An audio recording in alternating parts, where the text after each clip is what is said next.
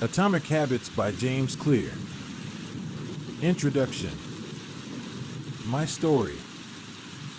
On the final day of my sophomore year of high school, I was hit in the face with a baseball bat.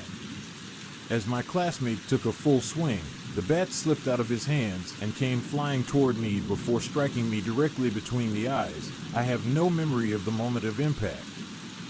The bat smashed into my face with such force that it crushed my nose into a distorted U-shape. The collision sent the soft tissue of my brain slamming into the inside of my skull.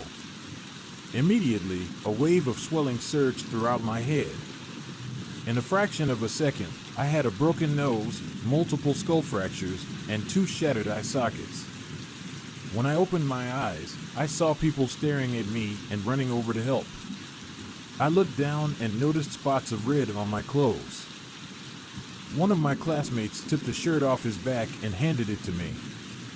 I used it to plug the stream of blood rushing from my broken nose. Shocked and confused, I was unaware of how seriously I had been injured. My teacher looped his arm around my shoulder and we began the long walk to the nurse's office, across the field, down the hill, and back into school. Random hands touched my sides, holding me upright. We took our time and walked slowly. Nobody realized that every minute mattered. When we arrived at the nurse's office, she asked me a series of questions. What year is it? 1998, I answered. It was actually 2002.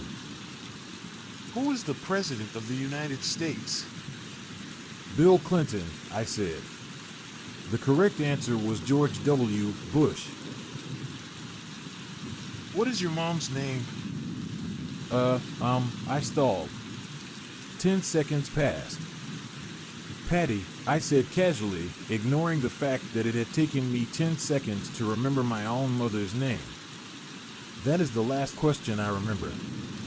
My body was unable to handle the rapid swelling in my brain, and I lost consciousness before the ambulance arrived. Minutes later, I was carried out of school and taken to the local hospital. Shortly after arriving, my body began shutting down.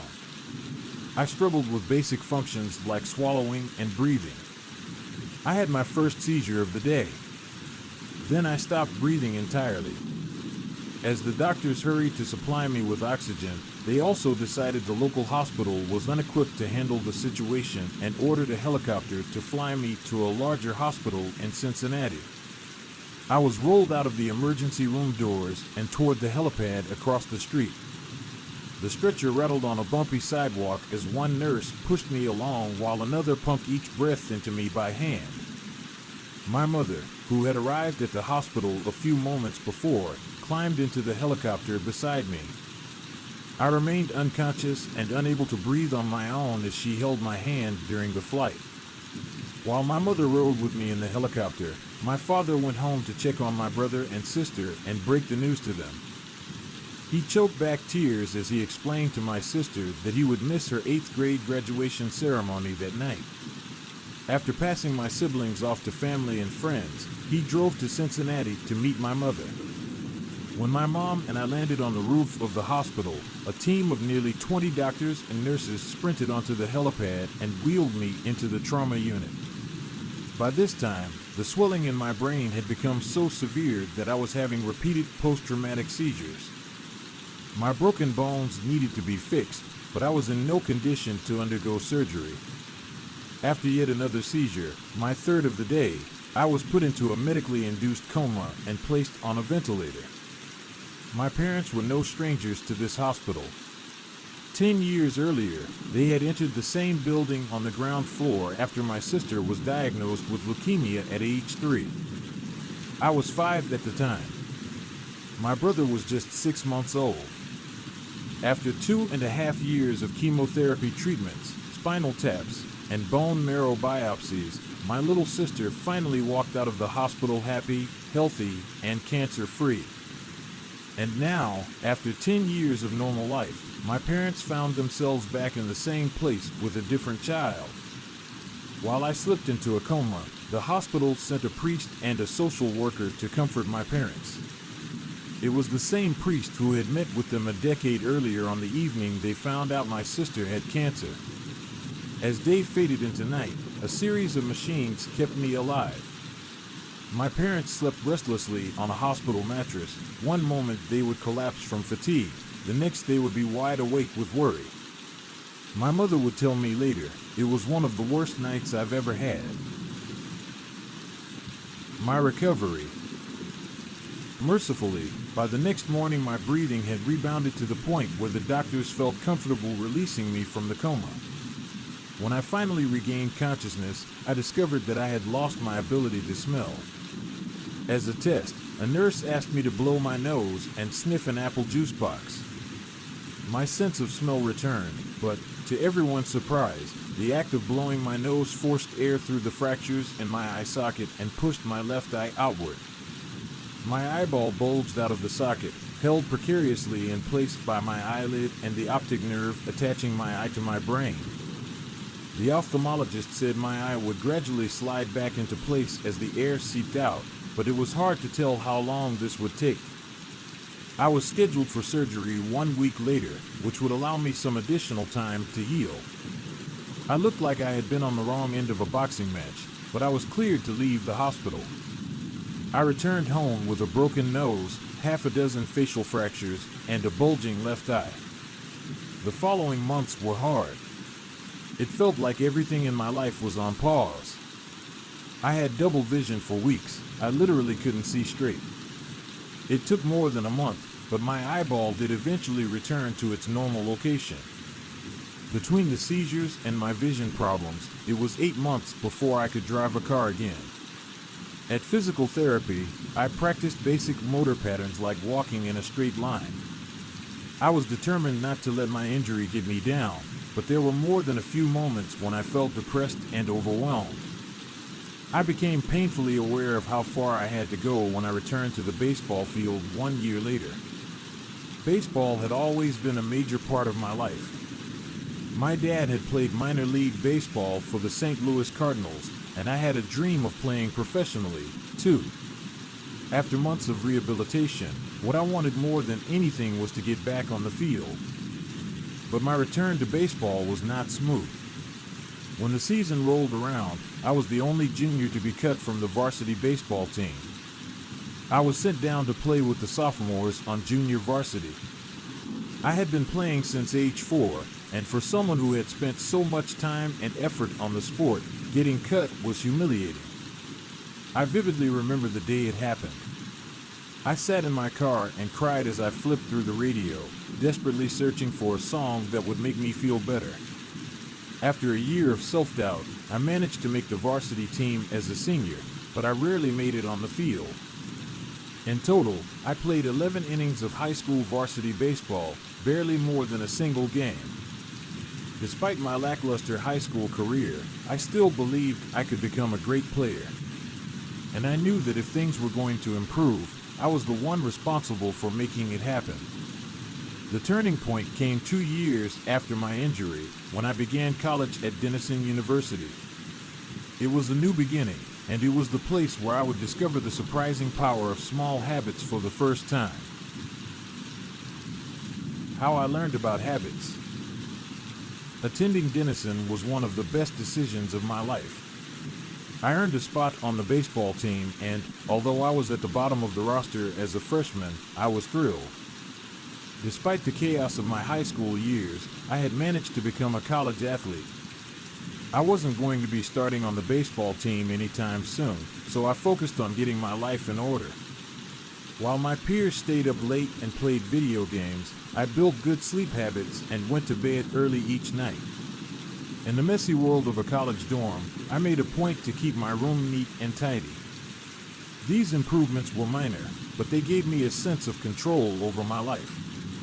I started to feel confident again, and this growing belief in myself rippled into the classroom as I improved my study habits and managed to earn straight A's during my first year.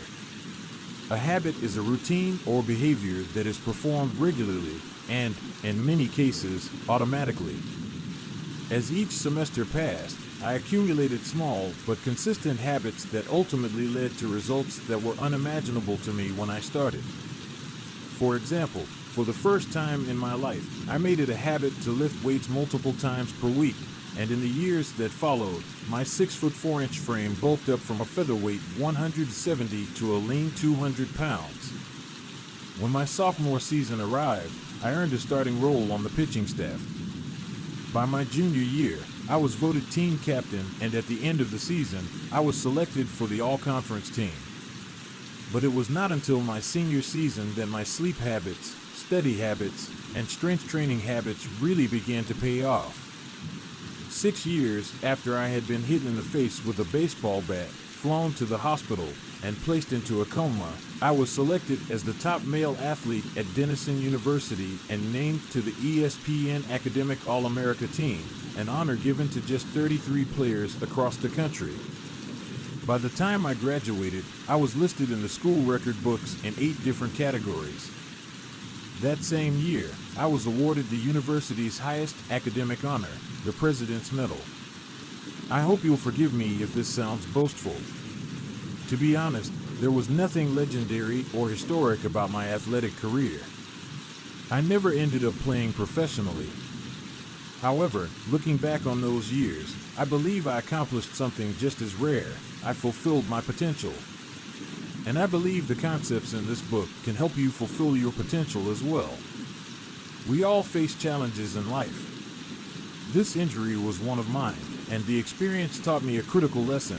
Changes that seem small and unimportant at first will compound into remarkable results if you're willing to stick with them for years. We all deal with setbacks, but in the long run, the quality of our lives often depends on the quality of our habits. With the same habits, you'll end up with the same results. But with better habits, anything is possible. Maybe there are people who can achieve incredible success overnight. I don't know any of them, and I'm certainly not one of them. There wasn't one defining moment on my journey from a medically induced coma to academic All-American. There were many. It was a gradual evolution, a long series of small wins and tiny breakthroughs. The only way I made progress, the only choice I had, was to start small. And I employed this same strategy a few years later when I started my own business and began working on this book. How and why I wrote this book. In November 2012, I began publishing articles at jamesclear.com. For years, I had been keeping notes about my personal experiments with habits, and I was finally ready to share some of them publicly. I began by publishing a new article every Monday and Thursday. Within a few months, this simple writing habit led to my first 1,000 email subscribers, and by the end of 2013, that number had grown to more than 30,000 people.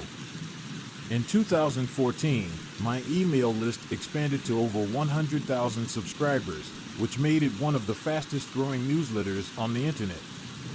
I had felt like an imposter when I began writing 2 years earlier, but now I was becoming known as an expert on habits, a new label that excited me but also felt uncomfortable. I had never considered myself a master of the topic, but rather someone who was experimenting alongside my readers. In 2015, I reached 200,000 email subscribers and signed a book deal with Penguin Random House to begin writing the book you are reading now. As my audience grew, so did my business opportunities. I was increasingly asked to speak at top companies about the science of habit formation, behavior change, and continuous improvement. I found myself delivering keynote speeches at conferences in the United States and Europe. In 2016, my articles began to appear regularly in major publications like Time, Entrepreneur, and Forbes. Incredibly, my writing was read by over 8 million people that year. Coaches in the NFL, NBA, and MLB began reading my work and sharing it with their teams. At the start of 2017, I launched the Habits Academy, which became the premier training platform for organizations and individuals interested in building better habits in life and work. Fortune 500 companies and growing startups began to enroll their leaders and train their staff. In total, over 10,000 leaders, managers, coaches, and teachers have graduated from the Habits Academy, and my work with them has taught me an incredible amount about what it takes to make habits work in the real world. As I put the finishing touches on this book in 2018, JamesClear.com is receiving millions of visitors per month, and nearly 500,000 people subscribe to my weekly email newsletter, a number that is so far beyond my expectations when I began that I'm not even sure what to think of it. How this book will benefit you. The entrepreneur and investor Naval Ravikant has said, to write a great book, you must first become the book. I originally learned about the ideas mentioned here because I had to live them. I had to rely on small habits to rebound from my injury, to get stronger in the gym, to perform at a high level on the field, to become a writer, to build a successful business, and simply to develop into a responsible adult. Small habits helped me fulfill my potential, and since you picked up this book, I'm guessing you'd like to fulfill yours as well. In the pages that follow, I will share a step-by-step plan for building better habits, not for days or weeks, but for a lifetime. While science supports everything I've written, this book is not an academic research paper, it's an operating manual. You'll find wisdom and practical advice front and center as I explain the science of how to create and change your habits in a way that is easy to understand and apply. The fields I draw on, biology, neuroscience, philosophy, psychology, and more, have been around for many years. What I offer you is a synthesis of the best ideas smart people figured out a long time ago, as well as the most compelling discoveries scientists have made recently. My contribution, I hope, is to find the ideas that matter most and connect them in a way that is highly actionable.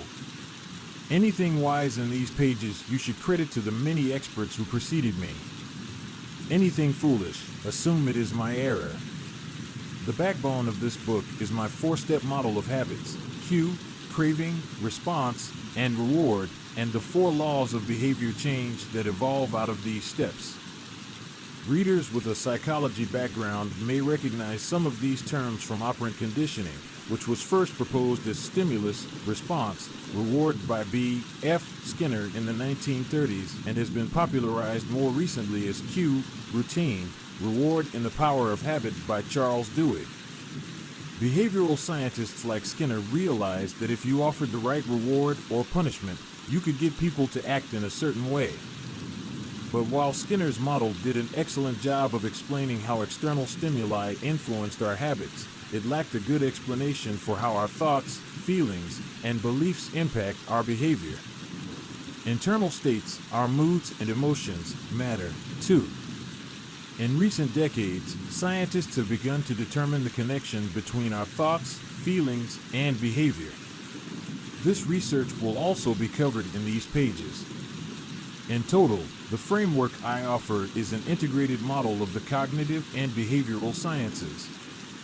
I believe it is one of the first models of human behavior to accurately account for both the influence of external stimuli and internal emotions on our habits. While some of the language may be familiar, I am confident that the details and the applications of the 4 laws of behavior change will offer a new way to think about your habits. Human behavior is always changing, situation to situation, moment to moment, second to second. But this book is about what doesn't change. It's about the fundamentals of human behavior, the lasting principles you can rely on year after year, the ideas you can build a business around, build a family around, build a life around. There is no one right way to create better habits, but this book describes the best way I know, an approach that will be effective regardless of where you start or what you're trying to change. The strategies I cover will be relevant to anyone looking for a step-by-step system for improvement, whether your goals center on health, money, productivity, relationships, or all of the above.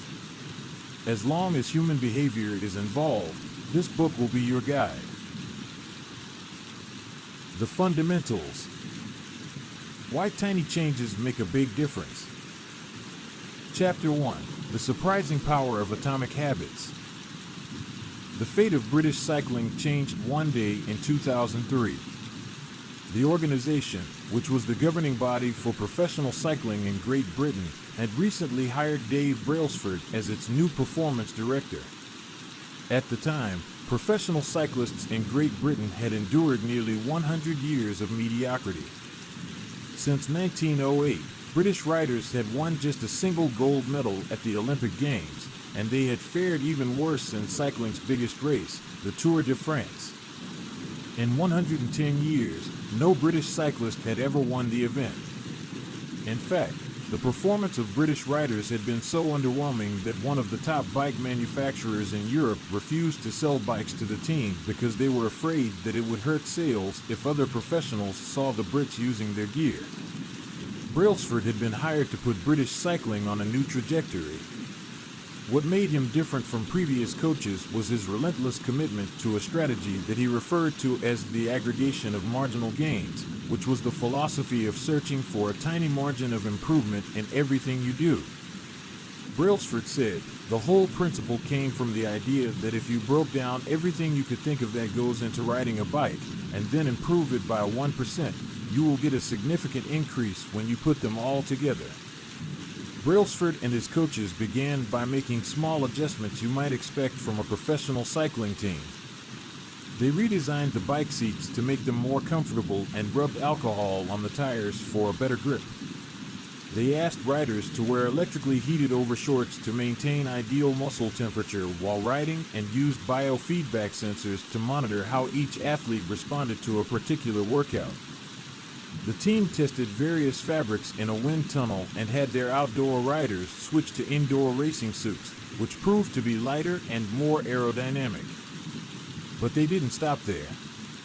Brailsford and his team continued to find 1% improvements in overlooked and unexpected areas. They tested different types of massage gels to see which one led to the fastest muscle recovery. They hired a surgeon to teach each rider the best way to wash their hands to reduce the chances of catching a cold. They determined the type of pillow and mattress that led to the best night's sleep for each rider. They even painted the inside of the team truck white, which helped them spot little bits of dust that would normally slip by unnoticed, but could degrade the performance of the finely tuned bikes.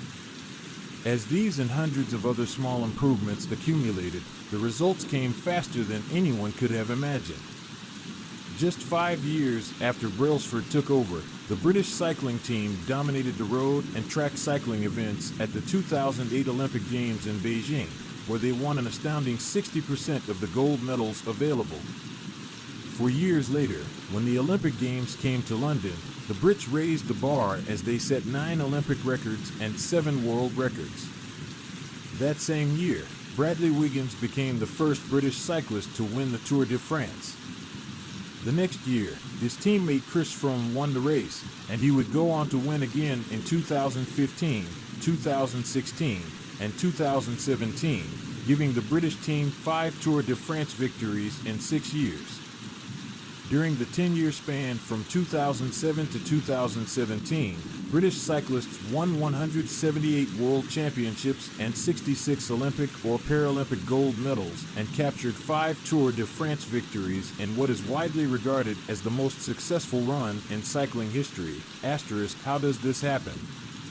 How does a team of previously ordinary athletes transform into world champions with tiny changes that, at first glance, would seem to make a modest difference at best? Why do small improvements accumulate into such remarkable results, and how can you replicate this approach in your own life? Why small habits make a big difference? It is so easy to overestimate the importance of one defining moment and underestimate the value of making small improvements on a daily basis. Too often, we convince ourselves that massive success requires massive action. Whether it is losing weight, building a business, writing a book, winning a championship, or achieving any other goal, we put pressure on ourselves to make some earth-shattering improvement that everyone will talk about. Meanwhile, improving by 1% isn't particularly notable. Sometimes it isn't even noticeable, but it can be far more meaningful, especially in the long run. The difference a tiny improvement can make over time is astounding. Here's how the math works out. If you can get 1% better each day for 1 year, you'll end up 37 times better by the time you're done. Conversely, if you get 1% worse each day for 1 year, you'll decline nearly down to zero. What starts as a small win or a minor setback accumulates into something much more. Habits are the compound interest of self-improvement. The same way that money multiplies through compound interest, the effects of your habits multiply as you repeat them. They seem to make little difference on any given day, and yet the impact they deliver over the months and years can be enormous. It is only when looking back 2, 5, or perhaps 10 years later that the value of good habits and the cost of bad ones become strikingly apparent. This can be a difficult concept to appreciate in daily life. We often dismiss small changes because they don't seem to matter very much in the moment. If you save a little money now, you're still not a millionaire. If you go to the gym 3 days in a row, you're still out of shape. If you study Mandarin for an hour tonight, you still haven't learned the language. We make a few changes, but the results never seem to come quickly, and so we slide back into our previous routines. Unfortunately, the slow pace of transformation also makes it easy to let a bad habit slide. If you eat an unhealthy meal today, the scale doesn't move much. If you work late tonight and ignore your family, they will forgive you. If you procrastinate and put your project off until tomorrow, there will usually be time to finish it later. A single decision is easy to dismiss. But when we repeat 1% errors day after day, by replicating poor decisions, duplicating tiny mistakes, and rationalizing little excuses, our small choices compound into toxic results. It's the accumulation of many missteps, a 1% decline here and there, that eventually leads to a problem. The impact created by a change in your habits is similar to the effect of shifting the route of an airplane by just a few degrees. Imagine you are flying from Los Angeles to New York City. If a pilot leaving from LAX adjusts the heading just 3.5 degrees south, you will land in Washington, D.C. instead of New York. Such a small change is barely noticeable at takeoff. The nose of the airplane moves just a few feet, but when magnified across the entire United States, you end up hundreds of miles apart. Similarly, a slight change in your daily habits can guide your life to a very different destination. Making a choice that is 1% better or 1% worse seems insignificant in the moment, but over the span of moments that make up a lifetime, these choices determine the difference between who you are and who you could be. Success is the product of daily habits, not once-in-a-lifetime transformations. That said, it doesn't matter how successful or unsuccessful you are right now. What matters is whether your habits are putting you on the path toward success. You should be far more concerned with your current trajectory than with your current results. If you're a millionaire but you spend more than you earn each month, then you're on a bad trajectory. If your spending habits don't change, it's not going to end well. Conversely, if you're broke but you save a little bit every month, then you're on the path toward financial freedom, even if you're moving slower than you'd like. Your outcomes are a lagging measure of your habits. Your net worth is a lagging measure of your financial habits. Your weight is a lagging measure of your eating habits. Your knowledge is a lagging measure of your learning habits. Your clutter is a lagging measure of your cleaning habits. You get what you repeat. If you want to predict where you'll end up in life, all you have to do is follow the curve of tiny gains or tiny losses and see how your daily choices will compound 10 or 20 years down the line. Are you spending less than you earn each month? Are you making it into the gym each week? Are you reading books and learning something new each day? Tiny battles like these are the ones that will define your future self. Time magnifies the margin between success and failure. It will multiply whatever you feed it. Good habits make time your ally. Bad habits make time your enemy. Habits are a double-edged sword. Bad habits can cut you down just as easily as good habits can build you up, which is why understanding the details is crucial. You need to know how habits work and how to design them to your liking, so you can avoid the dangerous half of the blade. Your habits can compound for you or against you. Positive compounding. Productivity compounds. Accomplishing one extra task is a small feat on any given day, but it counts for a lot over an entire career. The effect of automating an old task or mastering a new skill can be even greater. The more tasks you can handle without thinking, the more your brain is free to focus on other areas. Knowledge compounds. Learning one new idea won't make you a genius, but a commitment to lifelong learning can be transformative. Furthermore, each book you read not only teaches you something new, but also opens up different ways of thinking about old ideas. As Warren Buffett says, that's how knowledge works. It builds up, like compound interest. Relationships compound. People reflect your behavior back to you. The more you help others, the more others want to help you. Being a little bit nicer in each interaction can result in a network of broad and strong connections over time. Negative compounding. Stress compounds. The frustration of a traffic jam. The weight of parenting responsibilities. The worry of making ends meet. The strain of slightly high blood pressure. By themselves, these common causes of stress are manageable. But when they persist for years, little stresses compound into serious health issues. Negative thoughts compound. The more you think of yourself as worthless, stupid, or ugly, the more you condition yourself to interpret life that way. You get trapped in a thought loop. The same is true for how you think about others. Once you fall into the habit of seeing people as angry, unjust, or selfish, you see those kind of people everywhere. Outrage compounds. Riots, protests, and mass movements are rarely the result of a single event. Instead, a long series of microaggressions and daily aggravations slowly multiply until one event tips the scales and outrage spreads like wildfire. What progress is really like. Imagine that you have an ice cube sitting on the table in front of you.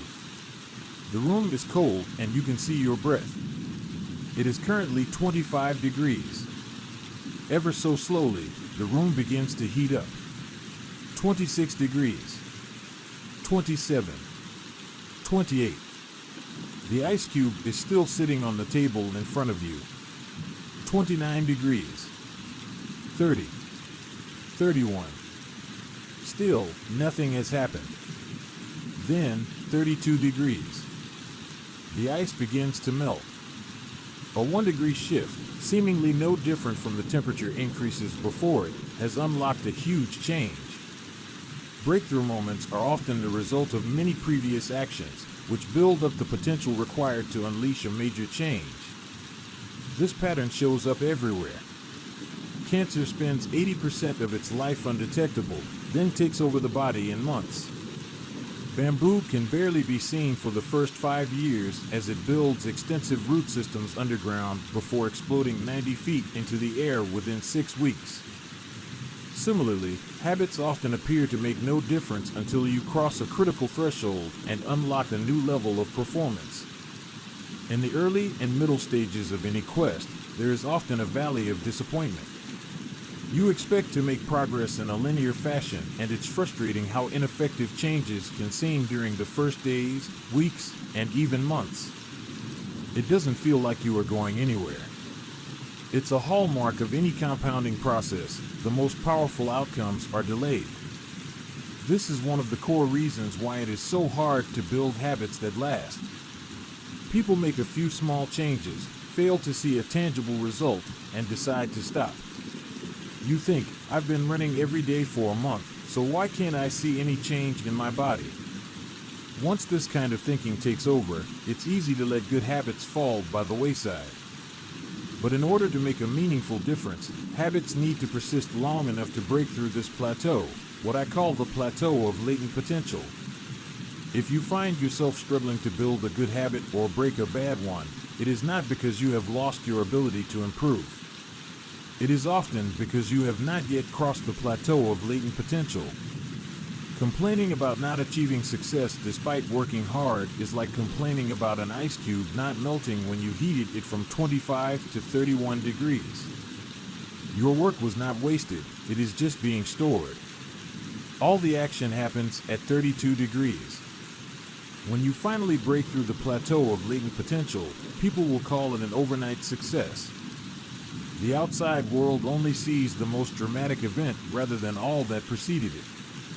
But you know that it's the work you did long ago, when it seemed that you weren't making any progress, that makes the jump today possible. It is the human equivalent of geological pressure. Two tectonic plates can grind against one another for millions of years, the tension slowly building all the while. Then, one day, they rub each other once again, in the same fashion they have for ages, but this time the tension is too great.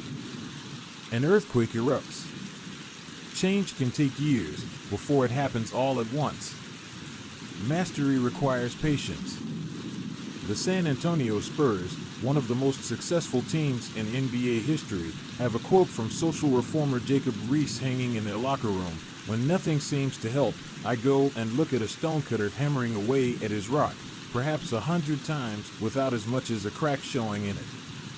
Yet at the 101st blow it will split in two, and I know it was not that last blow that did it, but all that had gone before." The plateau of latent potential. We often expect progress to be linear. At the very least, we hope it will come quickly.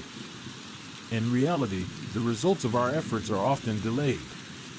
It is not until months or years later that we realize the true value of the previous work we have done. This can result in a valley of disappointment where people feel discouraged after putting in weeks or months of hard work without experiencing any results. However, this work was not wasted. It was simply being stored. It is not until much later that the full value of previous efforts is revealed. All big things come from small beginnings. The seed of every habit is a single, tiny decision. But as that decision is repeated, a habit sprouts and grows stronger. Roots entrench themselves and branches grow. The task of breaking a bad habit is like uprooting a powerful oak within us.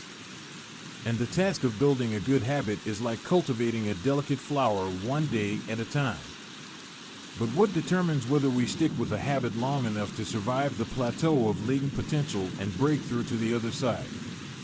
What is it that causes some people to slide into unwanted habits and enables others to enjoy the compounding effects of good ones? Forget about goals, focus on systems instead. Prevailing wisdom claims that the best way to achieve what we want in life, getting into better shape, building a successful business, relaxing more and worrying less, spending more time with friends and family, is to set specific, actionable goals. For many years, this was how I approached my habits, too. Each one was a goal to be reached. I set goals for the grades I wanted to get in school, for the weights I wanted to lift in the gym, for the profits I wanted to earn in business. I succeeded at a few, but I failed at a lot of them. Eventually, I began to realize that my results had very little to do with the goals I set and nearly everything to do with the systems I followed. What's the difference between systems and goals? It's a distinction I first learned from Scott Adams, the cartoonist behind the Dilbert comic. Goals are about the results you want to achieve. Systems are about the processes that lead to those results. If you're a coach, your goal might be to win a championship. Your system is the way you recruit players, manage your assistant coaches, and conduct practice. If you're an entrepreneur, your goal might be to build $1 million business. Your system is how you test product ideas, hire employees, and run marketing campaigns. If you're a musician, your goal might be to play a new piece.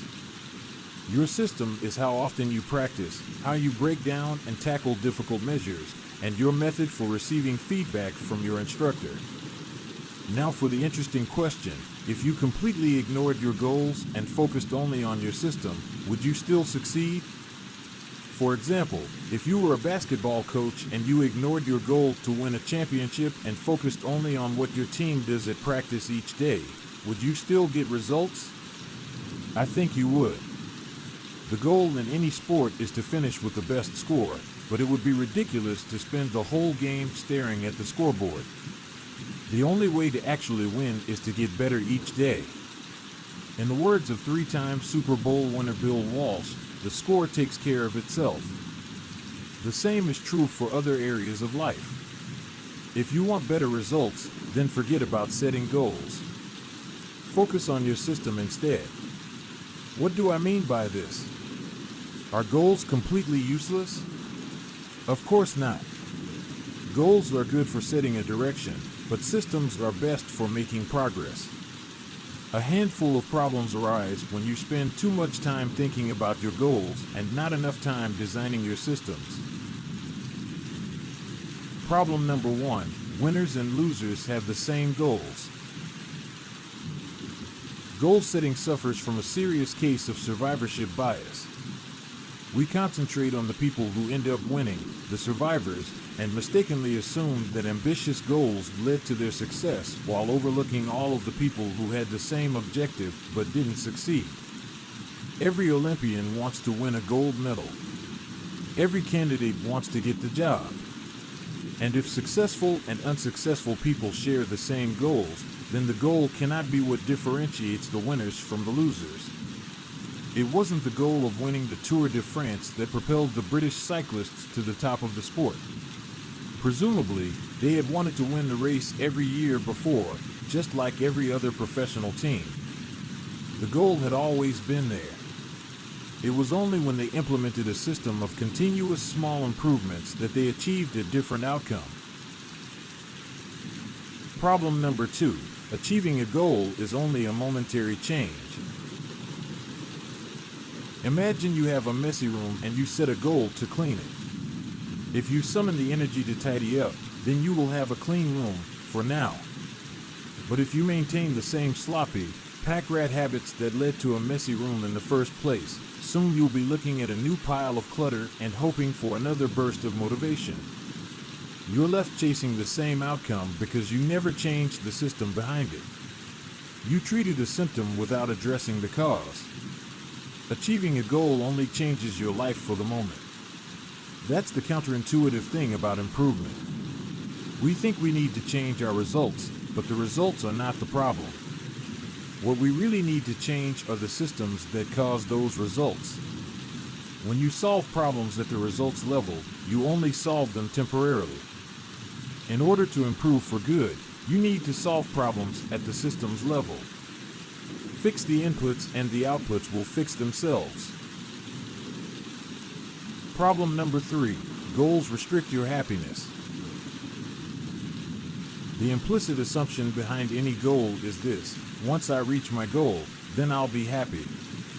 The problem with a goals-first mentality is that you're continually putting happiness off until the next milestone. I've slipped into this trap so many times I've lost count. For years, happiness was always something for my future self to enjoy.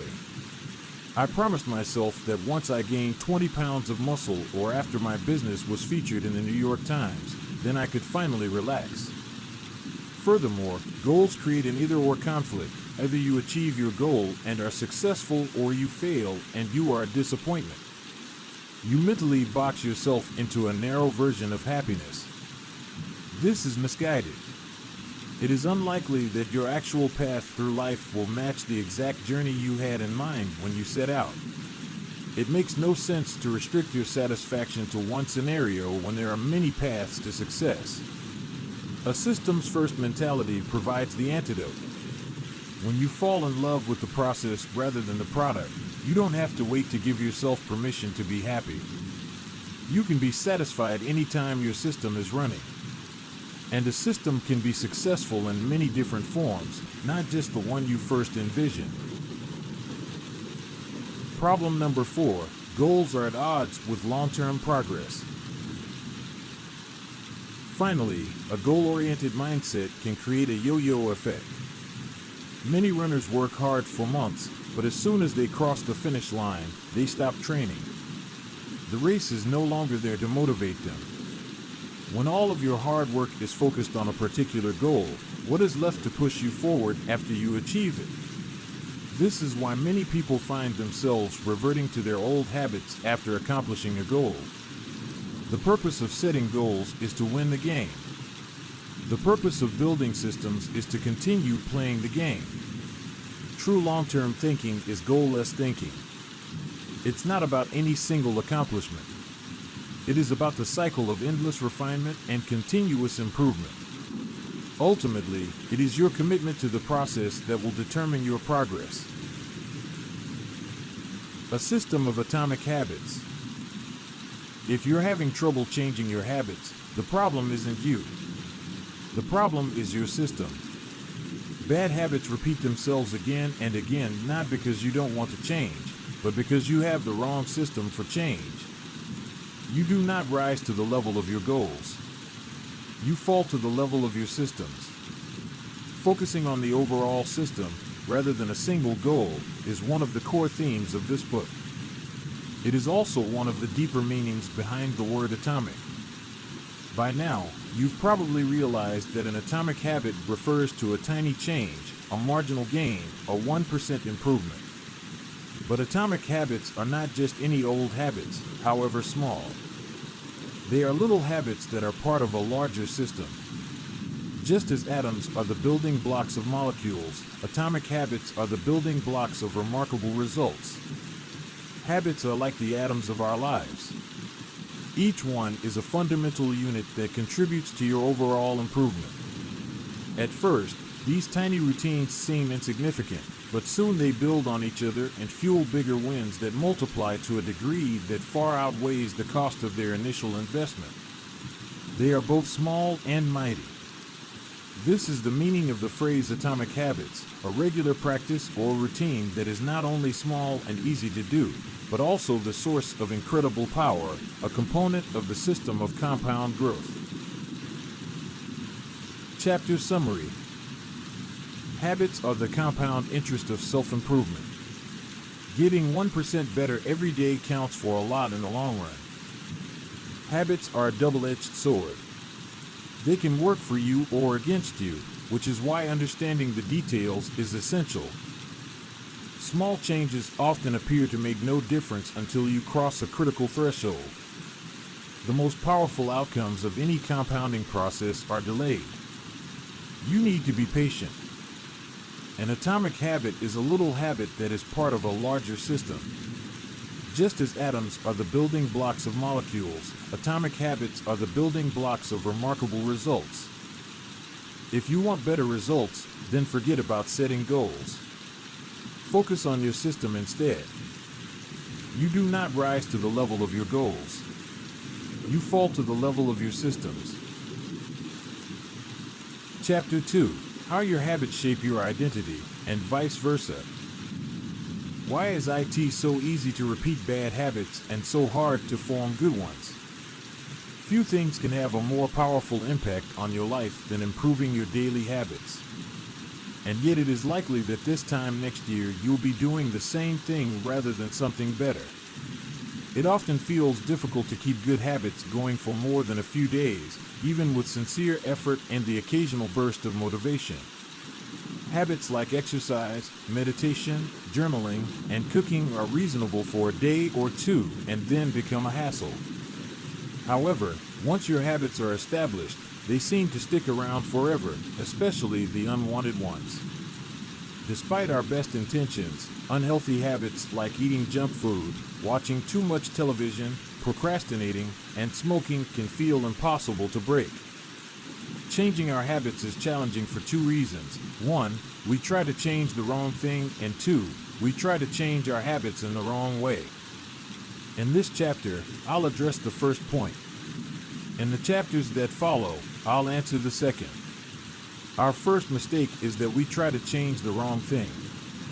To understand what I mean, consider that there are 3 levels at which change can occur. You can imagine them like the layers of an onion. 3 layers of behavior change. There are 3 layers of behavior change: a change in your outcomes, a change in your processes, or a change in your identity. The first layer is changing your outcomes. This level is concerned with changing your results, losing weight, publishing a book, winning a championship. Most of the goals you set are associated with this level of change. The second layer is changing your process. This level is concerned with changing your habits and systems, implementing a new routine at the gym, decluttering your desk for better workflow, developing a meditation practice. Most of the habits you build are associated with this level. The third and deepest layer is changing your identity. This level is concerned with changing your beliefs, your worldview, your self-image, your judgments about yourself and others. Most of the beliefs, assumptions, and biases you hold are associated with this level. Outcomes are about what you get. Processes are about what you do. Identity is about what you believe. When it comes to building habits that last, when it comes to building a system of 1% improvements, the problem is not that one level is better or worse than another. All levels of change are useful in their own way. The problem is the direction of change. Many people begin the process of changing their habits by focusing on what they want to achieve. This leads us to outcome-based habits. The alternative is to build identity-based habits. With this approach, we start by focusing on who we wish to become. With outcome-based habits, the focus is on what you want to achieve. With identity-based habits, the focus is on who you wish to become. Imagine 2 people resisting a cigarette. When offered a smoke, the first person says, "No thanks. I'm trying to quit." It sounds like a reasonable response, but this person still believes they are a smoker who is trying to be something else. They are hoping their behavior will change while carrying around the same beliefs. The second person declines by saying, "No thanks. I'm not a smoker." It's a small difference, but this statement signals a shift in identity. Smoking was part of their former life, not their current one. They no longer identify as someone who smokes. Most people don't even consider identity change when they set out to improve. They just think, "I want to be skinny, outcome, and if I stick to this diet, then I'll be skinny, process." They set goals and determine the actions they should take to achieve those goals without considering the beliefs that drive their actions.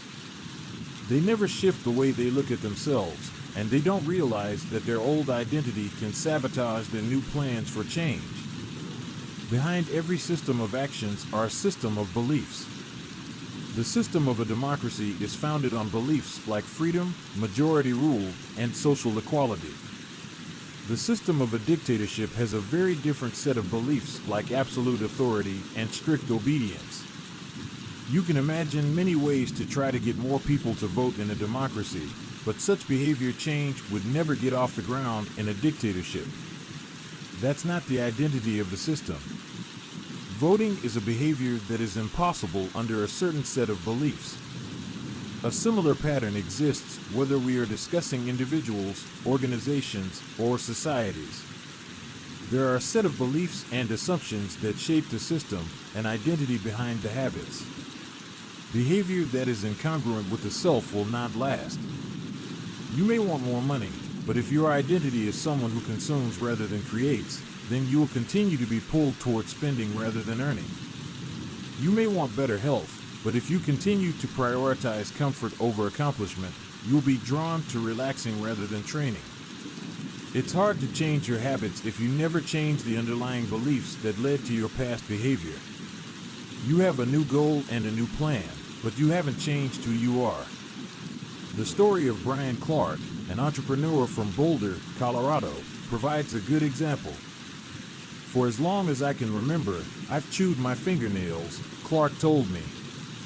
"It started as a nervous habit when I was young, and then morphed into an undesirable grooming ritual. One day, I resolved to stop chewing my nails until they grew out a bit. Through mindful willpower alone, I managed to do it." Then, Clark did something surprising. I asked my wife to schedule my first ever manicure, he said. My thought was that if I started paying to maintain my nails, I wouldn't chew them. And it worked, but not for the monetary reason. What happened was the manicure made my fingers look really nice for the first time. The manicurist even said that, other than the chewing, I had really healthy, attractive nails. Suddenly, I was proud of my fingernails. And even though that's something I had never aspired to, it made all the difference. I've never chewed my nails since, not even a single close call. And it's because I now take pride in properly caring for them. The ultimate form of intrinsic motivation is when a habit becomes part of your identity. It's one thing to say I'm the type of person who wants this. It's something very different to say I'm the type of person who is this. The more pride you have in a particular aspect of your identity, the more motivated you will be to maintain the habits associated with it. If you're proud of how your hair looks, you'll develop all sorts of habits to care for and maintain it. If you're proud of the size of your biceps, you'll make sure you never skip an upper body workout. If you're proud of the scarves you knit, you'll be more likely to spend hours knitting each week. Once your pride gets involved, you'll fight tooth and nail to maintain your habits. True behavior change is identity change. You might start a habit because of motivation, but the only reason you'll stick with one is that it becomes part of your identity. Anyone can convince themselves to visit the gym or eat healthy once or twice, but if you don't shift the belief behind the behavior, then it is hard to stick with long-term changes. Improvements are only temporary until they become part of who you are. The goal is not to read a book. The goal is to become a reader.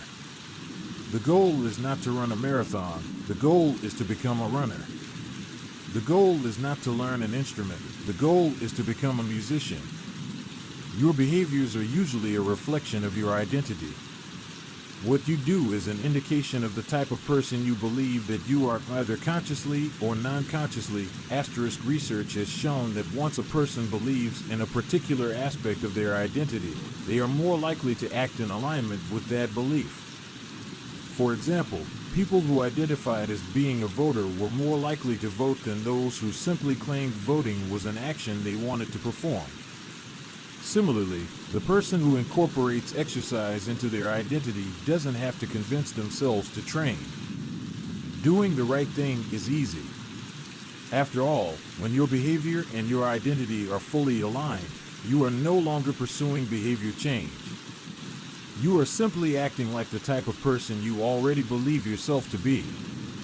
Like all aspects of habit formation, this, too, is a double-edged sword. When working for you, identity change can be a powerful force for self-improvement. When working against you, though, identity change can be a curse. Once you have adopted an identity, it can be easy to let your allegiance to it impact your ability to change. Many people walk through life in a cognitive slumber, blindly following the norms attached to their identity. I'm terrible with directions. I'm not a morning person. I'm bad at remembering people's names.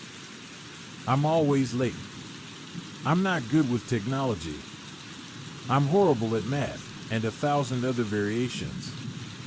When you have repeated a story to yourself for years, it is easy to slide into these mental grooves and accept them as a fact. In time, you begin to resist certain actions because that's not who I am.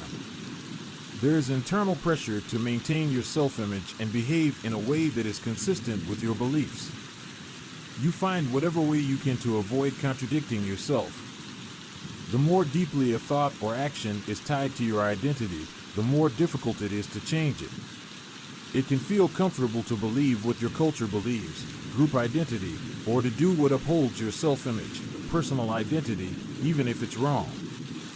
The biggest barrier to positive change at any level, individual, team, society, is identity conflict. Good habits can make rational sense, but if they conflict with your identity, you will fail to put them into action. On any given day, you may struggle with your habits because you're too busy or too tired or too overwhelmed or hundreds of other reasons. Over the long run, however, the real reason you fail to stick with habits is that your self-image gets in the way. This is why you can't get too attached to one version of your identity. Progress requires unlearning. Becoming the best version of yourself requires you to continuously edit your beliefs and to upgrade and expand your identity. This brings us to an important question. If your beliefs and worldview play such an important role in your behavior, where do they come from in the first place? How, exactly, is your identity formed? And how can you emphasize new aspects of your identity that serve you and gradually erase the pieces that hinder you? The two-step process to changing your identity. Your identity emerges out of your habits. You are not born with preset beliefs. Every belief, including those about yourself, is learned and conditioned through experience. More precisely, your habits are how you embody your identity. When you make your bed each day, you embody the identity of an organized person. When you write each day, you embody the identity of a creative person. When you train each day, you embody the identity of an athletic person. The more you repeat a behavior, the more you reinforce the identity associated with that behavior. In fact, the word identity was originally derived from the Latin words essentitas, which means being, and identitum, which means repeatedly. Your identity is literally your repeated beingness. Whatever your identity is right now, you only believe it because you have proof of it. If you go to church every Sunday for 20 years, you have evidence that you are religious. If you study biology for 1 hour every night, you have evidence that you are studious. If you go to the gym even when it's snowing, you have evidence that you are committed to fitness. The more evidence you have for a belief, the more strongly you will believe it.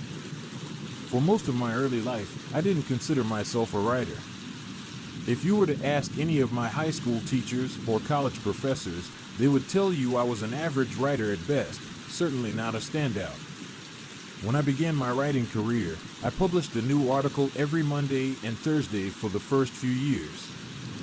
As the evidence grew, so did my identity as a writer. I didn't start out as a writer. I became one through my habits. Of course, your habits are not the only actions that influence your identity, but by virtue of their frequency, they are usually the most important ones. Each experience in life modifies your self-image, but it's unlikely you would consider yourself a soccer player because you kicked a ball once or an artist because you scribbled a picture. As you repeat these actions, however, the evidence accumulates and your self-image begins to change. The effect of one-off experiences tends to fade away while the effect of habits gets reinforced with time, which means your habits contribute most of the evidence that shapes your identity. In this way, the process of building habits is actually the process of becoming yourself. This is a gradual evolution. We do not change by snapping our fingers and deciding to be someone entirely new. We change bit by bit, day by day, habit by habit. We are continually undergoing microevolutions of the self. Each habit is like a suggestion. Hey, maybe this is who I am. If you finish a book, then perhaps you are the type of person who likes reading. If you go to the gym, then perhaps you are the type of person who likes exercise. If you practice playing the guitar, perhaps you are the type of person who likes music. Every action you take is a vote for the type of person you wish to become. No single instance will transform your beliefs, but as the votes build up, so does the evidence of your new identity. This is one reason why meaningful change does not require radical change. Small habits can make a meaningful difference by providing evidence of a new identity. And if a change is meaningful, it actually is big. That's the paradox of making small improvements. Putting this all together, you can see that habits are the path to changing your identity. The most practical way to change who you are is to change what you do. Each time you write a page, you are a writer. Each time you practice the violin, you are a musician. Each time you start a workout, you are an athlete. Each time you encourage your employees, you are a leader.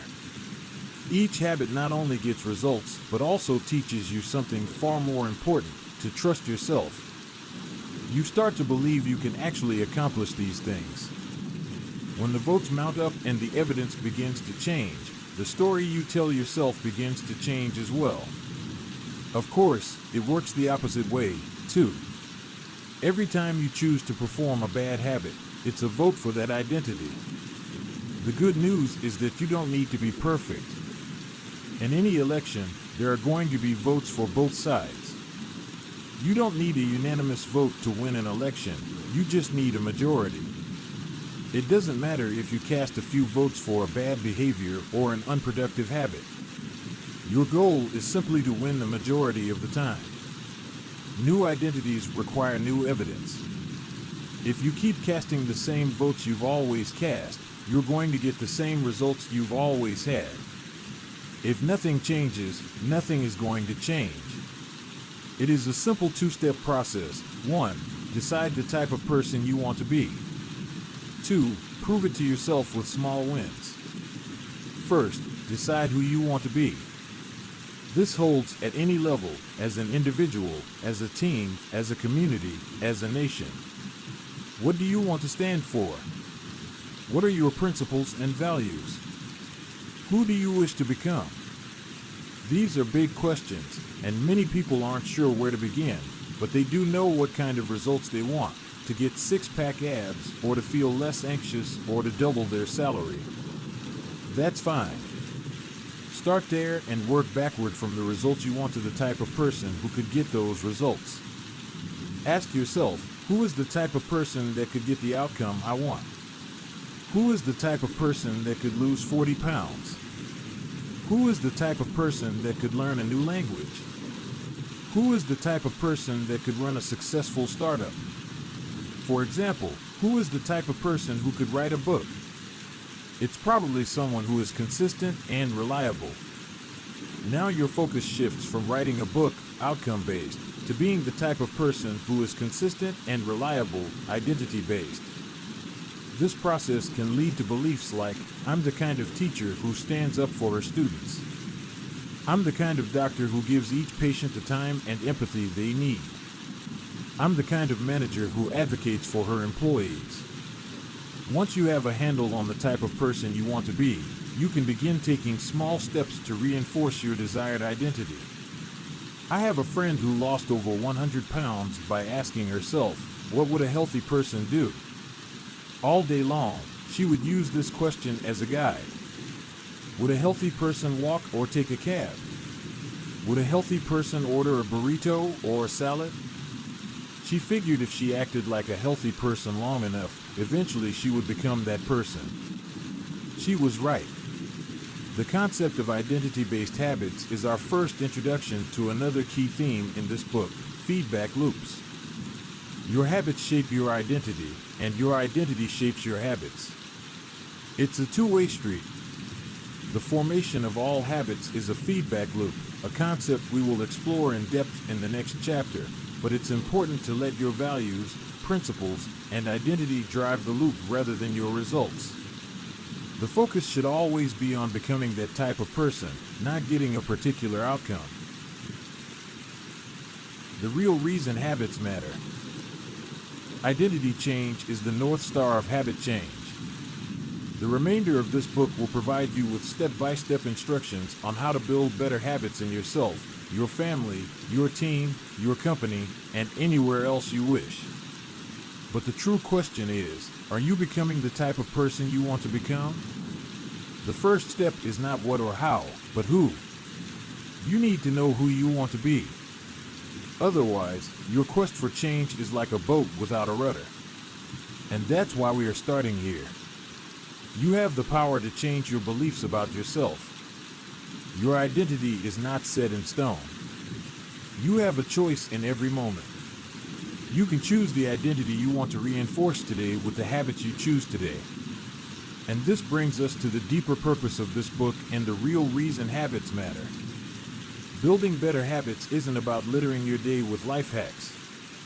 It's not about flossing one tooth each night, or taking a cold shower each morning, or wearing the same outfit each day. It's not about achieving external measures of success like earning more money, losing weight, or reducing stress. Habits can help you achieve all of these things, but fundamentally they are not about having something. They are about becoming someone. Ultimately, your habits matter because they help you become the type of person you wish to be. They are the channel through which you develop your deepest beliefs about yourself. Quite literally, you become your habits. Chapter Summary. There are 3 levels of change: outcome change, process change, and identity change. The most effective way to change your habits is to focus not on what you want to achieve, but on who you wish to become. Your identity emerges out of your habits. Every action is a vote for the type of person you wish to become. Becoming the best version of yourself requires you to continuously edit your beliefs and to upgrade and expand your identity. The real reason habits matter is not because they can get you better results, although they can do that, but because they can change your beliefs about yourself. Chapter 3. How to build better habits in 4 simple steps. In 1898, a psychologist named Edward Thorndike conducted an experiment that would lay the foundation for our understanding of how habits form and the rules that guide our behavior. Thorndike was interested in studying the behavior of animals, and he started by working with cats. He would place each cat inside a device known as a puzzle box. The box was designed so that the cat could escape through a door by some simple act, such as pulling at a loop of cord, pressing a lever, or stepping on a platform. For example, one box contained a lever that, when pressed, would open a door on the side of the box. Once the door had been opened, the cat could dart out and run over to a bowl of food. Most cats wanted to escape as soon as they were placed inside the box. They would poke their nose into the corners, stick their paws through openings, and claw at loose objects. After a few minutes of exploration, the cats would happen to press the magical lever, the door would open, and they would escape. Thorndike tracked the behavior of each cat across many trials. In the beginning, the animals moved around the box at random. But as soon as the lever had been pressed and the door opened, the process of learning began. Gradually, each cat learned to associate the action of pressing the lever with the reward of escaping the box and getting to the food. After 20 to 30 trials, this behavior became so automatic and habitual that the cat could escape within a few seconds. For example, Thorndike noted, Cat 12 took the following times to perform the act: 160 seconds, 30 seconds, 90 seconds, 60, 15, 28, 20, 30, 22, 11, 15, 20, 12, 10, 14, 10, 8, 8, 5, 10, 8, 6, 6, 7. During the first 3 trials, the cat escaped in an average of 1.5 minutes. During the last 3 trials, it escaped in an average of 6.3 seconds. With practice, each cat made fewer errors and their actions became quicker and more automatic. Rather than repeat the same mistakes, the cat began to cut straight to the solution. From his studies, Thorndike described the learning process by stating, behaviors followed by satisfying consequences tend to be repeated, and those that produce unpleasant consequences are less likely to be repeated. His work provides the perfect starting point for discussing how habits form in our own lives. It also provides answers to some fundamental questions like, what are habits? And why does the brain bother building them at all? Why your brain builds habits. A habit is a behavior that has been repeated enough times to become automatic. The process of habit formation begins with trial and error. Whenever you encounter a new situation in life, your brain has to make a decision. How do I respond to this? The first time you come across a problem, you're not sure how to solve it. Like Thorndike's cat, you're just trying things out to see what works. Neurological activity in the brain is high during this period. You are carefully analyzing the situation and making conscious decisions about how to act. You're taking in tons of new information and trying to make sense of it all. The brain is busy learning the most effective course of action. Occasionally, like a cat pressing on a lever, you stumble across a solution. You're feeling anxious, and you discover that going for a run calms you down. You're mentally exhausted from a long day of work, and you learn that playing video games relaxes you.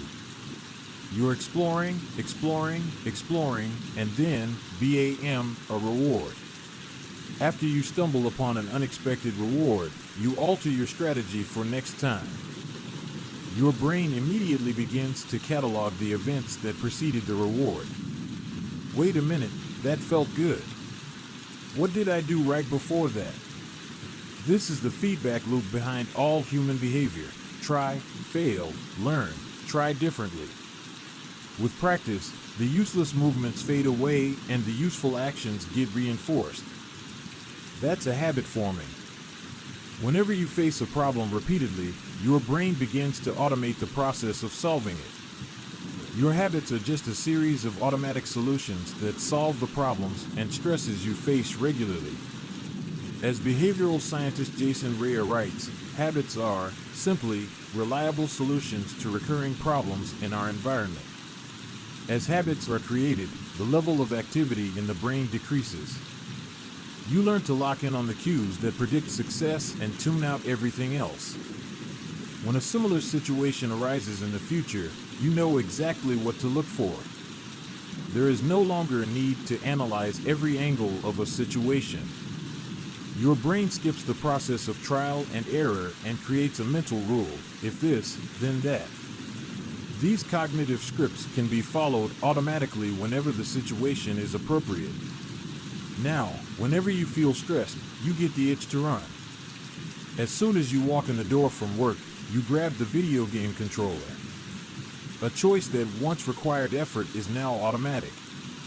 A habit has been created. Habits are mental shortcuts learned from experience. In a sense, a habit is just a memory of the steps you previously followed to solve a problem in the past. Whenever the conditions are right, you can draw on this memory and automatically apply the same solution. The primary reason the brain remembers the past is to better predict what will work in the future. Habit formation is incredibly useful because the conscious mind is the bottleneck of the brain.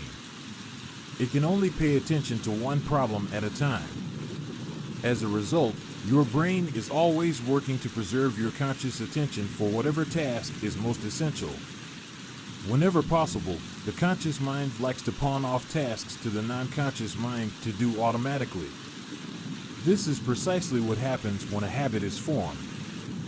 Habits reduce cognitive load and free up mental capacity so you can allocate your attention to other tasks.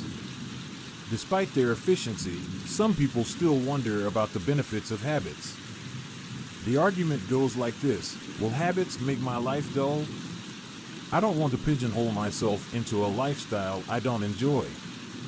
Doesn't so much routine take away the vibrancy and spontaneity of life? Hardly. Such questions set up a false dichotomy. They make you think that you have to choose between building habits and attaining freedom. In reality, the two complement each other. Habits do not restrict freedom. They create it. In fact, the people who don't have their habits handled are often the ones with the least amount of freedom. Without good financial habits, you will always be struggling for the next dollar. Without good health habits, you will always seem to be short on energy. Without good learning habits, you will always feel like you're behind the curve. If you're always being forced to make decisions about simple tasks, when should I work out? Where do I go to write? When do I pay the bills? Then you have less time for freedom. It's only by making the fundamentals of life easier that you can create the mental space needed for free thinking and creativity. Conversely, when you have your habits dialed in and the basics of life are handled and done, your mind is free to focus on new challenges and master the next set of problems. Building habits in the present allows you to do more of what you want in the future. The science of how habits work. The process of building a habit can be divided into 4 simple steps: cue, craving, response, and reward, breaking it down into these fundamental parts can help us understand what a habit is, how it works, and how to improve it. All habits proceed through 4 stages in the same order: cue, craving, response, and reward. This 4-step pattern is the backbone of every habit, and your brain runs through these steps in the same order each time. First, there is the cue. The cue triggers your brain to initiate a behavior. It is a bit of information that predicts a reward.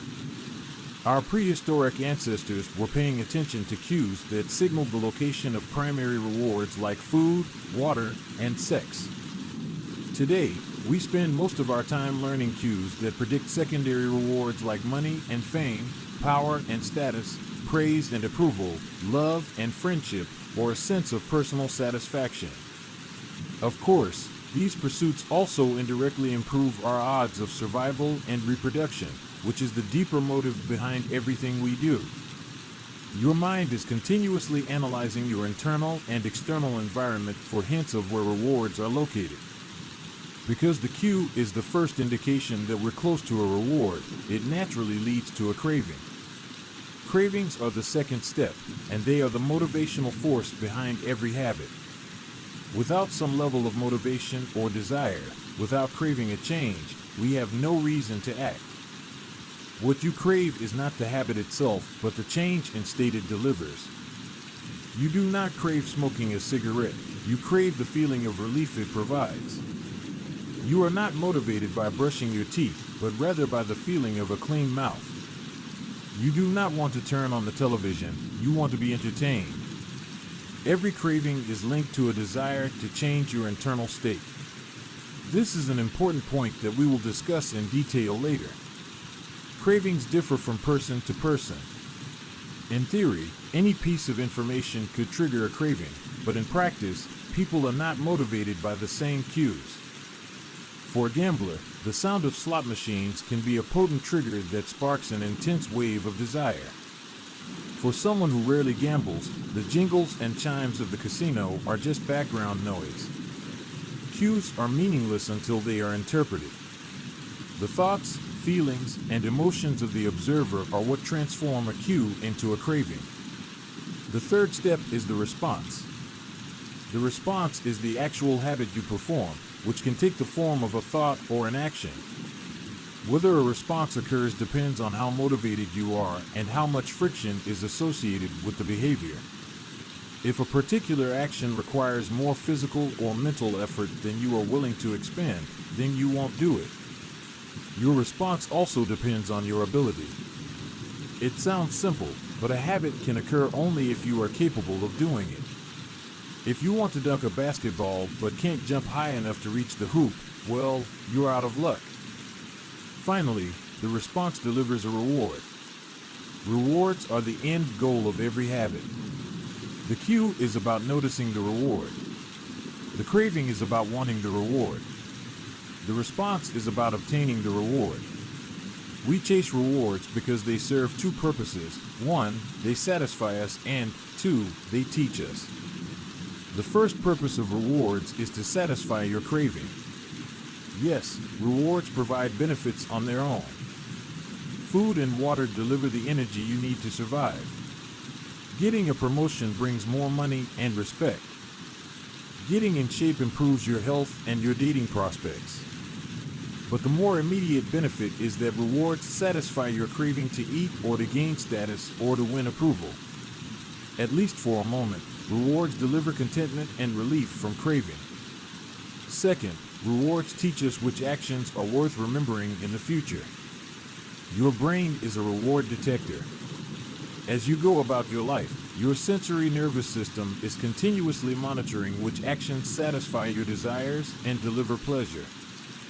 Feelings of pleasure and disappointment are part of the feedback mechanism that helps your brain distinguish useful actions from useless ones.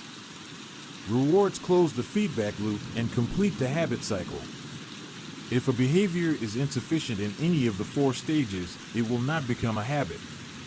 Eliminate the cue and your habit will never start. Reduce the craving and you won't experience enough motivation to act.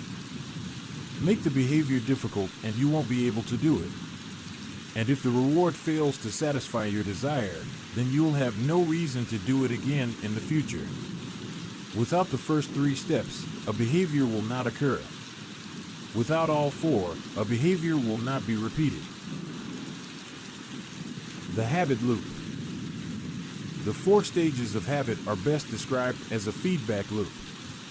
They form an endless cycle that is running every moment you are alive. This habit loop is continually scanning the environment, predicting what will happen next, trying out different responses, and learning from the results. In summary, the cue triggers a craving, which motivates a response, which provides a reward, which satisfies the craving and, ultimately, becomes associated with the cue. Together, these 4 steps form a neurological feedback loop: cue, craving, response, reward, cue, craving, response, reward, that ultimately allows you to create automatic habits. This cycle is known as the habit loop. This 4-step process is not something that happens occasionally, but rather it is an endless feedback loop that is running and active during every moment you are alive, even now. The brain is continually scanning the environment, predicting what will happen next, trying out different responses, and learning from the results. The entire process is completed in a split second, and we use it again and again without realizing everything that has been packed into the previous moment. We can split these 4 steps into 2 phases: the problem phase and the solution phase. The problem phase includes the cue and the craving, and it is when you realize that something needs to change. The solution phase includes the response and the reward, and it is when you take action and achieve the change you desire. All behavior is driven by the desire to solve a problem. Sometimes the problem is that you notice something good and you want to obtain it. Sometimes the problem is that you are experiencing pain and you want to relieve it. Either way, the purpose of every habit is to solve the problems you face. In the table on the following page, you can see a few examples of what this looks like in real life. Imagine walking into a dark room and flipping on the light switch. You have performed this simple habit so many times that it occurs without thinking. You proceed through all 4 stages in the fraction of a second. The urge to act strikes you without thinking. Problem phase 1. Cue, your phone buzzes with a new text message. 2. Craving, you want to learn the contents of the message. Solution phase 3. Response, you grab your phone and read the text. 4. Reward, you satisfy your craving to read the message. Grabbing your phone becomes associated with your phone buzzing. Problem phase 1. Cue, you are answering emails. 2. Craving, you begin to feel stressed and overwhelmed by work. You want to feel in control. Solution phase 3. Response, you bite your nails. 4. Reward, you satisfy your craving to reduce stress. Biting your nails becomes associated with answering email. Problem phase 1. Cue, you wake up. 2. Craving, you want to feel alert. Solution phase 3. Response, you drink a cup of coffee. 4. Reward, you satisfy your craving to feel alert. Drinking coffee becomes associated with waking up. Problem phase 1. Cue, you smell a donut shop as you walk down the street near your office. 2. Craving, you begin to crave a donut. Solution phase 3. Response, you buy a donut and eat it. 4. Reward, you satisfy your craving to eat a donut. Buying a donut becomes associated with walking down the street near your office. Problem phase 1. Cue, you hit a stumbling block on a project at work. 2. Craving, you feel stuck and want to relieve your frustration. Solution phase 3. Response, you pull out your phone and check social media. 4. Reward, you satisfy your craving to feel relieved. Checking social media becomes associated with feeling stalled at work. Problem phase 1. Cue, you walk into a dark room. 2. Craving, you want to be able to see. Solution phase 3. Response, you flip the light switch. 4. Reward, you satisfy your craving to see.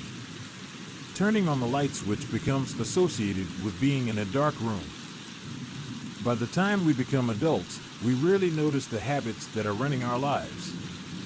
Most of us never give a second thought to the fact that we tie the same shoe first each morning, or unplug the toaster after each use, or always change into comfortable clothes after getting home from work. After decades of mental programming, we automatically slip into these patterns of thinking and acting. The 4 laws of behavior change. In the following chapters, we will see time and again how the 4 stages of cue, craving, response, and reward influence nearly everything we do each day. But before we do that, we need to transform these 4 steps into a practical framework that we can use to design good habits and eliminate bad ones. I refer to this framework as the 4 laws of behavior change, and it provides a simple set of rules for creating good habits and breaking bad ones. You can think of each law as a lever that influences human behavior. When the levers are in the right positions, creating good habits is effortless. When they are in the wrong positions, it is nearly impossible. How to create a good habit. The first law, cue, make it obvious. The second law, craving, make it attractive. The third law, response, make it easy. The fourth law, reward, make it satisfying. We can invert these laws to learn how to break a bad habit. How to break a bad habit. Inversion of the first law, cue, make it invisible. Inversion of the second law, craving, make it unattractive. Inversion of the third law, response, make it difficult. Inversion of the fourth law, reward, make it unsatisfying. It would be irresponsible for me to claim that these 4 laws are an exhaustive framework for changing any human behavior, but I think they're close. As you will soon see, the 4 laws of behavior change apply to nearly every field, from sports to politics, art to medicine, comedy to management. These laws can be used no matter what challenge you are facing. There is no need for completely different strategies for each habit. Whenever you want to change your behavior, you can simply ask yourself, 1. How can I make it obvious? 2. How can I make it attractive? 3. How can I make it easy? 4. How can I make it satisfying? If you have ever wondered, why don't I do what I say I'm going to do? Why don't I lose the weight or stop smoking or save for retirement or start that side business? Why do I say something is important but never seem to make time for it? The answers to those questions can be found somewhere in these 4 laws. The key to creating good habits and breaking bad ones is to understand these fundamental laws and how to alter them to your specifications. Every goal is doomed to fail if it goes against the grain of human nature. Your habits are shaped by the systems in your life. In the chapters that follow, we will discuss these laws one by one and show how you can use them to create a system in which good habits emerge naturally and bad habits wither away. Chapter Summary. A habit is a behavior that has been repeated enough times to become automatic. The ultimate purpose of habits is to solve the problems of life with as little energy and effort as possible. Any habit can be broken down into a feedback loop that involves 4 steps: cue, craving, response, and reward. The 4 laws of behavior change are a simple set of rules we can use to build better habits. They are: 1. Make it obvious. 2. Make it attractive. 3. Make it easy. And 4. Make it satisfying. The first law. Make it obvious. Chapter 4. The Man Who Didn't Look Right. The psychologist Gary Klein once told me a story about a woman who attended a family gathering. She had spent years working as a paramedic and, upon arriving at the event, took one look at her father-in-law and got very concerned. "I don't like the way you look," she said. Her father-in-law, who was feeling perfectly fine, jokingly replied, Well, I don't like your looks either. No, she insisted. You need to go to the hospital now. A few hours later, the man was undergoing life-saving surgery after an examination had revealed that he had a blockage to a major artery and was at immediate risk of a heart attack. Without his daughter-in-law's intuition, he could have died. What did the paramedic see?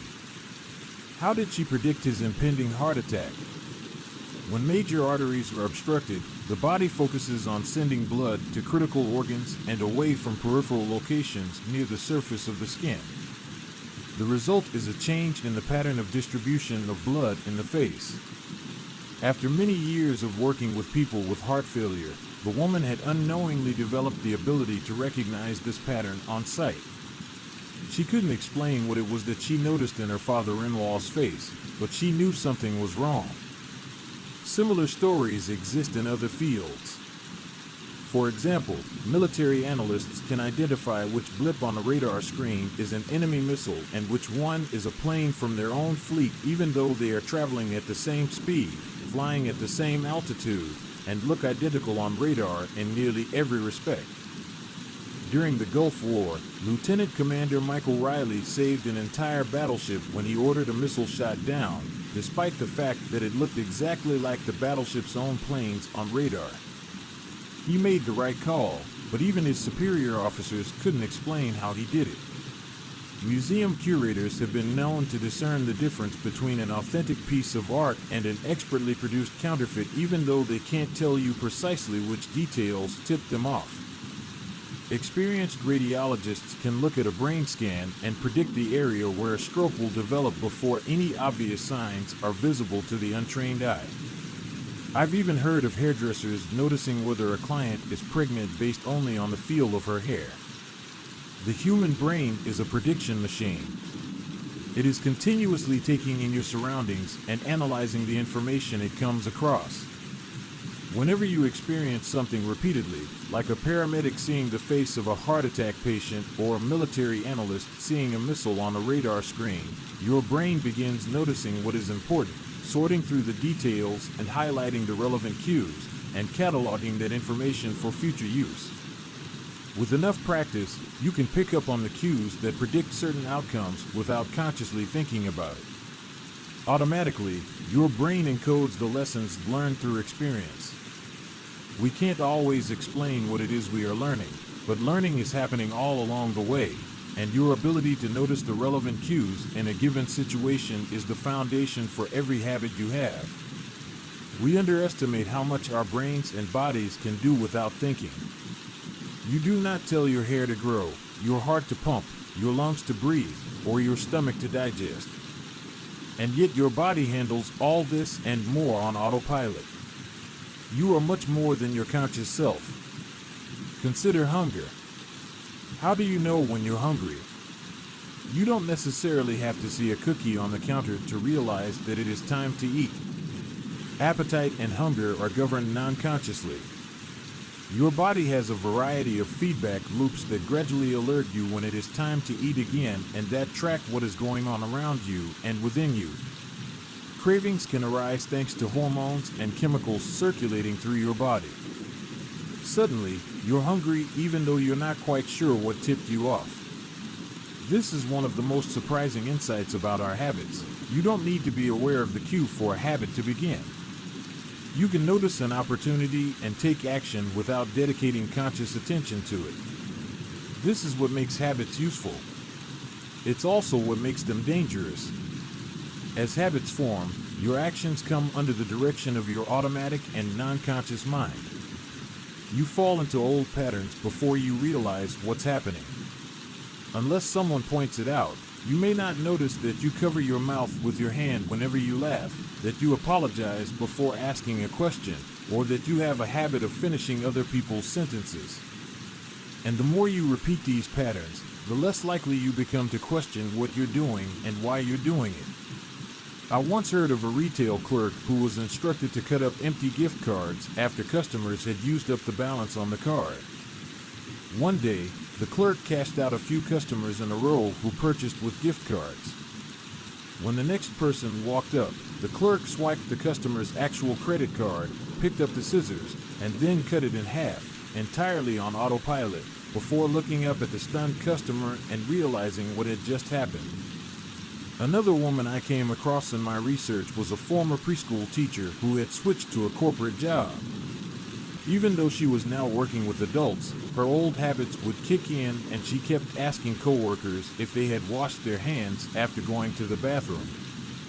I also found the story of a man who had spent years working as a lifeguard and would occasionally yell "walk" whenever he saw a child running.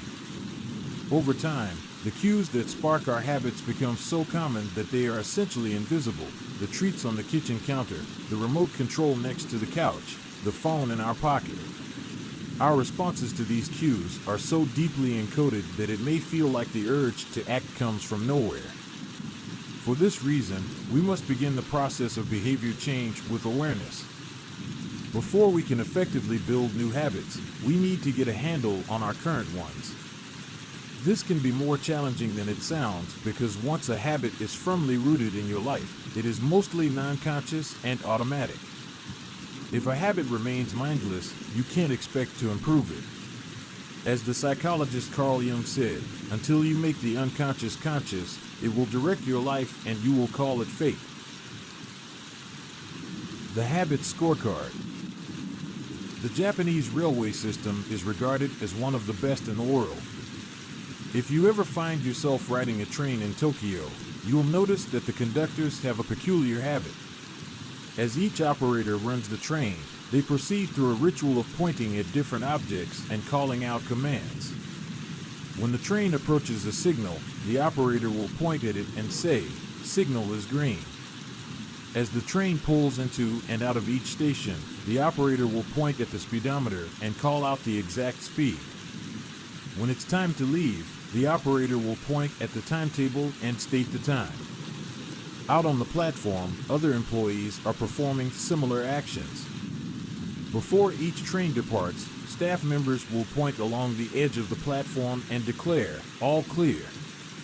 Every detail is identified, pointed at, and named aloud. This process, known as pointing and calling, is a safety system designed to reduce mistakes. It seems silly, but it works incredibly well. Pointing and calling reduces errors by up to 85% and cuts accidents by 30%. The MTA subway system in New York City adopted a modified version that is point only, and within 2 years of implementation, incidents of incorrectly berthed subways fell 57%. Pointing and calling is so effective because it raises the level of awareness from a non-conscious habit to a more conscious level. Because the train operators must use their eyes, hands, mouth, and ears, they are more likely to notice problems before something goes wrong. My wife does something similar. Whenever we are preparing to walk out the door for a trip, she verbally calls out the most essential items in her packing list. I've got my keys. I've got my wallet. I've got my glasses. I've got my husband. The more automatic a behavior becomes, the less likely we are to consciously think about it. And when we've done something 1,000 times before, we begin to overlook things. We assume that the next time will be just like the last. We're so used to doing what we've always done that we don't stop to question whether it's the right thing to do at all. Many of our failures in performance are largely attributable to a lack of self-awareness. One of our greatest challenges in changing habits is maintaining awareness of what we are actually doing. This helps explain why the consequences of bad habits can sneak up on us. We need a point-and-call system for our personal lives. That's the origin of the habit scorecard, which is a simple exercise you can use to become more aware of your behavior. To create your own, make a list of your daily habits. Here's a sample of where your list might start. Wake up. Turn off alarm. Check my phone. Go to the bathroom. Weigh myself. Take a shower. Brush my teeth. Floss my teeth. Put on deodorant. Hang up towel to dry. Get dressed. Make a cup of tea. And so on. Once you have a full list, look at each behavior and ask yourself, is this a good habit, a bad habit, or a neutral habit? If it is a good habit, write plus next to it. If it is a bad habit, write. If it is a neutral habit, write equal sign. For example, the list above might look like this: wake up equals turn off alarm equals check my phone, go to the bathroom equals weigh myself plus take a shower plus brush my teeth plus floss my teeth plus put on deodorant plus hang up towel to dry equals get dressed equals make a cup of tea plus the marks you give to a particular habit will depend on your situation and your goals. For someone who is trying to lose weight, eating a bagel with peanut butter every morning might be a bad habit. For someone who is trying to bulk up and add muscle, the same behavior might be a good habit. It all depends on what you're working toward. Scoring your habits can be a bit more complex for another reason as well. The labels good habit and bad habit are slightly inaccurate. There are no good habits or bad habits. There are only effective habits. That is, effective at solving problems. All habits serve you in some way, even the bad ones, which is why you repeat them. For this exercise, categorize your habits by how they will benefit you in the long run. Generally speaking, good habits will have net positive outcomes. Bad habits have net negative outcomes. Smoking a cigarette may reduce stress right now, that's how it's serving you, but it's not a healthy long-term behavior. If you're still having trouble determining how to rate a particular habit, here is a question I like to use. Does this behavior help me become the type of person I wish to be? Does this habit cast a vote for or against my desired identity? Habits that reinforce your desired identity are usually good. Habits that conflict with your desired identity are usually bad. As you create your habit scorecard, there is no need to change anything at first. The goal is to simply notice what is actually going on. Observe your thoughts and actions without judgment or internal criticism. Don't blame yourself for your faults. Don't praise yourself for your successes. If you eat a chocolate bar every morning, acknowledge it, almost as if you were watching someone else. Oh, how interesting that they would do such a thing. If you binge eat, simply notice that you are eating more calories than you should. If you waste time online, notice that you are spending your life in a way that you do not want to. The first step to changing bad habits is to be on the lookout for them.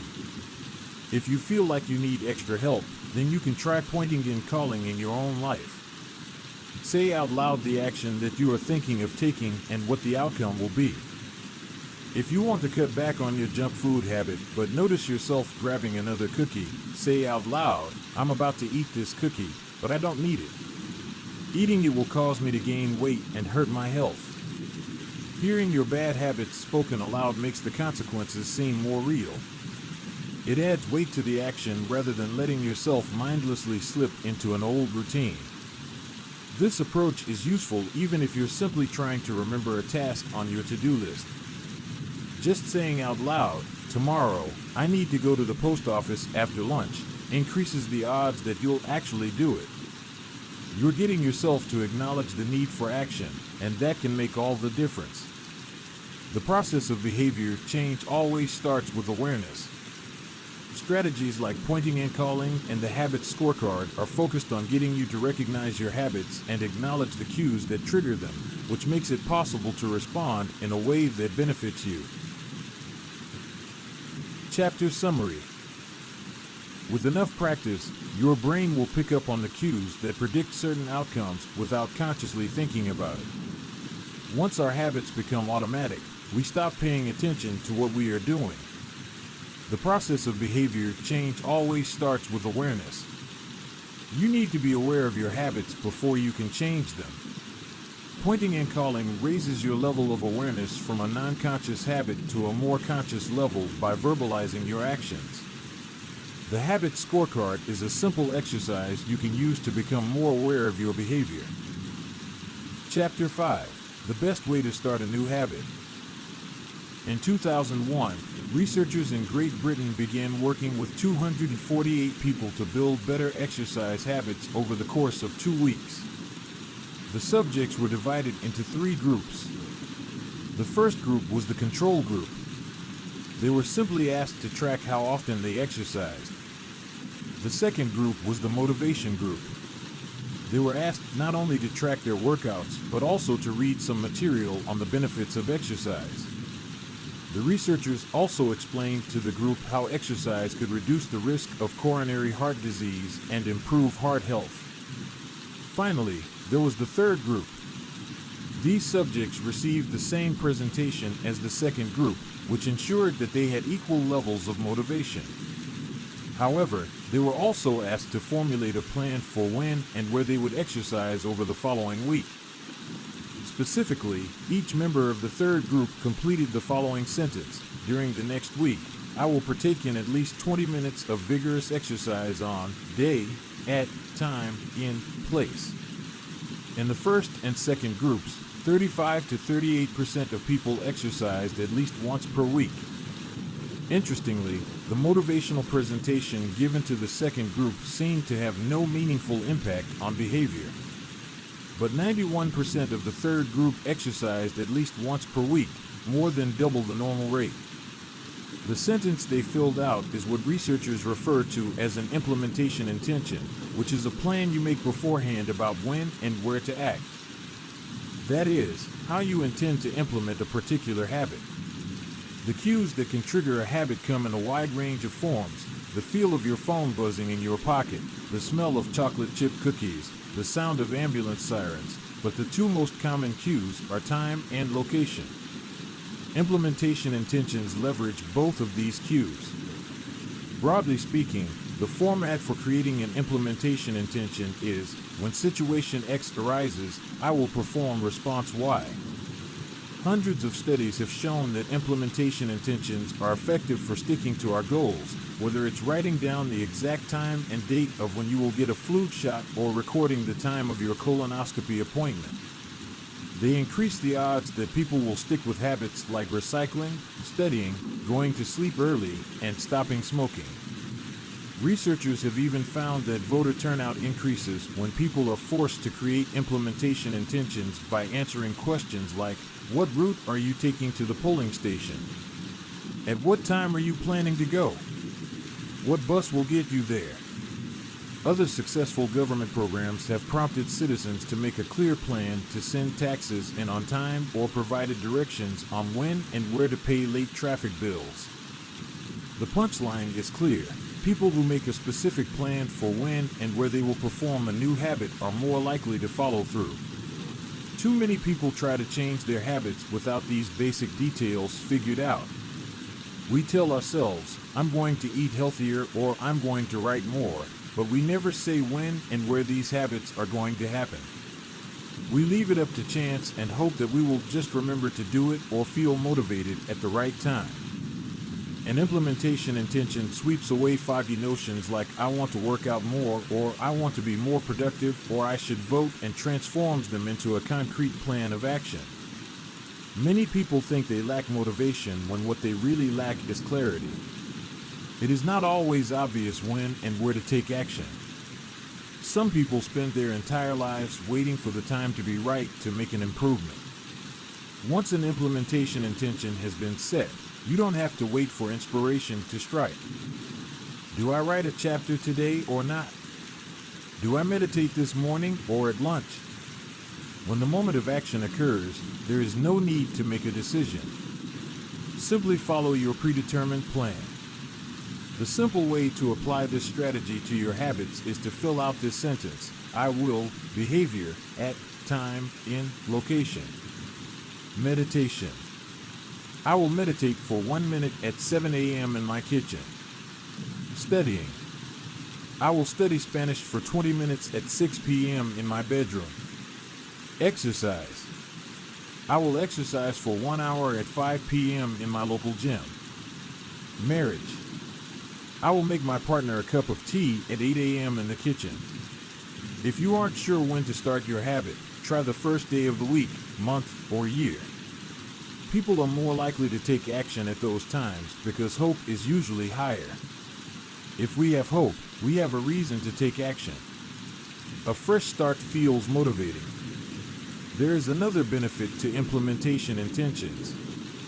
Being specific about what you want and how you will achieve it helps you say no to things that derail progress, distract your attention, and pull you off course. We often say yes to little requests because we are not clear enough about what we need to be doing instead.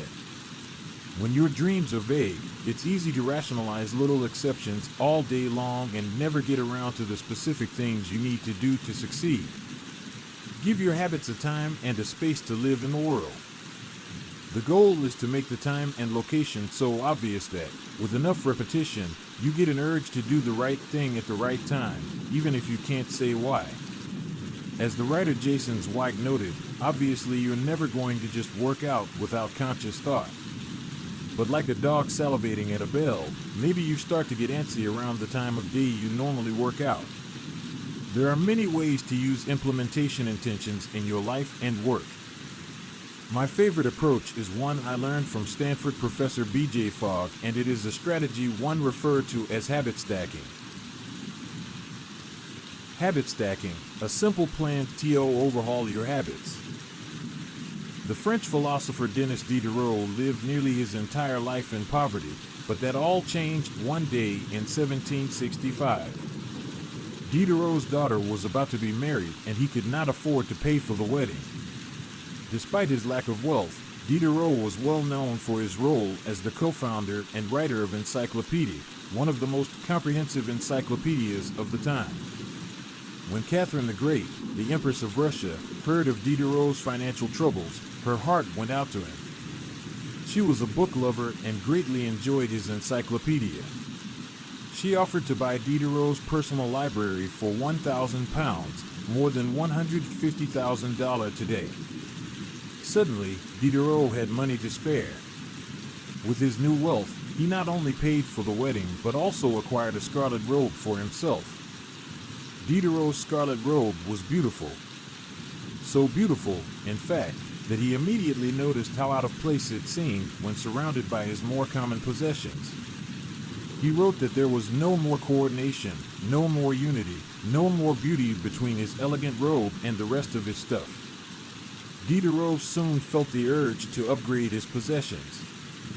He replaced his rug with one from Damascus. He decorated his home with expensive sculptures. He bought a mirror to place above the mantel and a better kitchen table. He tossed aside his old straw chair for a leather one. Like falling dominoes, one purchase led to the next. Diderot's behavior is not uncommon. In fact, the tendency for one purchase to lead to another one has a name, the Diderot effect. The Diderot effect states that obtaining a new possession often creates a spiral of consumption that leads to additional purchases. You can spot this pattern everywhere. You buy a dress and have to get new shoes and earrings to match.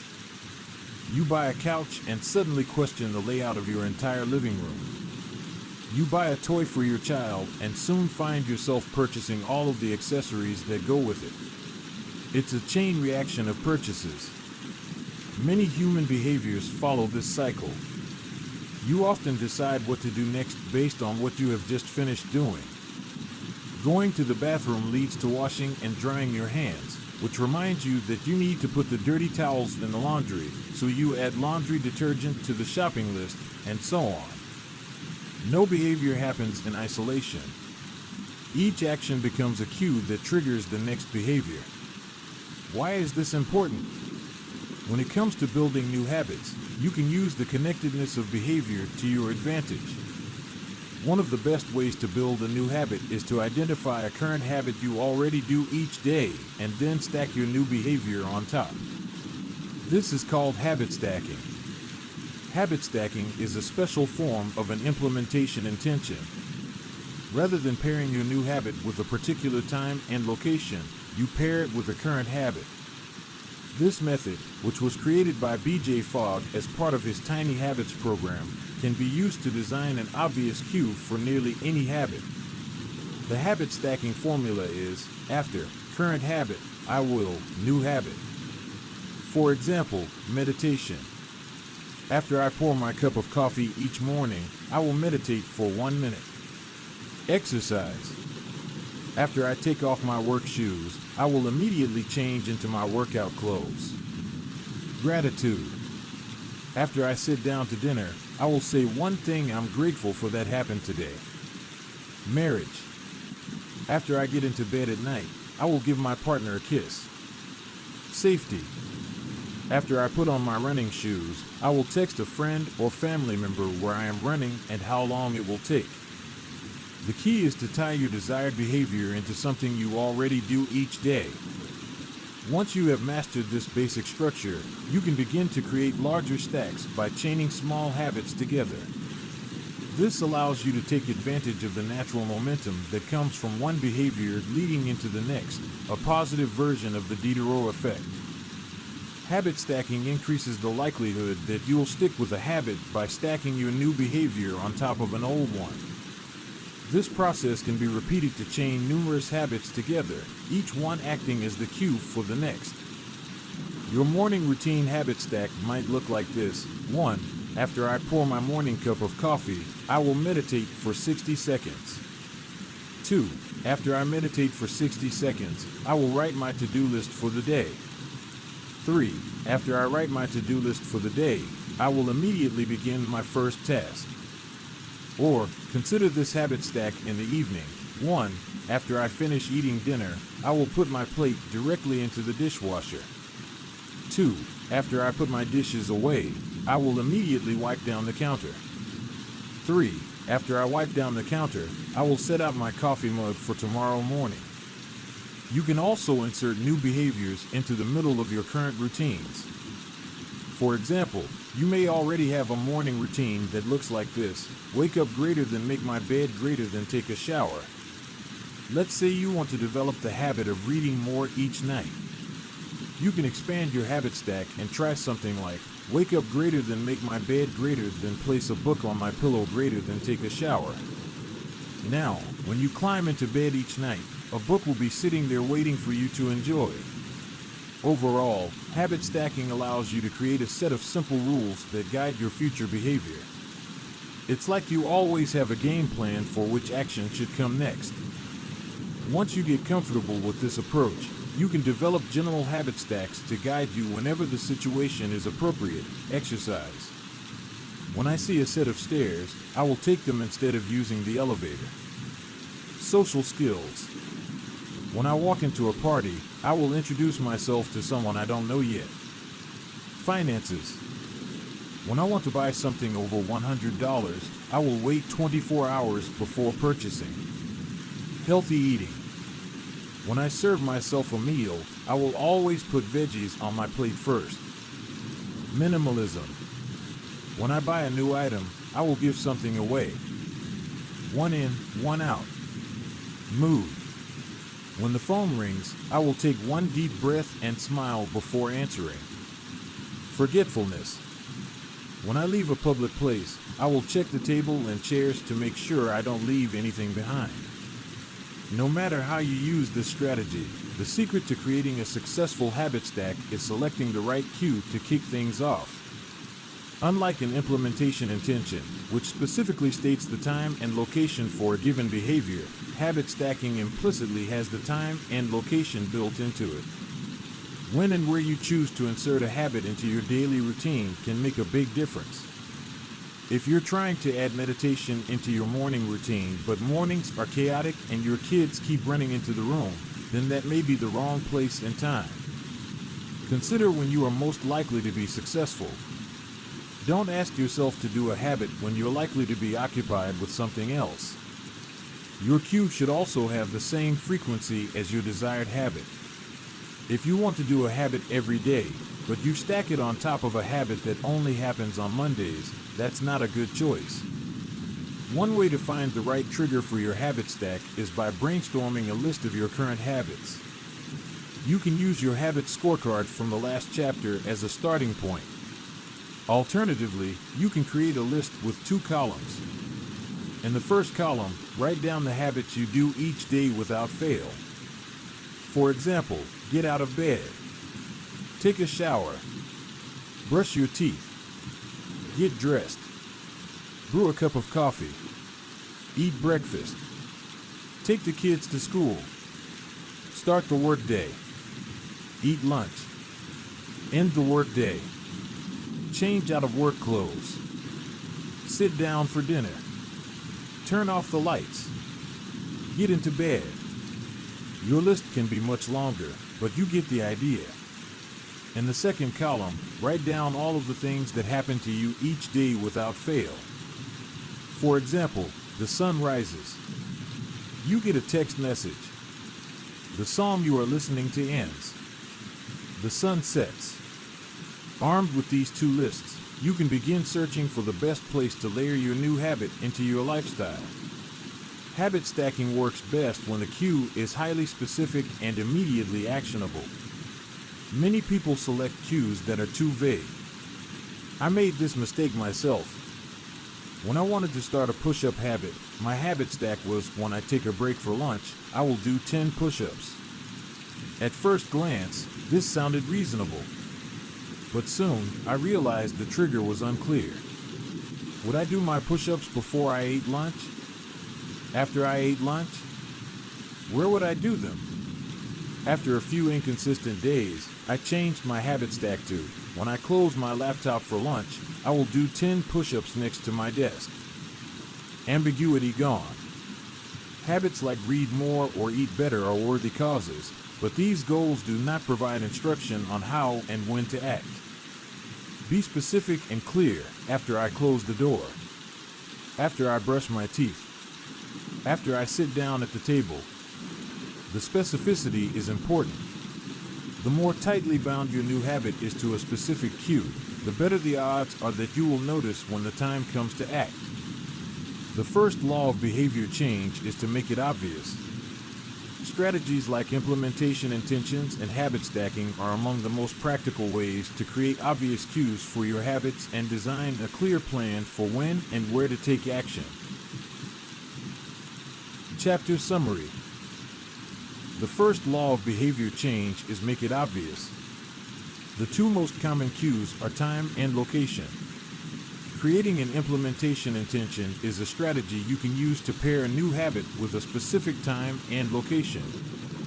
The implementation intention formula is I will behavior at time in location.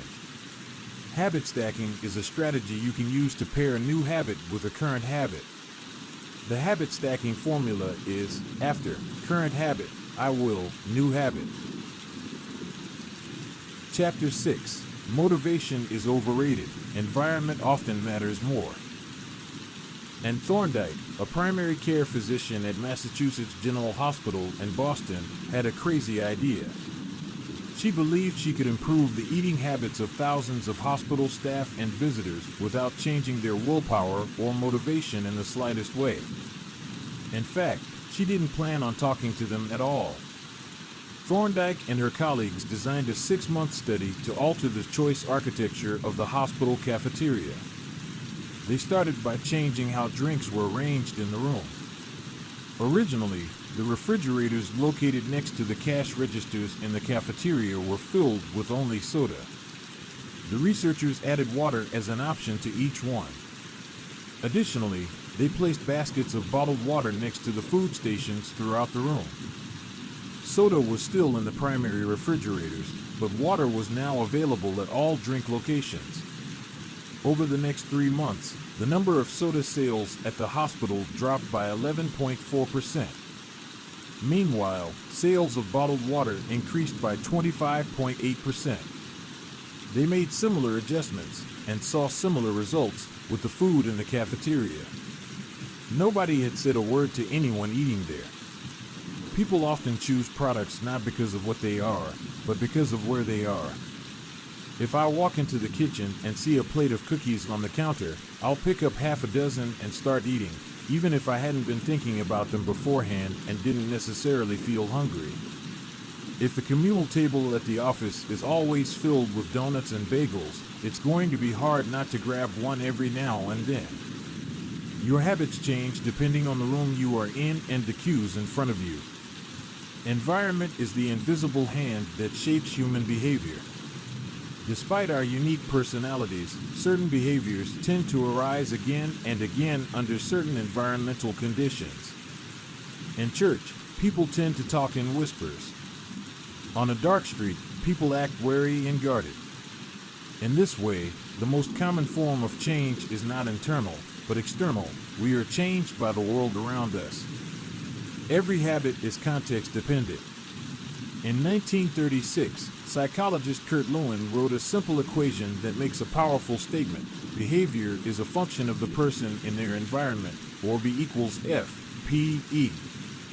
It didn't take long for Lewin's equation to be tested in business. In 1952, the economist Hawkins Stern described a phenomenon he called suggestion impulse buying, which is triggered when a shopper sees a product for the first time and visualizes a need for it. In other words, customers will occasionally buy products not because they want them, but because of how they are presented to them. For example, items at eye level tend to be purchased more than those down near the floor. For this reason, you'll find expensive brand names featured in easy-to-reach locations on store shelves because they drive the most profit, while cheaper alternatives are tucked away in harder-to-reach spots. The same goes for end caps, which are the units at the end of aisles. End caps are money-making machines for retailers because they are obvious locations that encounter a lot of foot traffic. For example, 45% of Coca-Cola sales come specifically from end-of-the-aisle racks. The more obviously available a product or service is, the more likely you are to try it. People drink Bud Light because it is in every bar and visit Starbucks because it is on every corner. We like to think that we are in control. If we choose water over soda, we assume it is because we wanted to do so. The truth, however, is that many of the actions we take each day are shaped not by purposeful drive and choice, but by the most obvious option. Every living being has its own methods for sensing and understanding the world. Eagles have remarkable long-distance vision. Snakes can smell by tasting the air with their highly sensitive tongues. Sharks can detect small amounts of electricity and vibrations in the water caused by nearby fish. Even bacteria have chemoreceptors, tiny sensory cells that allow them to detect toxic chemicals in their environment. In humans, perception is directed by the sensory nervous system. We perceive the world through sight, sound, smell, touch, and taste. But we also have other ways of sensing stimuli. Some are conscious, but many are non-conscious. For instance, you can notice when the temperature drops before a storm, or when the pain in your gut rises during a stomachache, or when you fall off balance while walking on rocky ground. Receptors in your body pick up on a wide range of internal stimuli, such as the amount of salt in your blood or the need to drink when thirsty. The most powerful of all human sensory abilities, however, is vision. The human body has about 11 million sensory receptors. Approximately 10 million of those are dedicated to sight. Some experts estimate that half of the brain's resources are used on vision. Given that we are more dependent on vision than on any other sense, it should come as no surprise that visual cues are the greatest catalyst of our behavior. For this reason, a small change in what you see can lead to a big shift in what you do. As a result, you can imagine how important it is to live and work in environments that are filled with productive cues and devoid of unproductive ones. Thankfully, there is good news in this respect. You don't have to be the victim of your environment. You can also be the architect of it. How to design your environment for success. During the energy crisis and oil embargo of the 1970s, Dutch researchers began to pay close attention to the country's energy usage. In one suburb near Amsterdam, they found that some homeowners used 30% less energy than their neighbors, despite the homes being of similar size and getting electricity for the same price. It turned out the houses in this neighborhood were nearly identical except for one feature, the location of the electrical meter. Some had one in the basement. Others had the electrical meter upstairs in the main hallway. As you may guess, The homes with the meters located in the main hallway used less electricity. When their energy use was obvious and easy to track, people changed their behavior. Every habit is initiated by a cue, and we are more likely to notice cues that stand out. Unfortunately, the environments where we live and work often make it easy not to do certain actions because there is no obvious cue to trigger the behavior. It's easy not to practice the guitar when it's tucked away in the closet. It's easy not to read a book when the bookshelf is in the corner of the guest room. It's easy not to take your vitamins when they are out of sight in the pantry. When the cues that spark a habit are subtle or hidden, they are easy to ignore. By comparison, creating obvious visual cues can draw your attention toward a desired habit. In the early 1990s, the cleaning staff at Schiphol Airport in Amsterdam installed a small sticker that looked like a fly near the center of each urinal. Apparently, when men stepped up to the urinals, they aimed for what they thought was a bug. The stickers improved their aim and significantly reduced spillage around the urinals. Further analysis determined that the stickers cut bathroom cleaning costs by 8% per year. I've experienced the power of obvious cues in my own life. I used to buy apples from the store, put them in the crisper in the bottom of the refrigerator, and forget all about them.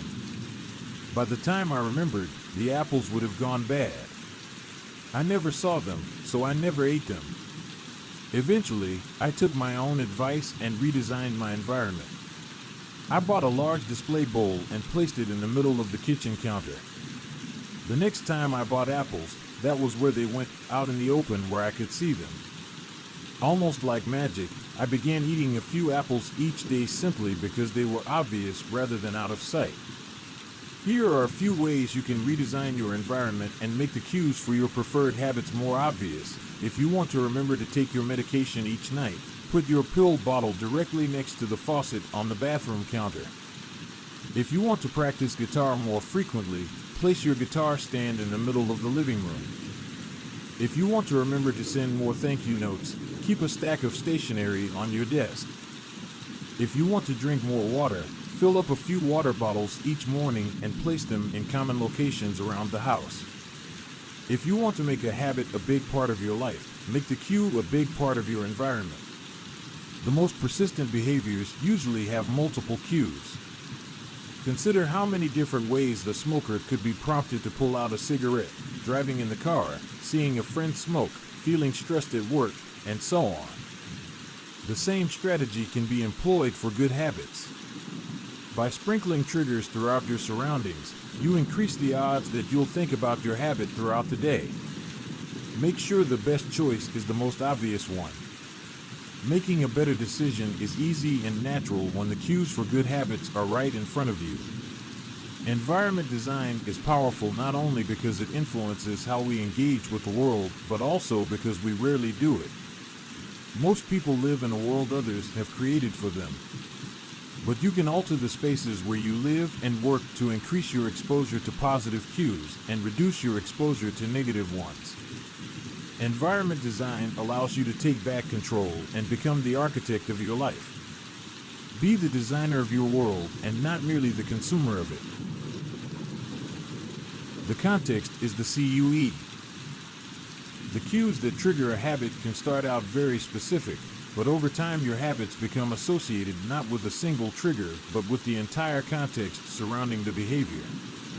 For example, many people drink more in social situations than they would ever drink alone. The trigger is rarely a single cue, but rather the whole situation, watching your friends order drinks, hearing the music at the bar, seeing the beers on tap. We mentally assign our habits to the locations in which they occur, the home, the office, the gym. Each location develops a connection to certain habits and routines. You establish a particular relationship with the objects on your desk, the items on your kitchen counter, the things in your bedroom. Our behavior is not defined by the objects in the environment, but by our relationship to them. In fact, this is a useful way to think about the influence of the environment on your behavior. Stop thinking about your environment as filled with objects. Start thinking about it as filled with relationships. Think in terms of how you interact with the spaces around you. For one person, her couch is the place where she reads for an hour each night. For someone else, the couch is where he watches television and eats a bowl of ice cream after work. Different people can have different memories and thus different habits associated with the same place. The good news? You can train yourself to link a particular habit with a particular context. In one study, scientists instructed insomniacs to get into bed only when they were tired. If they couldn't fall asleep, they were told to sit in a different room until they became sleepy. Over time, subjects began to associate the context of their bed with the action of sleeping, and it became easier to quickly fall asleep when they climbed in bed. Their brains learned that sleeping, not browsing on their phones, not watching television, not staring at the clock, was the only action that happened in that room. The power of context also reveals an important strategy. Habits can be easier to change in a new environment. It helps to escape the subtle triggers and cues that nudge you toward your current habits. Go to a new place, a different coffee shop, a bench in the park, a corner of your room you seldom use, and create a new routine there. It is easier to associate a new habit with a new context than to build a new habit in the face of competing cues. It can be difficult to go to bed early if you watch television in your bedroom each night. It can be hard to study in the living room without getting distracted if that's where you always play video games. But when you step outside your normal environment, you leave your behavioral biases behind. You aren't battling old environmental cues, which allows new habits to form without interruption. Want to think more creatively? Move to a bigger room, a rooftop patio, or a building with expansive architecture. Take a break from the space where you do your daily work, which is also linked to your current thought patterns. Trying to eat healthier? It is likely that you shop on autopilot at your regular supermarket. Try a new grocery store. You may find it easier to avoid unhealthy food when your brain doesn't automatically know where it is located in the store. When you can't manage to get to an entirely new environment, redefine or rearrange your current one. Create a separate space for work, study, exercise, entertainment, and cooking. The mantra I find useful is one space, one use. When I started my career as an entrepreneur, I would often work from my couch or at the kitchen table. In the evenings, I found it very difficult to stop working. There was no clear division between the end of work time and the beginning of personal time. Was the kitchen table my office or the space where I ate meals? Was the couch where I relaxed or where I sent emails? Everything happened in the same place. A few years later, I could finally afford to move to a home with a separate room for my office. Suddenly, work was something that happened in here and personal life was something that happened out there. It was easier for me to turn off the professional side of my brain when there was a clear dividing line between work life and home life. Each room had one primary use. The kitchen was for cooking. The office was for working. Whenever possible, avoid mixing the context of one habit with another. When you start mixing contexts, you'll start mixing habits, and the easier ones will usually win out. This is one reason why the versatility of modern technology is both a strength and a weakness. You can use your phone for all sorts of tasks, which makes it a powerful device. But when you can use your phone to do nearly anything, it becomes hard to associate it with one task. You want to be productive, but you're also conditioned to browse social media, check email, and play video games whenever you open your phone. It's a mishmash of cues. You may be thinking, you don't understand. I live in New York City. My apartment is the size of a smartphone. I need each room to play multiple roles. Fair enough. If your space is limited, divide your room into activity zones, a chair for reading, a desk for writing, a table for eating. You can do the same with your digital spaces. I know a writer who uses his computer only for writing, his tablet only for reading, and his phone only for social media and texting. Every habit should have a home. If you can manage to stick with this strategy, each context will become associated with a particular habit and mode of thought. Habits thrive under predictable circumstances like these. Focus comes automatically when you are sitting at your work desk. Relaxation is easier when you are in a space designed for that purpose. Sleep comes quickly when it is the only thing that happens in your bedroom. If you want behaviors that are stable and predictable, you need an environment that is stable and predictable. A stable environment where everything has a place and a purpose is an environment where habits can easily form. Chapter Summary. Small changes in context can lead to large changes in behavior over time. Every habit is initiated by a cue. We are more likely to notice cues that stand out.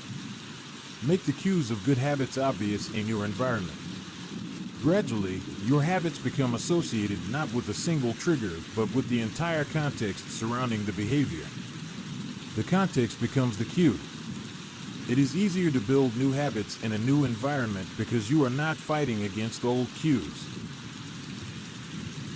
Chapter 7. The Secret to Self-Control. In 1971, as the Vietnam War was heading into its 16th year, Congressman Robert Steele from Connecticut and Morgan Murphy from Illinois made a discovery that stunned the American public. While visiting the troops, they had learned that over 15% of U.S. soldiers stationed there were heroin addicts. Follow-up research revealed that 35% of service members in Vietnam had tried heroin and as many as 20% were addicted. The problem was even worse than they had initially thought. The discovery led to a flurry of activity in Washington, including the creation of the Special Action Office of Drug Abuse Prevention under President Nixon to promote prevention and rehabilitation and to track addicted service members when they returned home. Lee Robbins was one of the researchers in charge. In a finding that completely upended the accepted beliefs about addiction, Robbins found that when soldiers who had been heroin users returned home, only 5% of them became re-addicted within a year, and just 12% relapsed within 3 years. In other words, approximately 9 out of 10 soldiers who used heroin in Vietnam eliminated their addiction nearly overnight. This finding contradicted the prevailing view at the time, which considered heroin addiction to be a permanent and irreversible condition. Instead, Robbins revealed that addictions could spontaneously dissolve if there was a radical change in the environment. In Vietnam, soldiers spent all day surrounded by cues triggering heroin use. It was easy to access. They were engulfed by the constant stress of war. They built friendships with fellow soldiers who were also heroin users, and they were thousands of miles from home. Once a soldier returned to the United States, though, he found himself in an environment devoid of those triggers. When the context changed, so did the habit. Compare this situation to that of a typical drug user.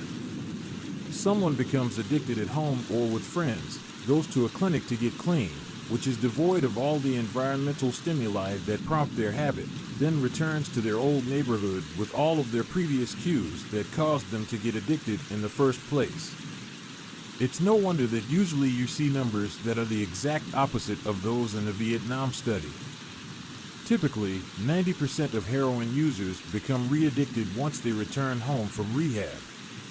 The Vietnam studies ran counter to many of our cultural beliefs about bad habits because it challenged the conventional association of unhealthy behavior as a moral weakness.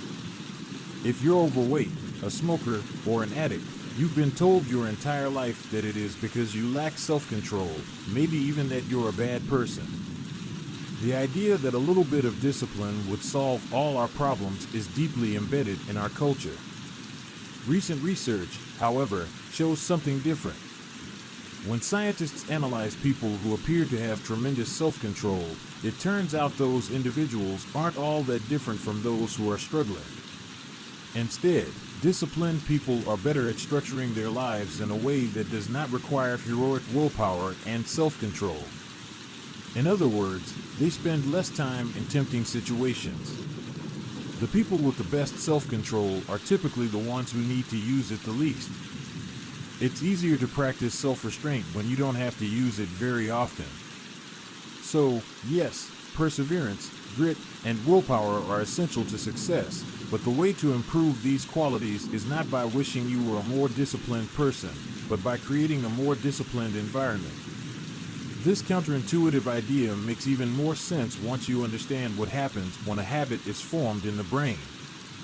A habit that has been encoded in the mind is ready to be used whenever the relevant situation arises. When Patty Olwell, a therapist from Austin, Texas, started smoking, she would often light up while riding horses with a friend.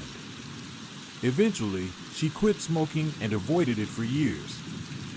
She had also stopped riding. Decades later, she hopped on a horse again and found herself craving a cigarette for the first time in forever.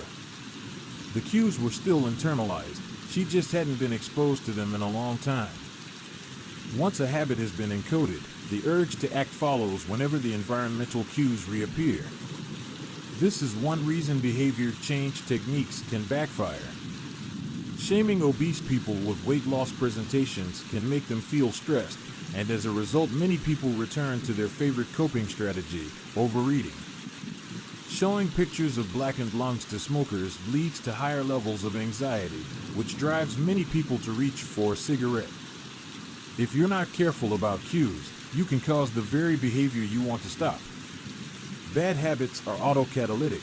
The process feeds itself. They foster the feelings they try to numb. You feel bad, so you eat junk food. Because you eat junk food, you feel bad. Watching television makes you feel sluggish, so you watch more television because you don't have the energy to do anything else. Worrying about your health makes you feel anxious, which causes you to smoke to ease your anxiety, which makes your health even worse and soon you're feeling more anxious. It's a downward spiral, a runaway train of bad habits.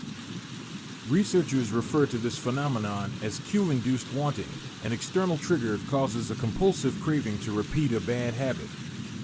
Once you notice something, you begin to want it. This process is happening all the time, often without us realizing it. Scientists have found that showing addicts a picture of cocaine for just 33 milliseconds stimulates the reward pathway in the brain and sparks desire. This speed is too fast for the brain to consciously register. The addicts couldn't even tell you what they had seen, but they craved the drug all the same. Here's the punchline. You can break a habit, but you're unlikely to forget it.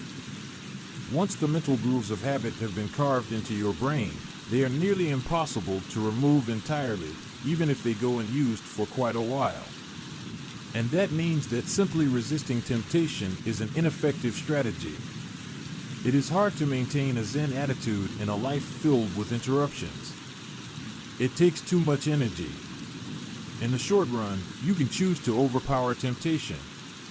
In the long run, we become a product of the environment that we live in. To put it bluntly, I have never seen someone consistently stick to positive habits in a negative environment.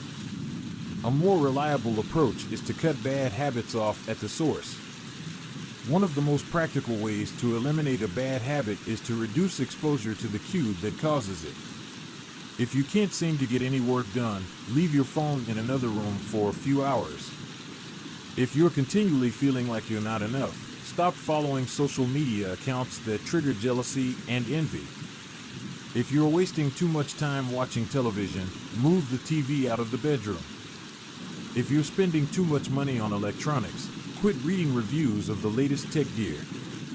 If you're playing too many video games, unplug the console and put it in a closet after each use. This practice is an inversion of the first law of behavior change. Rather than make it obvious, you can make it invisible. I'm often surprised by how effective simple changes like these can be. Remove a single cue and the entire habit often fades away. Self-control is a short-term strategy, not a long-term one. You may be able to resist temptation once or twice, but it's unlikely you can muster the willpower to override your desires every time. Instead of summoning a new dose of willpower whenever you want to do the right thing, your energy would be better spent optimizing your environment. This is the secret to self-control. Make the cues of your good habits obvious and the cues of your bad habits invisible. Chapter Summary. The inversion of the first law of behavior change is make it invisible. Once a habit is formed, it is unlikely to be forgotten. People with high self-control tend to spend less time in tempting situations. It's easier to avoid temptation than resist it. One of the most practical ways to eliminate a bad habit is to reduce exposure to the cue that causes it. Self-control is a short-term strategy, not a long-term one. The second law, make it attractive. Chapter 8, how to make a habit irresistible. In the 1940s, a Dutch scientist named Nico Tinbergen performed a series of experiments that transformed our understanding of what motivates us. Tinbergen, who eventually won a Nobel Prize for his work, was investigating herring gulls, the gray and white birds often seen flying along the seashores of North America. Adult herring gulls have a small red on their beak, and Tinbergen noticed that newly hatched chicks would peck this spot whenever they wanted food. To begin one experiment, he created a collection of fake cardboard beaks, just a head without a body. When the parents had flown away, he went over to the nest and offered these dummy beaks to the chicks. The beaks were obvious fakes, and he assumed the baby birds would reject them altogether. However, when the tiny gulls saw the red spot on the cardboard beak, they pecked away just as if it were attached to their own mother. They had a clear preference for those red spots, as if they had been genetically programmed at birth. Soon Tinbergen discovered that the bigger the red spot, the faster the chicks pecked. Eventually, he created a beak with 3 large red dots on it. When he placed it over the nest, the baby birds went crazy with delight. They pecked at the little red patches as if it was the greatest beak they had ever seen. Tinbergen and his colleagues discovered similar behavior in other animals. For example, the gray-lag goose is a ground-nesting bird. Occasionally, as the mother moves around on the nest, one of the eggs will roll out and settle on the grass nearby. Whenever this happens, the goose will waddle over to the egg and use its beak and neck to pull it back into the nest. Tinbergen discovered that the goose will pull any nearby round object, such as a billiard ball or a light bulb, back into the nest. The bigger the object, the greater their response. One goose even made a tremendous effort to roll a volleyball back and sit on top. Like the baby gulls automatically pecking at red dots, the gray-lag goose was following an instinctive rule. When I see a round object nearby, I must roll it back into the nest. The bigger the round object, the harder I should try to get it. It's like the brain of each animal is preloaded with certain rules for behavior, and when it comes across an exaggerated version of that rule, it lights up like a Christmas tree. Scientists refer to these exaggerated cues as supernormal stimuli. A supernormal stimulus is a heightened version of reality, like a beak with 3 red dots or an egg the size of a volleyball, and it elicits a stronger response than usual. Humans are also prone to fall for exaggerated versions of reality. Junk food, for example, drives our reward systems into a frenzy. After spending hundreds of thousands of years hunting and foraging for food in the wild, the human brain has evolved to place a high value on salt, sugar, and fat. Such foods are often calorie-dense, and they were quite rare when our ancient ancestors were roaming the savannah. When you don't know where your next meal is coming from, eating as much as possible is an excellent strategy for survival. Today, however, we live in a calorie-rich environment. Food is abundant, but your brain continues to crave it like it is scarce. Placing a high value on salt, sugar, and fat is no longer advantageous to our health, but the craving persists because the brain's reward centers have not changed for approximately 50,000 years. The modern food industry relies on stretching our Paleolithic instincts beyond their evolutionary purpose. A primary goal of food science is to create products that are more attractive to consumers. Nearly every food in a bag, box, or jar has been enhanced in some way, if only with additional flavoring. Companies spend millions of dollars to discover the most satisfying level of crunch in a potato chip or the perfect amount of fizz in a soda.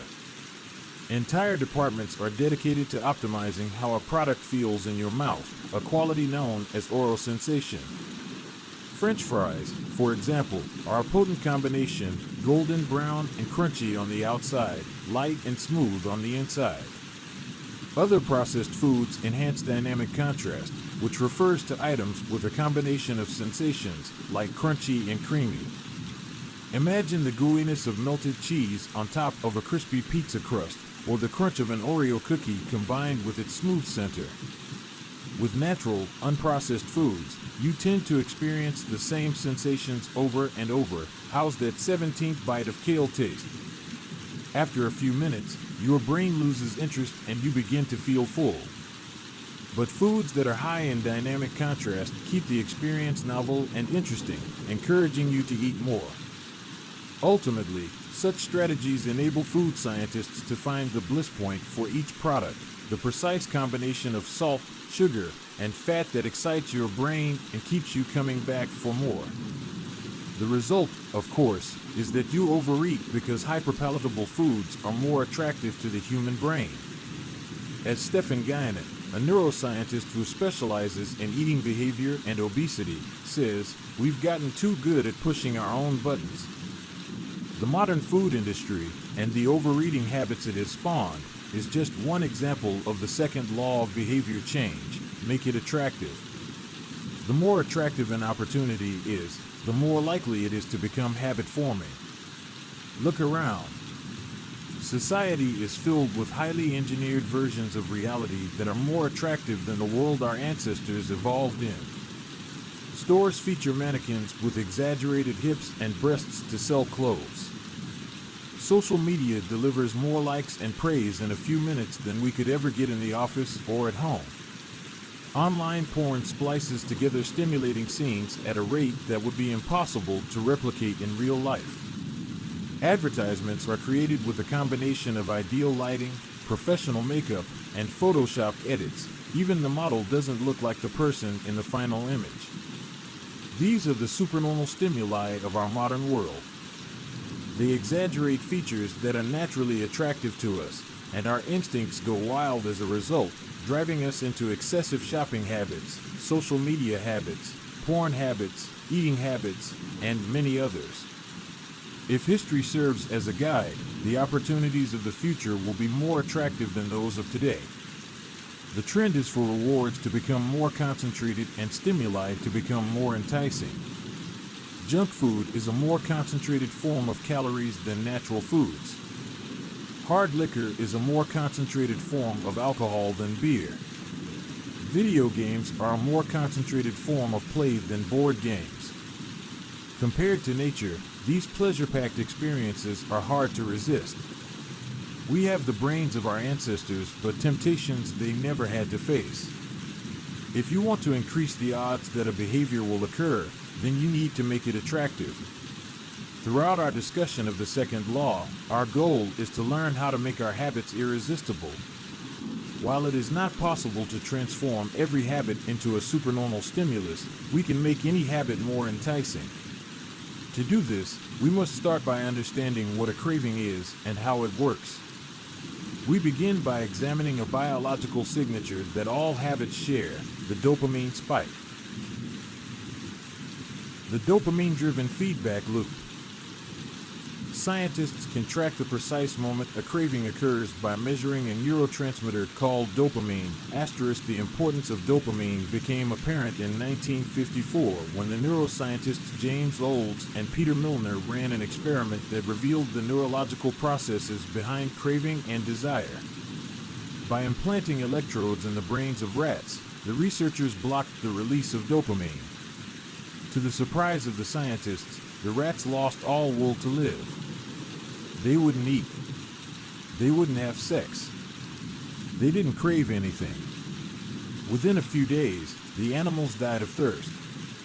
In follow-up studies, other scientists also inhibited the dopamine-releasing parts of the brain, but this time, they squirted little droplets of sugar into the mouths of the dopamine-depleted rats.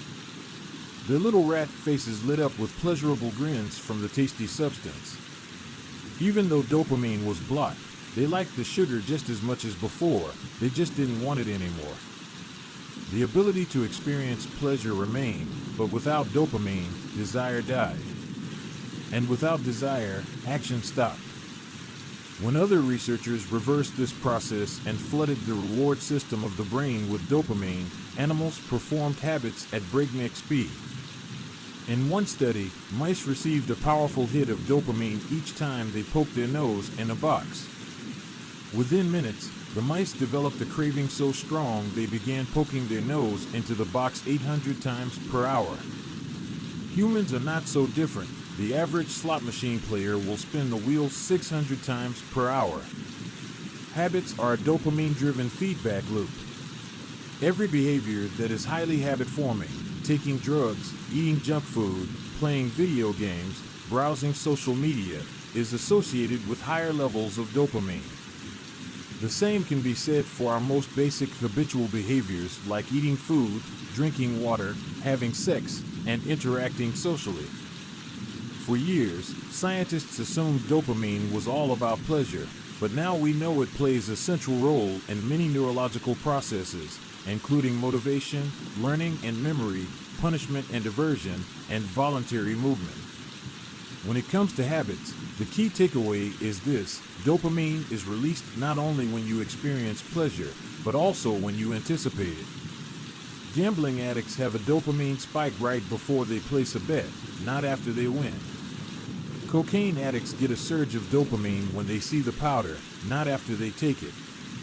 Whenever you predict that an opportunity will be rewarding, your levels of dopamine spike in anticipation.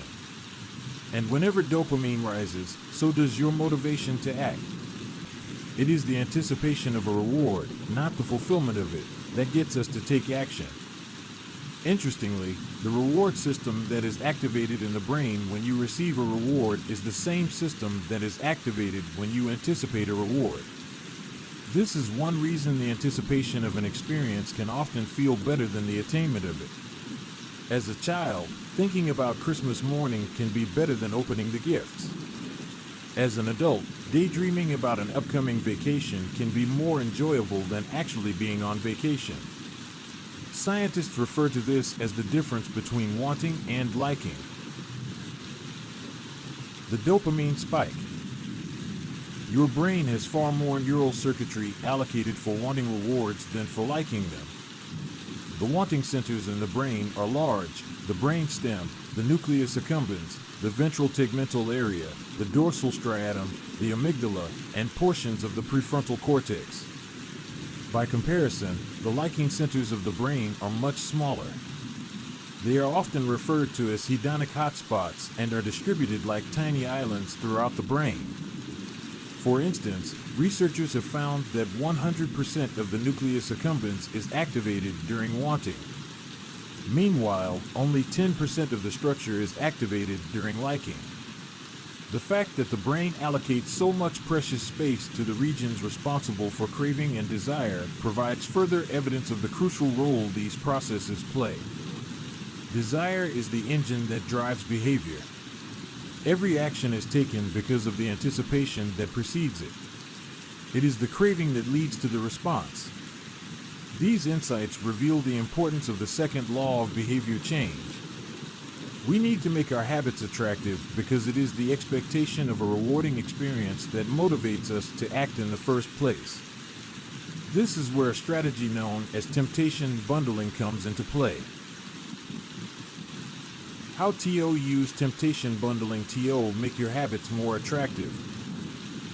Ronan Byrne, an electrical engineering student in Dublin, Ireland, enjoyed watching Netflix, but he also knew that he should exercise more often than he did. Putting his engineering skills to use, Byrne hacked his stationary bike and connected it to his laptop and television.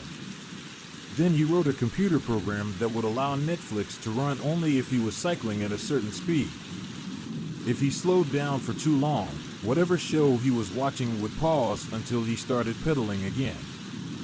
He was, in the words of one fan, eliminating obesity one Netflix binge at a time. He was also employing temptation bundling to make his exercise habit more attractive. Temptation bundling works by linking an action you want to do with an action you need to do. In Burns' case, he bundled watching Netflix, the thing he wanted to do, with riding his stationary bike, the thing he needed to do. Businesses are masters at temptation bundling. For instance, when the American Broadcasting Company, more commonly known as ABC, launched its Thursday night television lineup for the 2014 to 2015 season, they promoted temptation bundling on a massive scale. Every Thursday, the company would air 3 shows created by screenwriter Shonda Rhimes: Grey's Anatomy, Scandal, and How to Get Away with Murder. They branded it as TGIT on ABC. TGIT stands for Thank God It's Thursday. In addition to promoting the shows, ABC encouraged viewers to make popcorn, drink red wine, and enjoy the evening.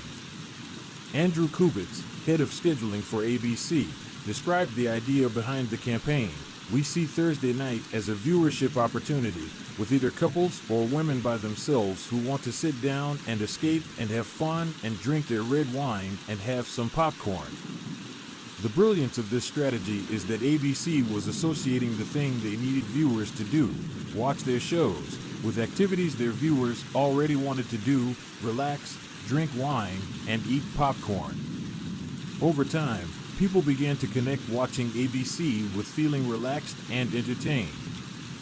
If you drink red wine and eat popcorn at 8 p.m. every Thursday, then eventually 8 p.m. on Thursday means relaxation and entertainment. The reward gets associated with the cue, and the habit of turning on the television becomes more attractive. You're more likely to find a behavior attractive if you get to do one of your favorite things at the same time. Perhaps you want to hear about the latest celebrity gossip, but you need to get in shape. Using temptation bundling, you could only read the tabloids and watch reality shows at the gym. Maybe you want to get a pedicure, but you need to clean out your email inbox. Solution: only get a pedicure while processing overdue work emails. Temptation bundling is one way to apply a psychology theory known as Premack's principle. Named after the work of Professor David Premack, the principle states that more probable behaviors will reinforce less probable behaviors. In other words, even if you don't really want to process overdue work emails, you'll become conditioned to do it if it means you get to do something you really want to do along the way.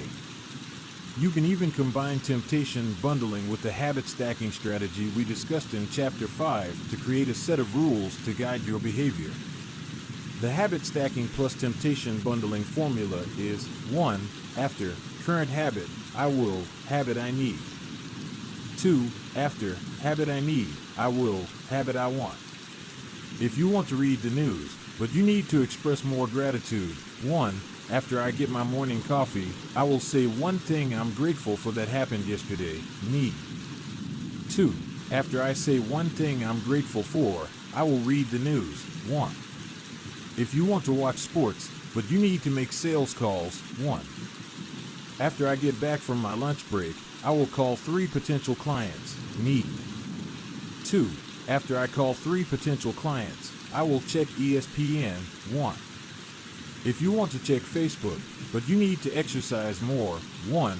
After I pull out my phone, I will do 10 burpees. Need. 2. After I do 10 burpees, I will check Facebook. Want. The hope is that eventually you'll look forward to calling 3 clients or doing 10 burpees, because it means you get to read the latest sports news or check Facebook. Doing the thing you need to do means you get to do the thing you want to do.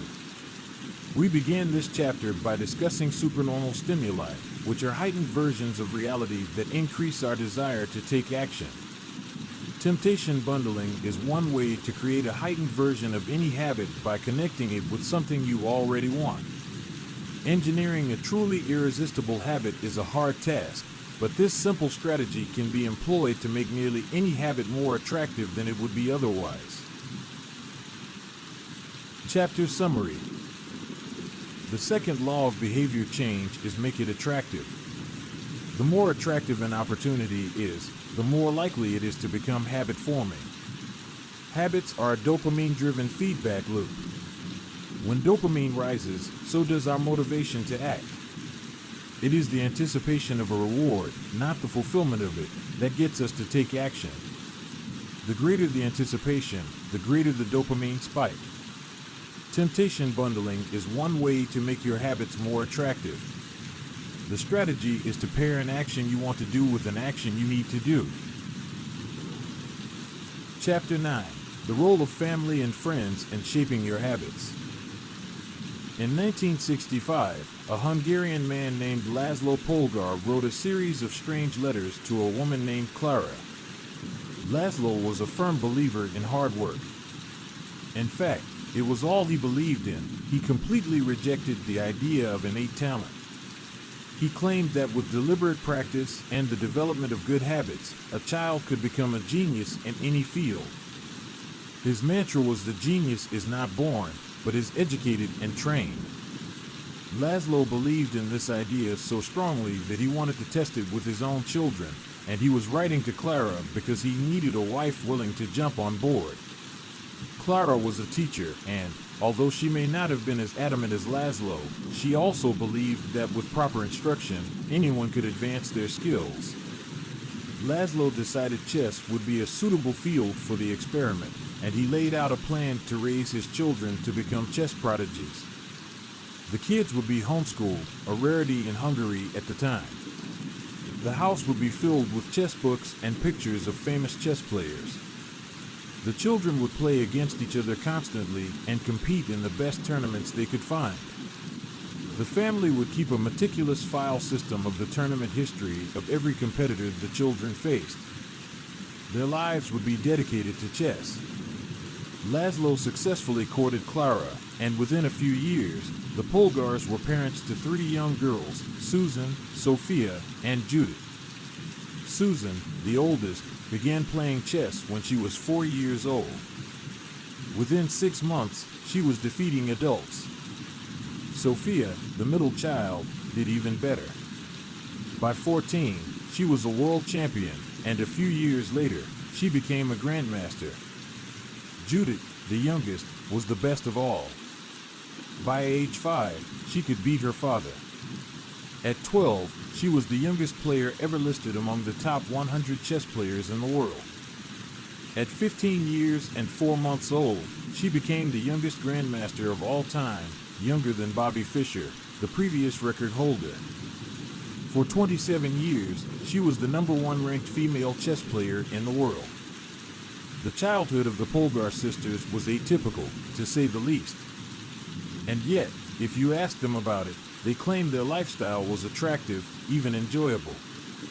In interviews, the sisters talk about their childhood as entertaining rather than grueling. They loved playing chess. They couldn't get enough of it. Once, Laszlo reportedly found Sophia playing chess in the bathroom in the middle of the night. Encouraging her to go back to sleep, he said, "Sophia, leave the pieces alone."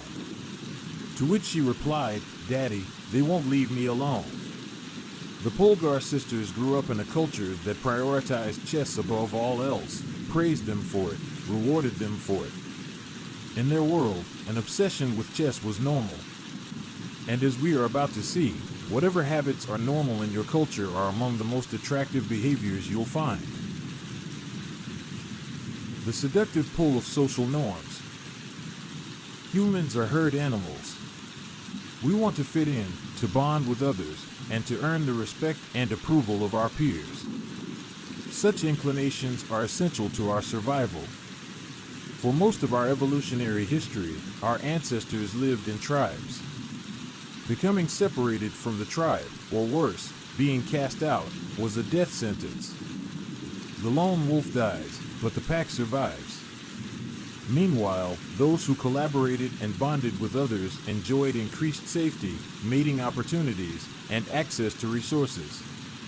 As Charles Darwin noted, in the long history of humankind, those who learn to collaborate and improvise most effectively have prevailed.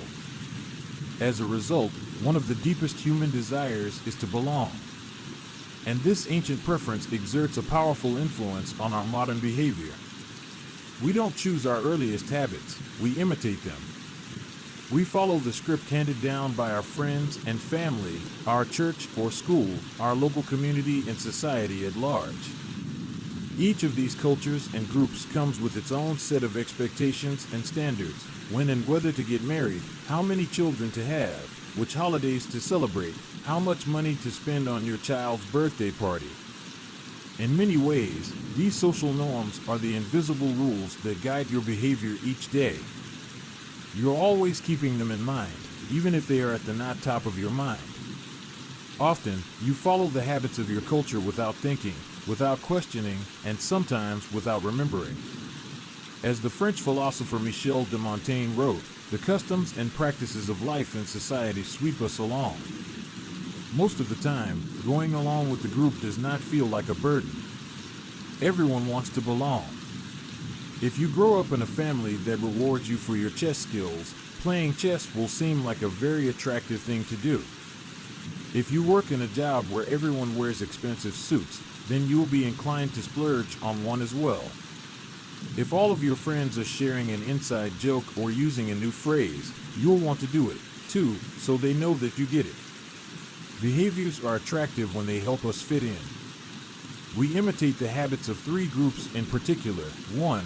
The close. 2. The many. 3. The powerful. Each group offers an opportunity to leverage the second law of behavior change and make our habits more attractive. 1. Imitating the close. Proximity has a powerful effect on our behavior. This is true of the physical environment, as we discussed in Chapter 6, but it is also true of the social environment. We pick up habits from the people around us. We copy the way our parents handle arguments, the way our peers flirt with one another, the way our coworkers get results. When your friends smoke pot, you give it a try, too. When your wife has a habit of double-checking that the door is locked before going to bed, you pick it up as well. I find that I often imitate the behavior of those around me without realizing it. In conversation, I'll automatically assume the body posture of the other person. In college, I began to talk like my roommates. When traveling to other countries, I unconsciously imitate the local accent despite reminding myself to stop. As a general rule, the closer we are to someone, the more likely we are to imitate some of their habits. One groundbreaking study tracked 12,000 people for 32 years and found that a person's chances of becoming obese increased by 57% if he or she had a friend who became obese. It works the other way, too. Another study found that if one person in a relationship lost weight, the other partner would also slim down about 1/3 of the time. Our friends and family provide a sort of invisible peer pressure that pulls us in their direction. Of course, peer pressure is bad only if you're surrounded by bad influences. When astronaut Mike Massimino was a graduate student at MIT, he took a small robotics class. Of the 10 people in the class, 4 became astronauts. If your goal was to make it into space, then that room was about the best culture you could ask for. Similarly, one study found that the higher your best friend's IQ at age 11 or 12, the higher your IQ would be at age 15, even after controlling for natural levels of intelligence. We soak up the qualities and practices of those around us. One of the most effective things you can do to build better habits is to join a culture where your desired behavior is the normal behavior.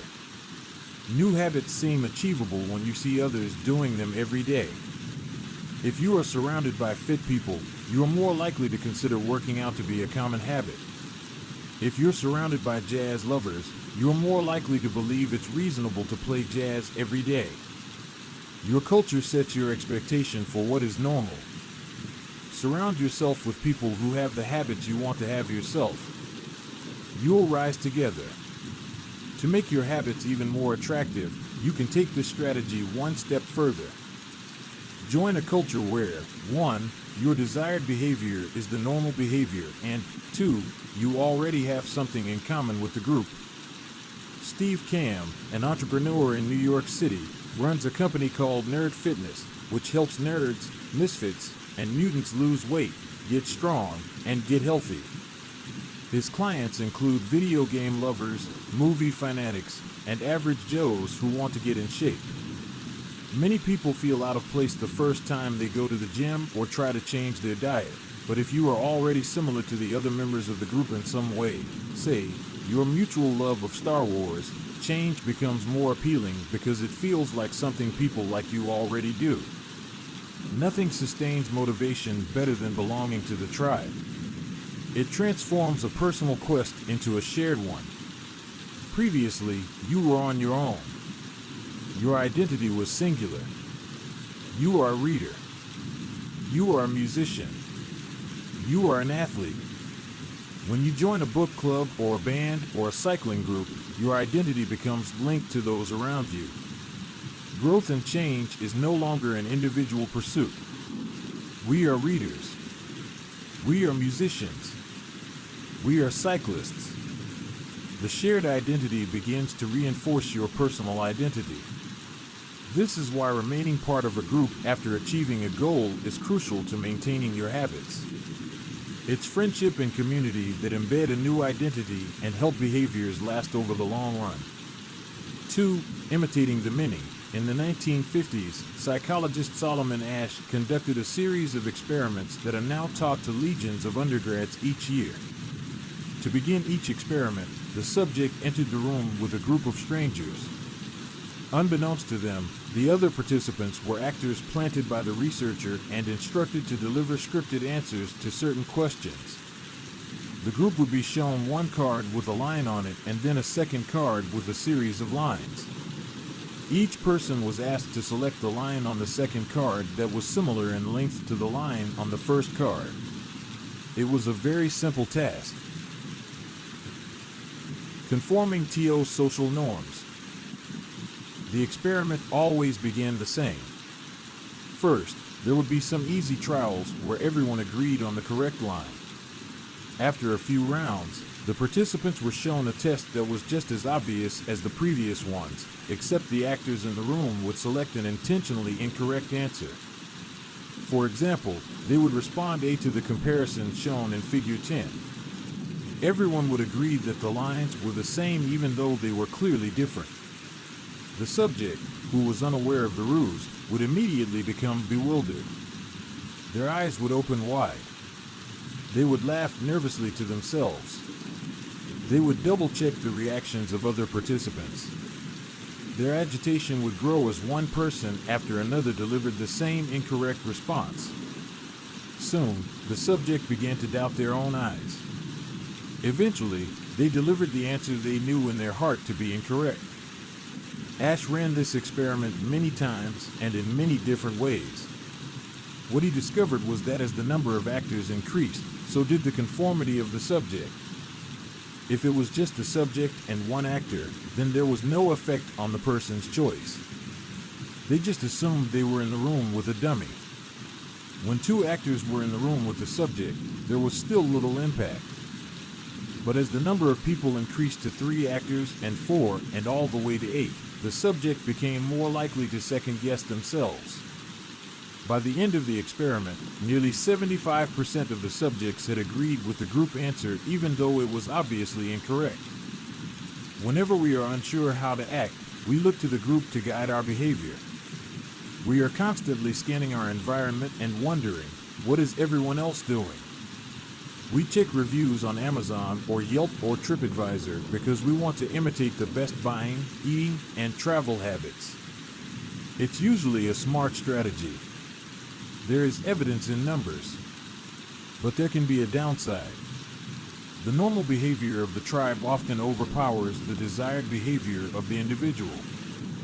For example, one study found that when a chimpanzee learns an effective way to crack nuts open as a member of one group and then switches to a new group that uses a less effective strategy, it will avoid using the superior nut cracking method just to blend in with the rest of the chimps. Humans are similar. There is tremendous internal pressure to comply with the norms of the group. The reward of being accepted is often greater than the reward of winning an argument, looking smart, or finding truth. Most days, we'd rather be wrong with the crowd than be right by ourselves. The human mind knows how to get along with others. It wants to get along with others. This is our natural mode. You can override it. You can choose to ignore the group or to stop caring what other people think, but it takes work. Running against the grain of your culture requires extra effort. When changing your habits means challenging the tribe, change is unattractive. When changing your habits means fitting in with the tribe, change is very attractive. 3. Imitating the powerful. Humans everywhere pursue power, prestige, and status. We want pins and medallions on our jackets. We want president or partner in our titles. We want to be acknowledged, recognized, and praised. This tendency can seem vain, but overall, it's a smart move. Historically, a person with greater power and status has access to more resources, worries less about survival, and proves to be a more attractive mate. We are drawn to behaviors that earn us respect, approval, admiration, and status. We want to be the one in the gym who can do muscle-ups, or the musician who can play the hardest chord progressions, or the parent with the most accomplished children, because these things separate us from the crowd. Once we fit in, we start looking for ways to stand out. This is one reason we care so much about the habits of highly effective people. We try to copy the behavior of successful people because we desire success ourselves. Many of our daily habits are imitations of people we admire. You replicate the marketing strategies of the most successful firms in your industry. You make a recipe from your favorite baker. You borrow the storytelling strategies of your favorite writer. You mimic the communication style of your boss. We imitate people we envy. High-status people enjoy the approval, respect, and praise of others. And that means if a behavior can get us approval, respect, and praise, we find it attractive. We are also motivated to avoid behaviors that would lower our status. We trim our hedges and mow our lawn because we don't want to be the slob of the neighborhood. When our mother comes to visit, we clean up the house because we don't want to be judged. We are continually wondering what will others think of me and altering our behavior based on the answer. The Polgar sisters, the chess prodigies mentioned at the beginning of this chapter, are evidence of the powerful and lasting impact social influences can have on our behavior. The sisters practiced chess for many hours each day and continued this remarkable effort for decades. But these habits and behaviors maintained their attractiveness, in part, because they were valued by their culture. From the praise of their parents to the achievement of different status markers like becoming a grandmaster, they had many reasons to continue their effort. Chapter Summary. The culture we live in determines which behaviors are attractive to us. We tend to adopt habits that are praised and approved of by our culture because we have a strong desire to fit in and belong to the tribe. We tend to imitate the habits of three social groups: the close, family and friends, the many, the tribe, and the powerful, those with status and prestige. One of the most effective things you can do to build better habits is to join a culture where 1. Your desired behavior is the normal behavior, and 2. You already have something in common with the group. The normal behavior of the tribe often overpowers the desired behavior of the individual. Most days, we'd rather be wrong with the crowd than be right by ourselves. If a behavior can get us approval, respect, and praise, we find it attractive. Chapter 10. How to find and fix the causes of your bad habits. In late 2012, I was sitting in an old apartment just a few blocks from Istanbul's most famous street, Istiklal Caddesi. I was in the middle of a 4-day trip to Turkey, and my guide, Mike, was relaxing in a worn-out armchair a few feet away. Mike wasn't really a guide. He was just a guy from Maine who had been living in Turkey for 5 years, but he offered to show me around while I was visiting the country, and I took him up on it. On this particular night, I had been invited to dinner with him and a handful of his Turkish friends. There were 7 of us, and I was the only one who hadn't, at some point, smoked at least 1 pack of cigarettes per day. I asked one of the Turks how he got started. Friends, he said. It always starts with your friends. One friend smokes, then you try it. What was truly fascinating was that half of the people in the room had managed to quit smoking.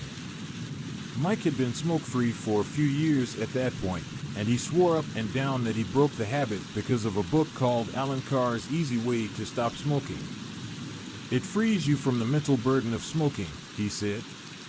It tells you, stop lying to yourself. You know you don't actually want to smoke. You know you don't really enjoy this.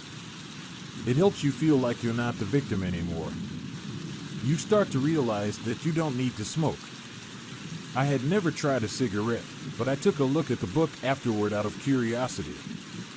The author employs an interesting strategy to help smokers eliminate their cravings. He systematically reframes each cue associated with smoking and gives it a new meaning.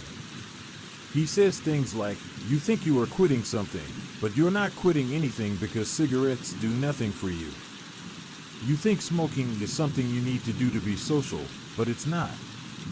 You can be social without smoking at all. You think smoking is about relieving stress, but it's not.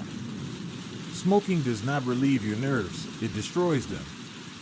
Over and over, he repeats these phrases and others like them. Get it clearly into your mind, he says. You are losing nothing and you are making marvelous positive gains not only in health, energy, and money, but also in confidence, self-respect, freedom, and, most important of all, in the length and quality of your future life. By the time you get to the end of the book, smoking seems like the most ridiculous thing in the world to do. And if you no longer expect smoking to bring you any benefits, you have no reason to smoke. It is an inversion of the second law of behavior change, make it unattractive. Now, I know this idea might sound overly simplistic. Just change your mind and you can quit smoking. But stick with me for a minute. Where cravings come from. Every behavior has a surface level craving and a deeper, underlying motive. I often have a craving that goes something like this. I want to eat tacos. If you were to ask me why I want to eat tacos, I wouldn't say, because I need food to survive. But the truth is, somewhere deep down, I am motivated to eat tacos because I have to eat to survive. The underlying motive is to obtain food and water even if my specific craving is for a taco. Some of our underlying motives include conserve energy, obtain food and water, find love and reproduce, connect and bond with others, win social acceptance and approval, reduce uncertainty, achieve status and prestige. A craving is just a specific manifestation of a deeper underlying motive. Your brain did not evolve with a desire to smoke cigarettes or to check Instagram or to play video games. At a deep level, you simply want to reduce uncertainty and relieve anxiety, to win social acceptance and approval, or to achieve status. Look at nearly any product that is habit-forming and you'll see that it does not create a new motivation, but rather latches onto the underlying motives of human nature. Find love and reproduce equals using Tinder. Connect and bond with others equals browsing Facebook. Win social acceptance and approval equals posting on Instagram. Reduce uncertainty equals searching on Google. Achieve status and prestige equals playing video games. Your habits are modern-day solutions to ancient desires. New versions of old vices. The underlying motives behind human behavior remain the same. The specific habits we perform differ based on the period of history. Here's the powerful part. There are many different ways to address the same underlying motive. One person might learn to reduce stress by smoking a cigarette. Another person learns to ease their anxiety by going for a run. Your current habits are not necessarily the best way to solve the problems you face. They are just the methods you learn to use. Once you associate a solution with the problem you need to solve, you keep coming back to it. Habits are all about associations. These associations determine whether we predict a habit to be worth repeating or not. As we covered in our discussion of the first law, your brain is continually absorbing information and noticing cues in the environment. Every time you perceive a cue, your brain runs a simulation and makes a prediction about what to do in the next moment. Cue, you notice that the stove is hot. Prediction, if I touch it, I'll get burned, so I should avoid touching it. Cue, you see that the traffic light turned green. Prediction, if I step on the gas, I'll make it safely through the intersection and get closer to my destination, so I should step on the gas.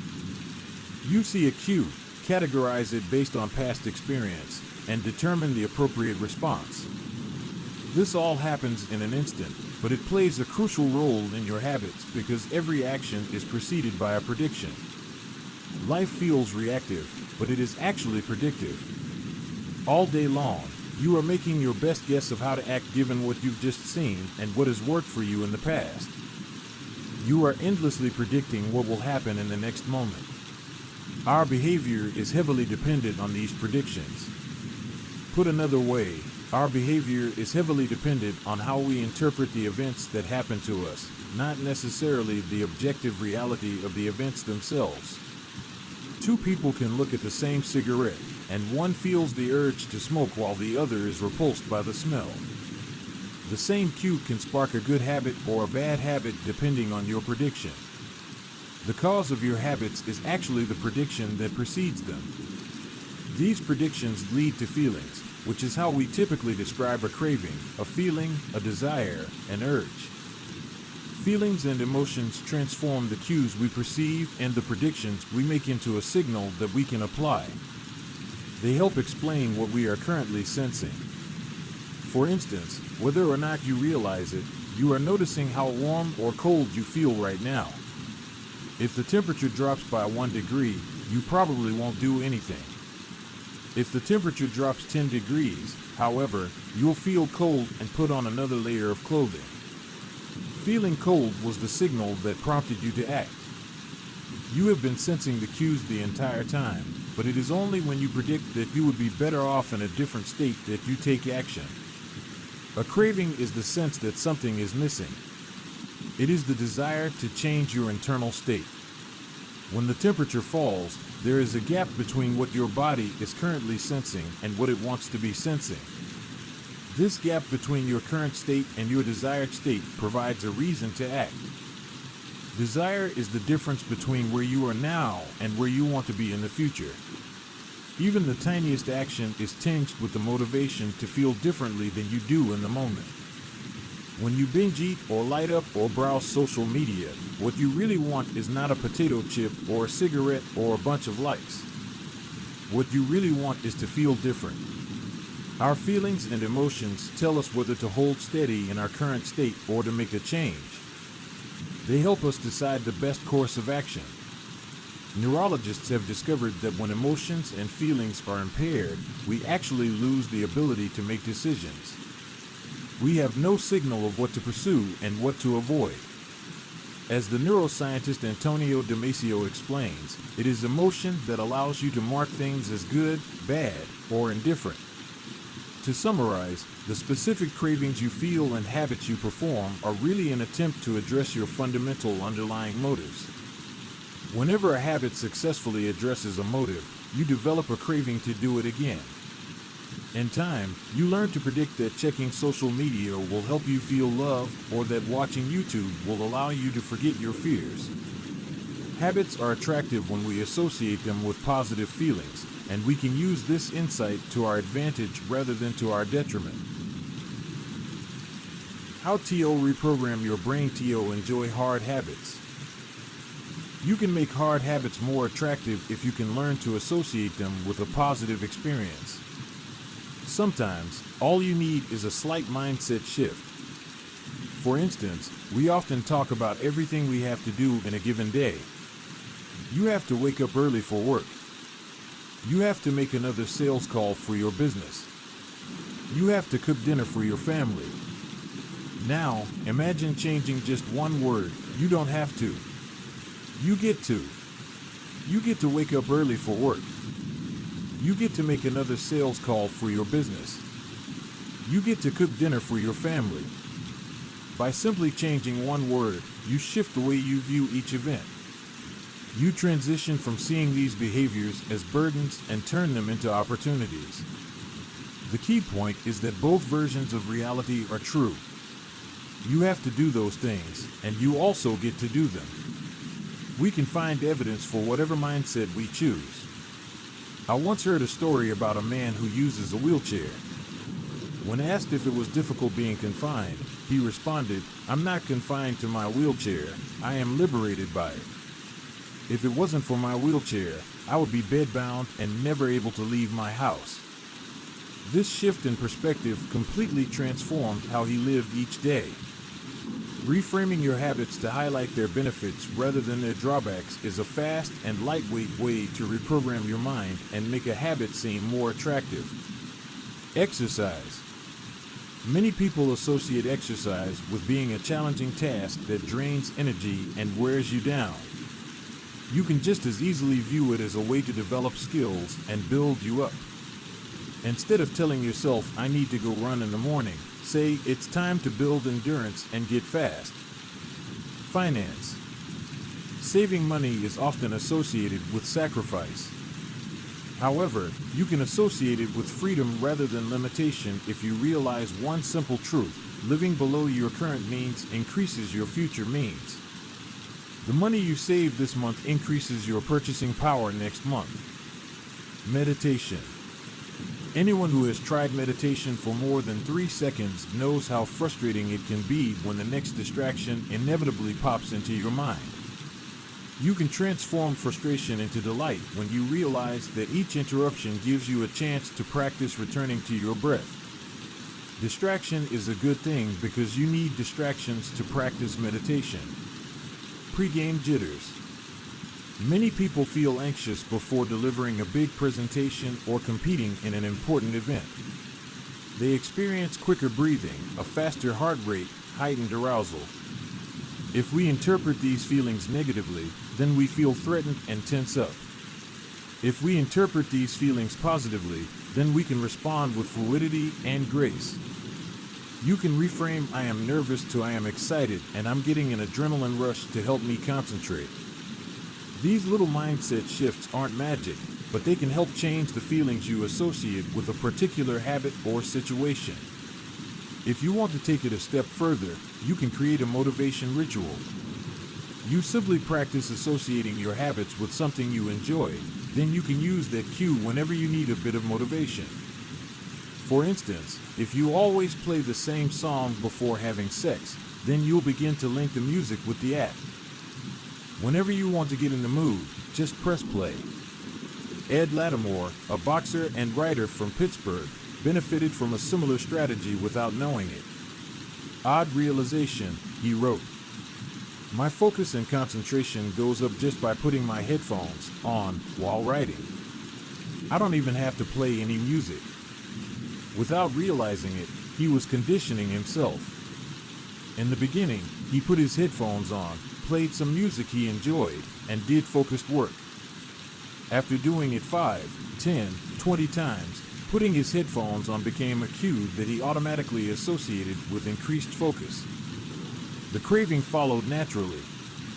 Athletes use similar strategies to get themselves in the mindset to perform. During my baseball career, I developed a specific ritual of stretching and throwing before each game. The whole sequence took about 10 minutes, and I did it the same way every single time. While it physically warmed me up to play, more importantly, it put me in the right mental state. I began to associate my pregame ritual with feeling competitive and focused. Even if I wasn't motivated beforehand, by the time I was done with my ritual, I was in game mode. You can adapt this strategy for nearly any purpose. Say you want to feel happier in general. Find something that makes you truly happy, like petting your dog or taking a bubble bath, and then create a short routine that you perform every time before you do the thing you love. Maybe you take 3 deep breaths and smile. 3 deep breaths. Smile. Pet the dog. Repeat. Eventually, you'll begin to associate this breathe and smile routine with being in a good mood. It becomes a cue that means feeling happy. Once established, you can break it out anytime you need to change your emotional state. Stressed at work? Take 3 deep breaths and smile. Sad about life? 3 deep breaths and smile. Once a habit has been built, the cue can prompt a craving, even if it has little to do with the original situation. The key to finding and fixing the causes of your bad habits is to reframe the associations you have about them. It's not easy, but if you can reprogram your predictions, you can transform a hard habit into an attractive one. Chapter Summary. The inversion of the second law of behavior change is make it unattractive. Every behavior has a surface-level craving and a deeper underlying motive. Your habits are modern-day solutions to ancient desires. The cause of your habits is actually the prediction that precedes them. The prediction leads to a feeling. Highlight the benefits of avoiding a bad habit to make it seem unattractive. Habits are attractive when we associate them with positive feelings and unattractive when we associate them with negative feelings. Create a motivation ritual by doing something you enjoy immediately before a difficult habit. The third law, make it easy. Chapter 11, walk slowly, but never backward. On the first day of class, Jerry Yulesman, a professor at the University of Florida, divided his film photography students into 2 groups. Everyone on the left side of the classroom, he explained, would be in the quantity group. They would be graded solely on the amount of work they produced. On the final day of class, he would tally the number of photos submitted by each student. 100 photos would rate an A, 90 photos a B, 80 photos a C, and so on. Meanwhile, everyone on the right side of the room would be in the quality group. They would be graded only on the excellence of their work. They would only need to produce 1 photo during the semester, but to get an A, it had to be a nearly perfect image. At the end of the term, he was surprised to find that all the best photos were produced by the quantity group. During the semester, these students were busy taking photos, experimenting with composition and lighting, testing out various methods in the darkroom, and learning from their mistakes. In the process of creating hundreds of photos, they honed their skills. Meanwhile, the quality group sat around speculating about perfection. In the end, they had little to show for their efforts other than unverified theories and 1 mediocre photo. It is easy to get bogged down trying to find the optimal plan for change, the fastest way to lose weight, the best program to build muscle, the perfect idea for a side hustle. We are so focused on figuring out the best approach that we never get around to taking action. As Voltaire once wrote, the best is the enemy of the good. I refer to this as the difference between being in motion and taking action. The 2 ideas sound similar, but they're not the same. When you're in motion, you're planning and strategizing and learning. Those are all good things, but they don't produce a result. Action, on the other hand, is the type of behavior that will deliver an outcome. If I outline 20 ideas for articles I want to write, that's motion. If I actually sit down and write an article, that's action. If I search for a better diet plan and read a few books on the topic, that's motion. If I actually eat a healthy meal, that's action. Sometimes motion is useful, but it will never produce an outcome by itself. It doesn't matter how many times you go talk to the personal trainer, that motion will never get you in shape. Only the action of working out will get the result you're looking to achieve. If motion doesn't lead to results, why do we do it? Sometimes we do it because we actually need to plan or learn more. But more often than not, we do it because motion allows us to feel like we're making progress without running the risk of failure. Most of us are experts at avoiding criticism. It doesn't feel good to fail or to be judged publicly, so we tend to avoid situations where that might happen. And that's the biggest reason why you slip into motion rather than taking action. You want to delay failure. It's easy to be in motion and convince yourself that you're still making progress. You think, I've got conversations going with 4 potential clients right now. This is good. We're moving in the right direction. Or, I brainstormed some ideas for that book I want to write. This is coming together. Motion makes you feel like you're getting things done. But really, you're just preparing to get something done. When preparation becomes a form of procrastination, you need to change something. You don't want to merely be planning. You want to be practicing. If you want to master a habit, the key is to start with repetition, not perfection. You don't need to map out every feature of a new habit. You just need to practice it. This is the first takeaway of the 3rd law. You just need to get your reps in. How long does it actually take to form a new habit? Habit formation is the process by which a behavior becomes progressively more automatic through repetition. The more you repeat an activity, the more the structure of your brain changes to become efficient at that activity.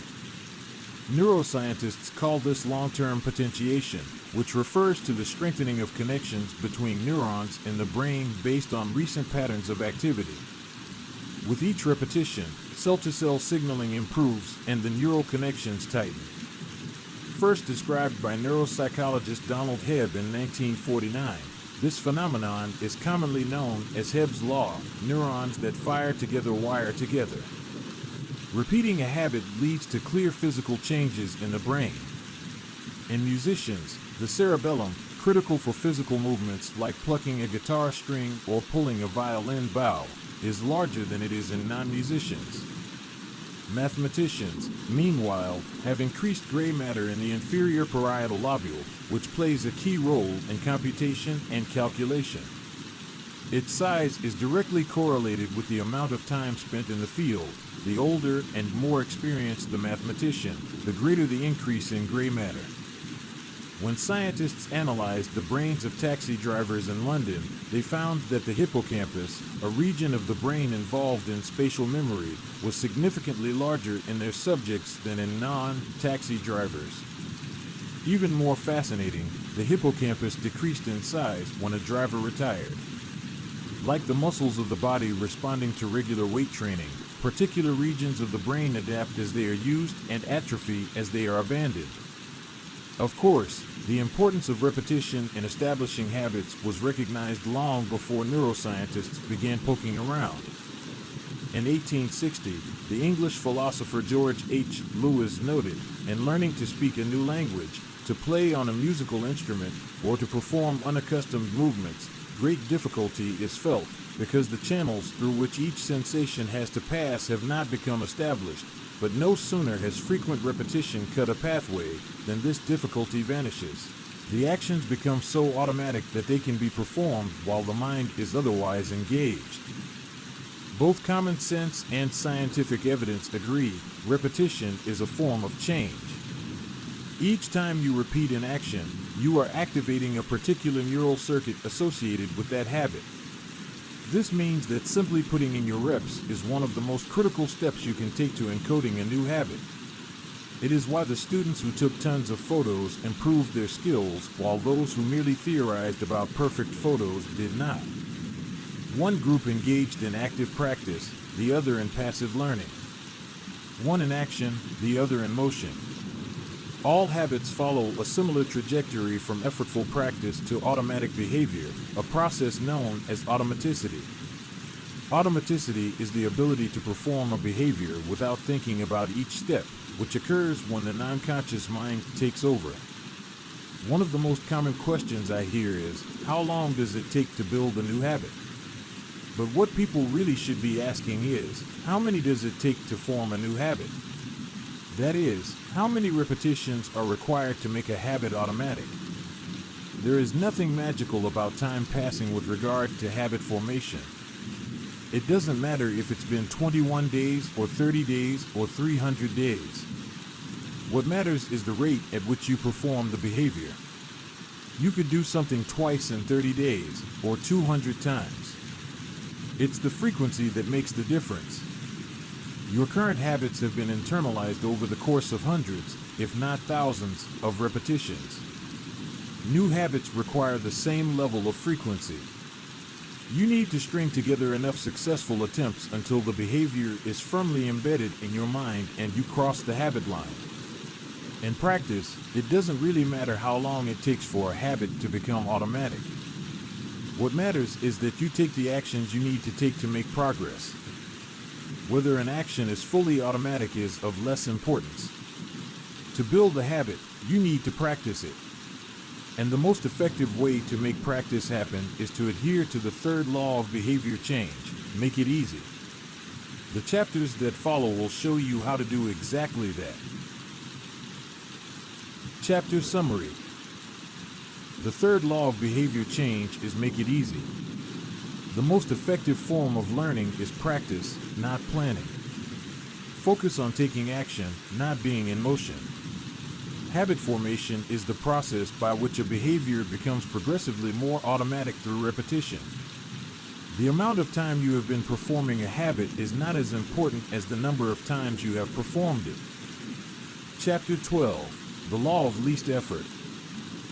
In his award-winning book, Guns, Germs, and Steel, anthropologist and biologist Jared Diamond points out a simple fact: different continents have different shapes. At first glance, this statement seems rather obvious and unimportant, but it turns out to have a profound impact on human behavior. The primary axis of the Americas runs from north to south. That is, the landmass of North and South America tends to be tall and thin rather than wide and fat. The same is generally true for Africa. Meanwhile, the landmass that makes up Europe, Asia, and the Middle East is the opposite. This massive stretch of land tends to be more east-west in shape. According to Diamond, this difference in shape played a significant role in the spread of agriculture over the centuries. When agriculture began to spread around the globe, farmers had an easier time expanding along east-west routes than along north-south ones. This is because locations along the same latitude generally share similar climates, amounts of sunlight and rainfall, and changes in season. These factors allowed farmers in Europe and Asia to domesticate a few crops and grow them along the entire stretch of land from France to China. The shape of human behavior. By comparison, the climate varies greatly when traveling from north to south. Just imagine how different the weather is in Florida compared to Canada.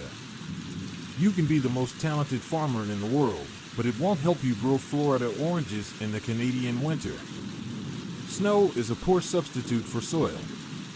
In order to spread crops along north-south routes, farmers would need to find and domesticate new plants whenever the climate changed. As a result, agriculture spread 2 to 3 times faster across Asia and Europe than it did up and down the Americas. Over the span of centuries, this small difference had a very big impact. Increased food production allowed for more rapid population growth. With more people, these cultures were able to build stronger armies and were better equipped to develop new technologies. The changes started out small: a crop that spread slightly farther, a population that grew slightly faster, but compounded into substantial differences over time. The spread of agriculture provides an example of the third law of behavior change on a global scale. Conventional wisdom holds that motivation is the key to habit change. Maybe if you really wanted it, you'd actually do it. But the truth is, our real motivation is to be lazy and to do what is convenient. And despite what the latest productivity bestseller will tell you, this is a smart strategy, not a dumb one.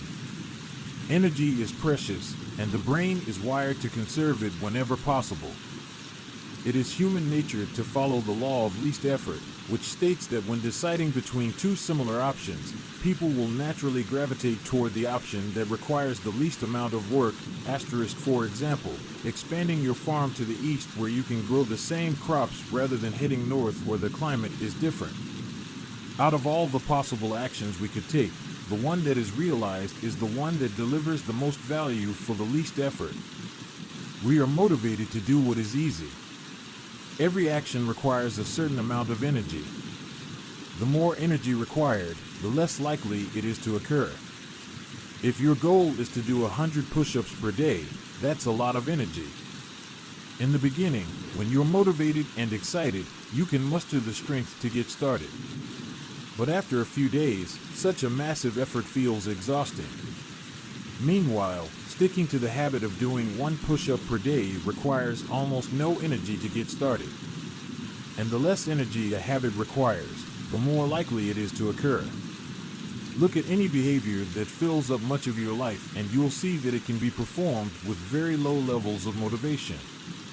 Habits like scrolling on our phones, checking email, and watching television steal so much of our time because they can be performed almost without effort. They are remarkably convenient. In a sense, every habit is just an obstacle to getting what you really want. Dieting is an obstacle to getting fit. Meditation is an obstacle to feeling calm. Journaling is an obstacle to thinking clearly. You don't actually want the habit itself. What you really want is the outcome the habit delivers.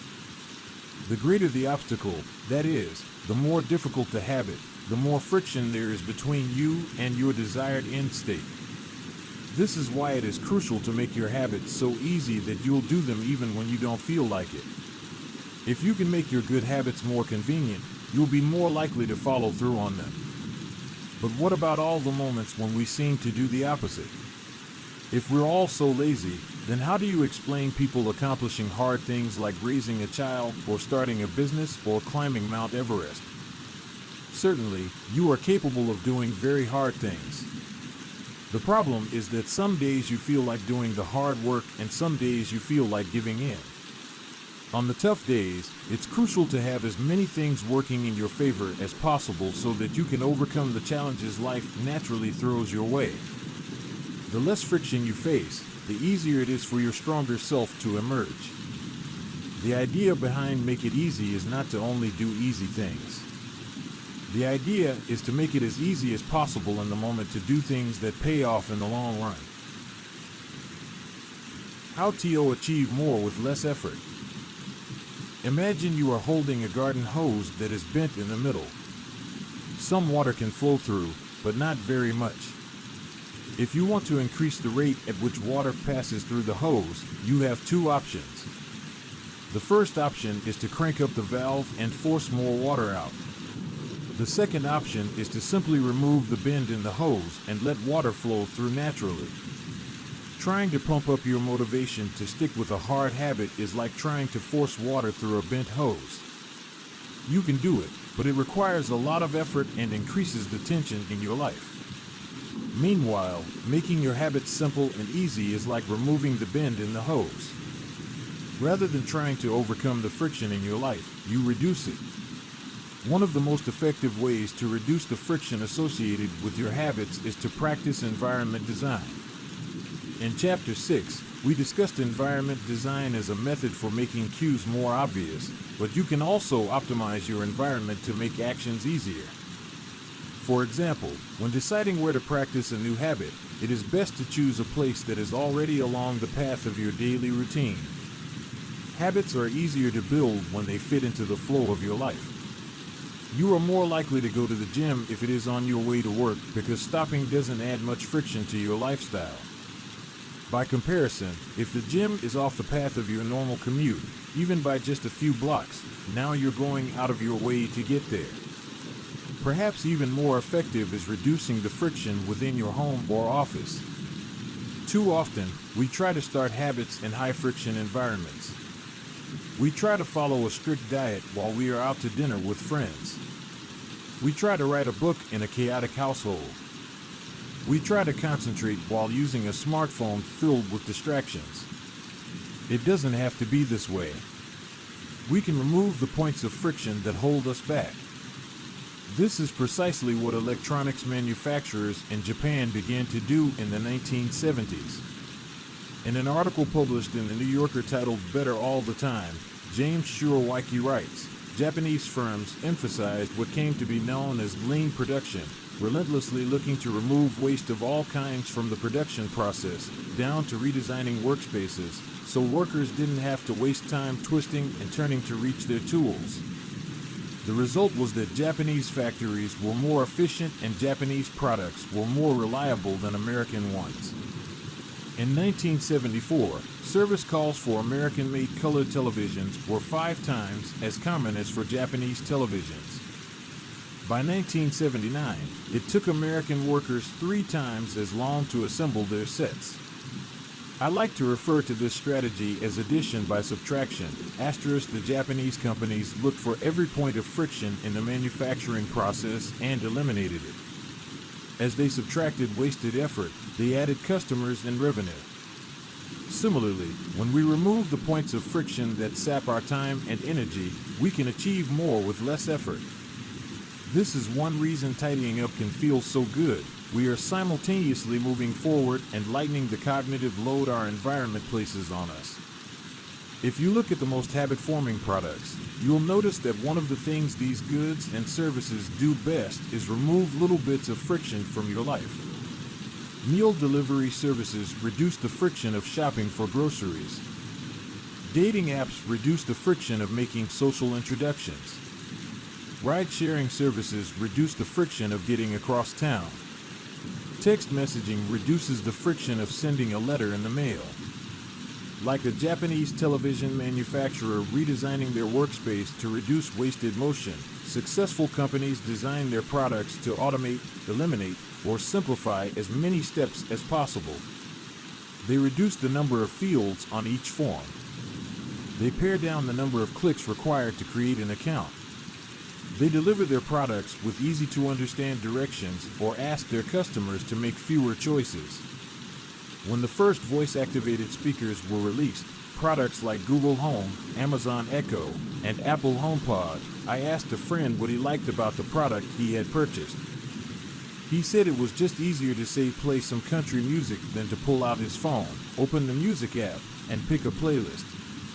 Of course, just a few years earlier, having unlimited access to music in your pocket was a remarkably frictionless behavior compared to driving to the store and buying a CD. Business is a never-ending quest to deliver the same result in an easier fashion. Similar strategies have been used effectively by governments. When the British government wanted to increase tax collection rates, they switched from sending citizens to a web page where the tax form could be downloaded to linking directly to the form. Reducing that one step in the process increased the response rate from 19.2% to 23.4%. For a country like the United Kingdom, those percentage points represent millions in tax revenue. The central idea is to create an environment where doing the right thing is as easy as possible. Much of the battle of building better habits comes down to finding ways to reduce the friction associated with our good habits and increase the friction associated with our bad ones. Prime the environment for future use. Oswald Knuckles is an IT developer from Natchez, Mississippi. He is also someone who understands the power of priming his environment. Knuckles dialed in his cleaning habits by following a strategy he refers to as resetting the room. For instance, when he finishes watching television, he places the remote back on the TV stand, arranges the pillows on the couch, and folds the blanket. When he leaves his car, he throws any trash away. Whenever he takes a shower, he wipes down the toilet while the shower is warming up. As he notes, the perfect time to clean the toilet is right before you wash yourself in the shower anyway. The purpose of resetting each room is not simply to clean up after the last action, but to prepare for the next action.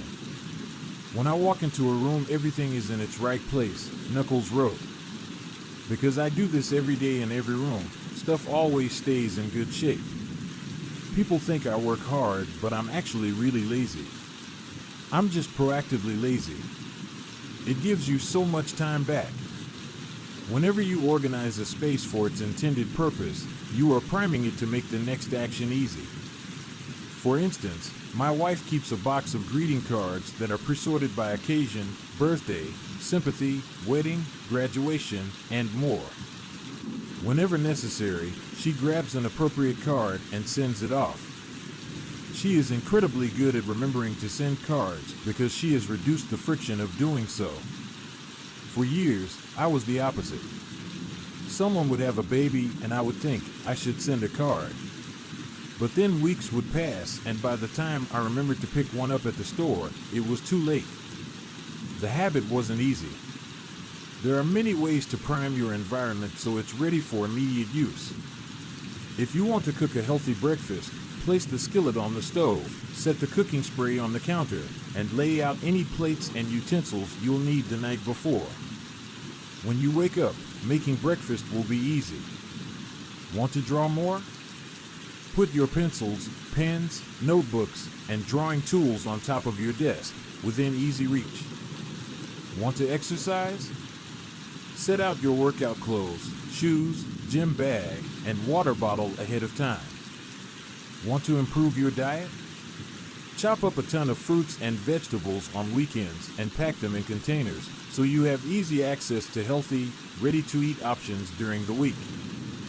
These are simple ways to make the good habit the path of least resistance. You can also invert this principle and prime the environment to make bad behaviors difficult. If you find yourself watching too much television, for example, then unplug it after each use. Only plug it back in if you can say out loud the name of the show you want to watch. This setup creates just enough friction to prevent mindless viewing.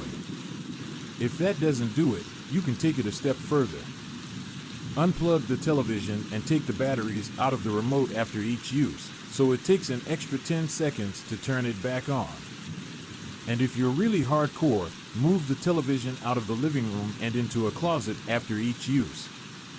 You can be sure you'll only take it out when you really want to watch something. The greater the friction, the less likely the habit. Whenever possible, I leave my phone in a different room until lunch. When it's right next to me, I'll check it all morning for no reason at all. But when it is in another room, I rarely think about it. And the friction is high enough that I won't go get it without a reason. As a result, I get 3 to 4 hours each morning when I can work without interruption. If sticking your phone in another room doesn't seem like enough, tell a friend or family member to hide it from you for a few hours. Ask a coworker to keep it at their desk in the morning and give it back to you at lunch. It is remarkable how little friction is required to prevent unwanted behavior. When I hide beer in the back of the fridge where I can't see it, I drink less. When I delete social media apps from my phone, it can be weeks before I download them again and log in. These tricks are unlikely to curb a true addiction, but for many of us, a little bit of friction can be the difference between sticking with a good habit or sliding into a bad one. Imagine the cumulative impact of making dozens of these changes and living in an environment designed to make the good behaviors easier and the bad behaviors harder. Whether we are approaching behavior change as an individual, a parent, a coach, or a leader, we should ask ourselves the same question: how can we design a world where it's easy to do what's right? Redesign your life so the actions that matter most are also the actions that are easiest to do. Chapter Summary. Human behavior follows the law of least effort. We will naturally gravitate toward the option that requires the least amount of work. Create an environment where doing the right thing is as easy as possible. Reduce the friction associated with good behaviors. When friction is low, habits are easy. Increase the friction associated with bad behaviors. When friction is high, habits are difficult. Prime your environment to make future actions easier. Chapter 13. How to stop procrastinating by using the 2-minute rule. Twyla Tharp is widely regarded as one of the greatest dancers and choreographers of the modern era. In 1992, she was awarded a MacArthur Fellowship, often referred to as the Genius Grant, and she has spent the bulk of her career touring the globe to perform her original works. She also credits much of her success to simple daily habits. I begin each day of my life with a ritual, she writes. I wake up at 5:30 a.m., put on my workout clothes, my leg warmers, my sweatshirt, and my hat. I walk outside my Manhattan home, hail a taxi, and tell the driver to take me to the Pumping Iron Gym at 91st Street and 1st Avenue, where I work out for 2 hours. The ritual is not the stretching and weight training I put my body through each morning at the gym. The ritual is the cab. The moment I tell the driver where to go, I have completed the ritual. It's a simple act, but doing it the same way each morning habitualizes it, makes it repeatable, easy to do. It reduces the chance that I would skip it or do it differently. It is one more item in my arsenal of routines, and one less thing to think about. Hailing a cab each morning may be a tiny action, but it is a splendid example of the third law of behavior change. Researchers estimate that 40 to 50% of our actions on any given day are done out of habit. This is already a substantial percentage, but the true influence of your habits is even greater than these numbers suggest. Habits are automatic choices that influence the conscious decisions that follow. Yes, a habit can be completed in just a few seconds, but it can also shape the actions that you take for minutes or hours afterward. Habits are like the entrance ramp to a highway. They lead you down a path and, before you know it, you're speeding toward the next behavior. It seems to be easier to continue what you are already doing than to start doing something different. You sit through a bad movie for 2 hours. You keep snacking even when you're already full. You check your phone for just a second, and soon you have spent 20 minutes staring at the screen. In this way, the habits you follow without thinking often determine the choices you make when you are thinking. Each evening, there is a tiny moment, usually around 5:15 p.m., that shapes the rest of my night. My wife walks in the door from work, and either we change into our workout clothes and head to the gym, or we crash onto the couch, order Indian food, and watch the advice asterisk similar to Twyla Tharp hailing the cab. The ritual is changing into my workout clothes. If I change clothes, I know the workout will happen. Everything that follows, driving to the gym, deciding which exercises to do, stepping under the bar, is easy once I've taken the first step. Every day, there are a handful of moments that deliver an outsized impact. I refer to these little choices as decisive moments. The moment you decide between ordering takeout or cooking dinner. The moment you choose between driving your car or riding your bike. The moment you decide between starting your homework or grabbing the video game controller. These choices are a fork in the road. Decisive moments. Decisive moments set the options available to your future self. For instance, walking into a restaurant is a decisive moment because it determines what you'll be eating for lunch. Technically, you are in control of what you order, but in a larger sense, you can only order an item if it is on the menu. If you walk into a steakhouse, you can get a sirloin or ribeye, but not sushi. Your options are constrained by what's available. They are shaped by the first choice. We are limited by where our habits lead us. This is why mastering the decisive moments throughout your day is so important. Each day is made up of many moments, but it is really a few habitual choices that determine the path you take. These little choices stack up, each one setting the trajectory for how you spend the next chunk of time. Habits are the entry point, not the end point. They are the cab, not the gym. The 2-minute rule. Even when you know you should start small, it's easy to start too big. When you dream about making a change, excitement inevitably takes over and you end up trying to do too much too soon. The most effective way I know to counteract this tendency is to use the 2-minute rule, which states, when you start a new habit, it should take less than 2 minutes to do. You'll find that nearly any habit can be scaled down into a 2-minute version. Read before bed each night becomes read 1 page. Do 30 minutes of yoga becomes take out my yoga mat. Study for class becomes open my notes. Fold the laundry becomes fold 1 pair of socks. Run 3 miles becomes tie my running shoes. The idea is to make your habits as easy as possible to start. Anyone can meditate for 1 minute, read one page, or put one item of clothing away.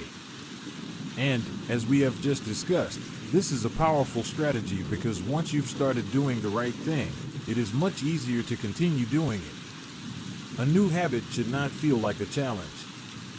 The actions that follow can be challenging, but the first 2 minutes should be easy. What you want is a gateway habit that naturally leads you down a more productive path.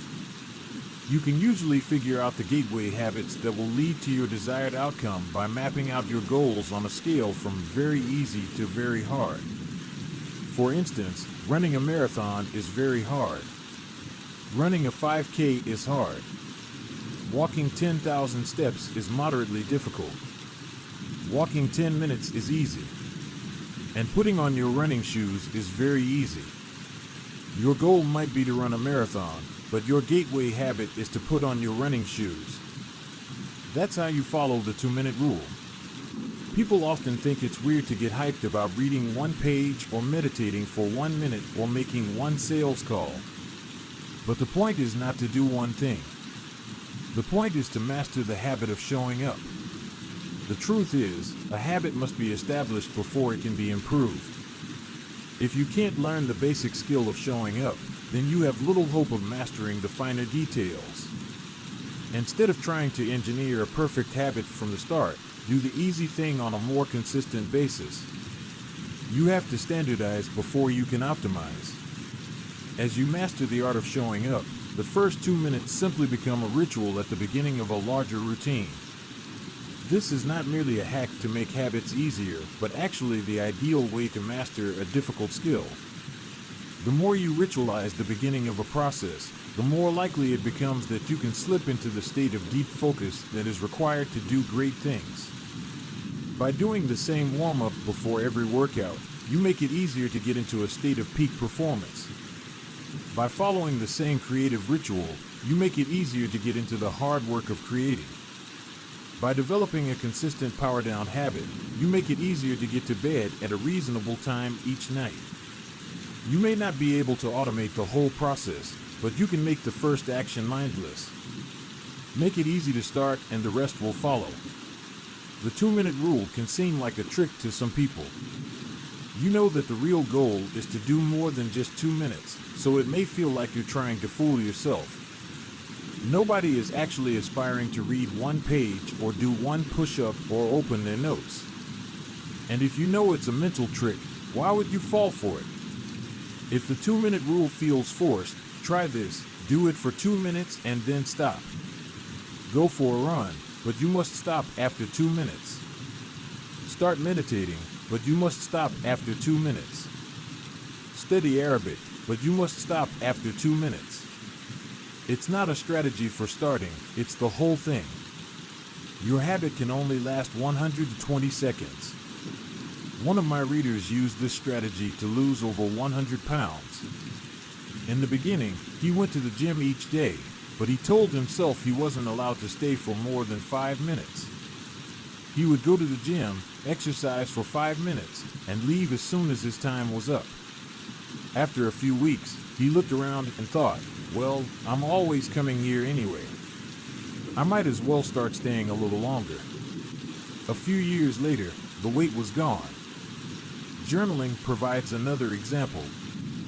Nearly everyone can benefit from getting their thoughts out of their head and onto paper, but most people give up after a few days or avoid it entirely because journaling feels like a chore. The secret is to always stay below the point where it feels like work. Greg McEwen, a leadership consultant from the United Kingdom, built a daily journaling habit by specifically writing less than he felt like. He always stopped journaling before it seemed like a hassle. Ernest Hemingway believed in similar advice for any kind of writing. The best way is to always stop when you are going good, he said. Strategies like this work for another reason, too. They reinforce the identity you want to build.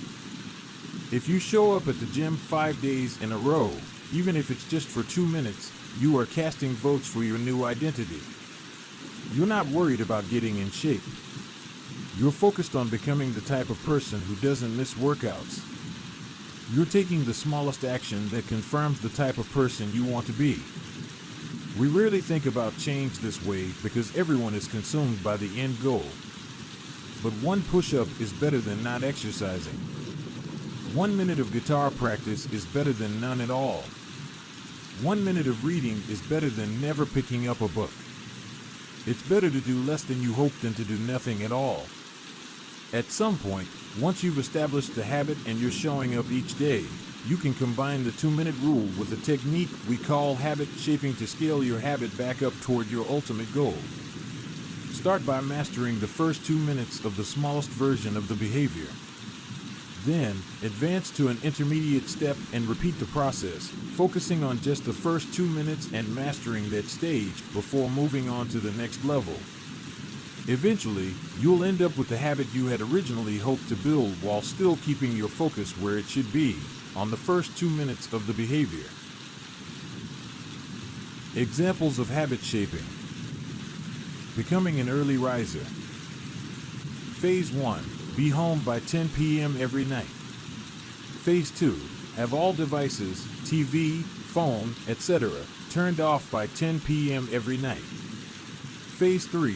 Be in bed by 10 p.m. every night, reading a book, talking with your partner. Phase 4. Lights off by 10 p.m. every night. Phase 5. Wake up at 6 a.m. every day. Becoming vegan. Phase 1. Start eating vegetables at each meal. Phase 2. Stop eating animals with 4 legs, cow, pig, lamb, etc. Phase 3. Stop eating animals with 2 legs, chicken, turkey, etc. Phase 4. Stop eating animals with no legs, fish, clams, scallops, etc. Phase 5. Stop eating all animal products, eggs, milk, cheese. Starting to exercise. Phase 1. Change into workout clothes. Phase 2. Step out the door. Try taking a walk. Phase 3. Drive to the gym, exercise for 5 minutes, and leave. Phase 4. Exercise for 15 minutes at least once per week. Phase 5. Exercise 3 times per week. Nearly any larger life goal can be transformed into a 2-minute behavior. I want to live a healthy and long life greater than I need to stay in shape, greater than I need to exercise, greater than I need to change into my workout clothes. I want to have a happy marriage, greater than I need to be a good partner, greater than I should do something each day to make my partner's life easier, greater than I should meal plan for next week. Whenever you are struggling to stick with a habit, you can employ the 2-minute rule. It's a simple way to make your habits easy. Chapter Summary. Habits can be completed in a few seconds, but continue to impact your behavior for minutes or hours afterward. Many habits occur at decisive moments, choices that are like a fork in the road, and either send you in the direction of a productive day or an unproductive one. The 2-minute rule states, when you start a new habit, it should take less than 2 minutes to do. The more you ritualize the beginning of a process, the more likely it becomes that you can slip into the state of deep focus that is required to do great things. Standardize before you optimize. You can't improve a habit that doesn't exist. Chapter 14. How to make good habits inevitable and bad habits impossible. In the summer of 1830, Victor Hugo was facing an impossible deadline. 12 months earlier, the French author had promised his publisher a new book. But instead of writing, he spent that year pursuing other projects, entertaining guests, and delaying his work. Frustrated, Hugo's publisher responded by setting a deadline less than 6 months away. The book had to be finished by February 1831. Hugo concocted a strange plan to beat his procrastination. He collected all of his clothes and asked an assistant to lock them away in a large chest. He was left with nothing to wear except a large shawl. Lacking any suitable clothing to go outdoors, he remained in his study and wrote furiously during the fall and winter of 1830. The Hunchback of Notre Dame was published 2 weeks early on January 14, 1831, asterisk sometimes success is less about making good habits easy and more about making bad habits hard. This is an inversion of the third law of behavior change, make it difficult. If you find yourself continually struggling to follow through on your plans, then you can take a page from Victor Hugo and make your bad habits more difficult by creating what psychologists call a commitment device. A commitment device is a choice you make in the present that controls your actions in the future. It is a way to lock in future behavior, bind you to good habits, and restrict you from bad ones. When Victor Hugo shut his clothes away so he could focus on writing, he was creating a commitment device, asterisk there are many ways to create a commitment device. You can reduce overeating by purchasing food in individual packages rather than in bulk size. You can voluntarily ask to be added to the banned list at casinos and online poker sites to prevent future gambling sprees. I've even heard of athletes who have to make weight for a competition choosing to leave their wallets at home during the week before weigh-in so they won't be tempted to buy fast food.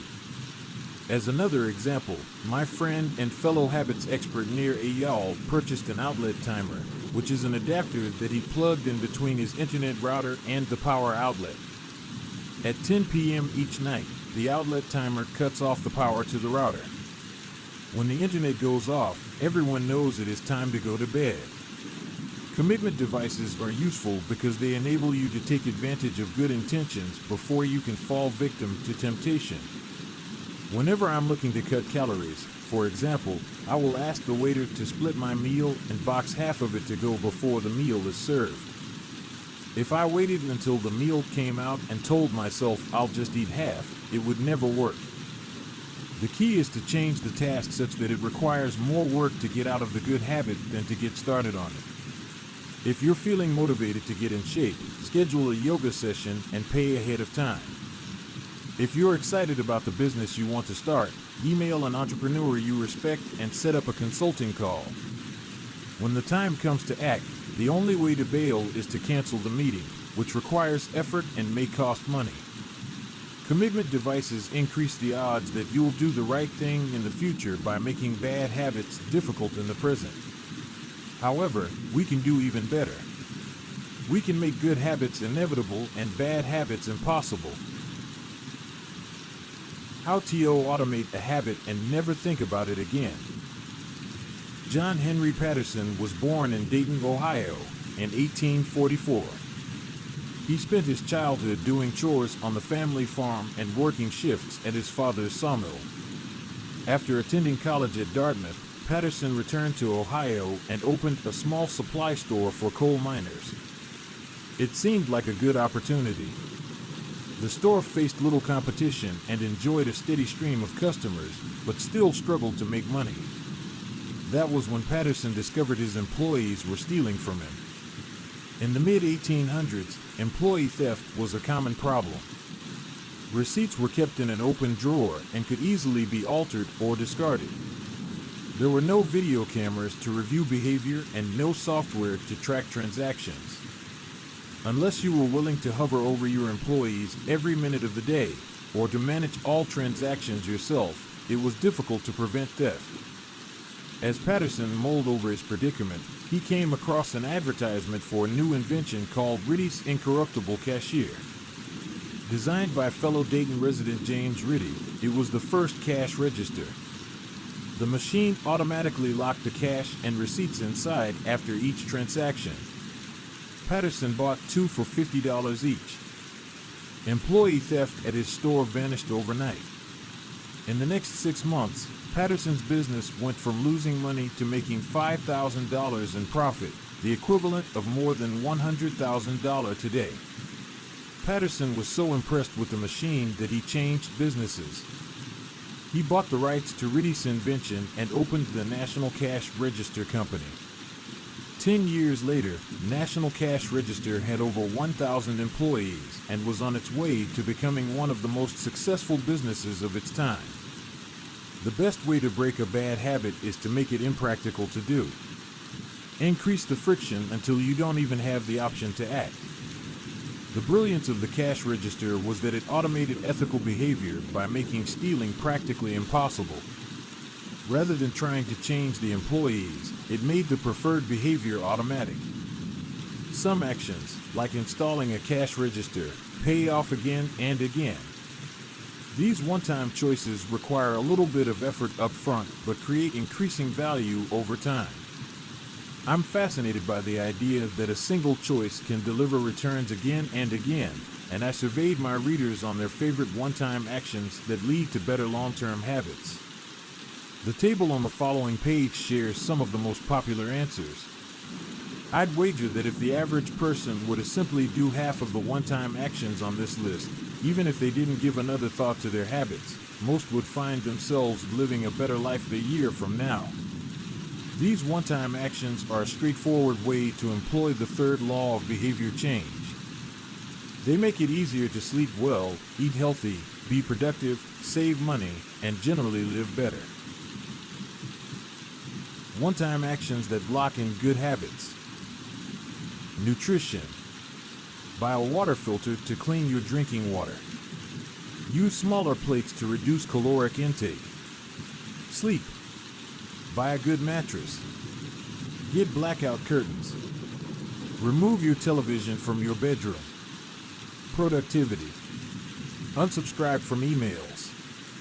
Turn off notifications and mute group chats. Set your phone to silent. Use email filters to clear up your inbox. Delete games and social media apps on your phone. Happiness. Get a dog. Move to a friendly, social neighborhood. General health. Get vaccinated. Buy good shoes to avoid back pain. Buy a supportive chair or standing desk. Finance. Enroll in an automatic savings plan. Set up automatic bill pay. Cut cable service. Ask service providers to lower your bills. Of course, there are many ways to automate good habits and eliminate bad ones. Typically, they involve putting technology to work for you. Technology can transform actions that were once hard, annoying, and complicated into behaviors that are easy, painless, and simple. It is the most reliable and effective way to guarantee the right behavior. This is particularly useful for behaviors that happen too infrequently to become habitual.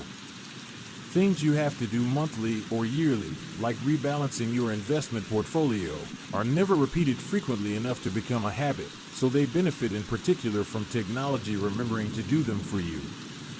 Other examples include medicine. Prescriptions can be automatically refilled.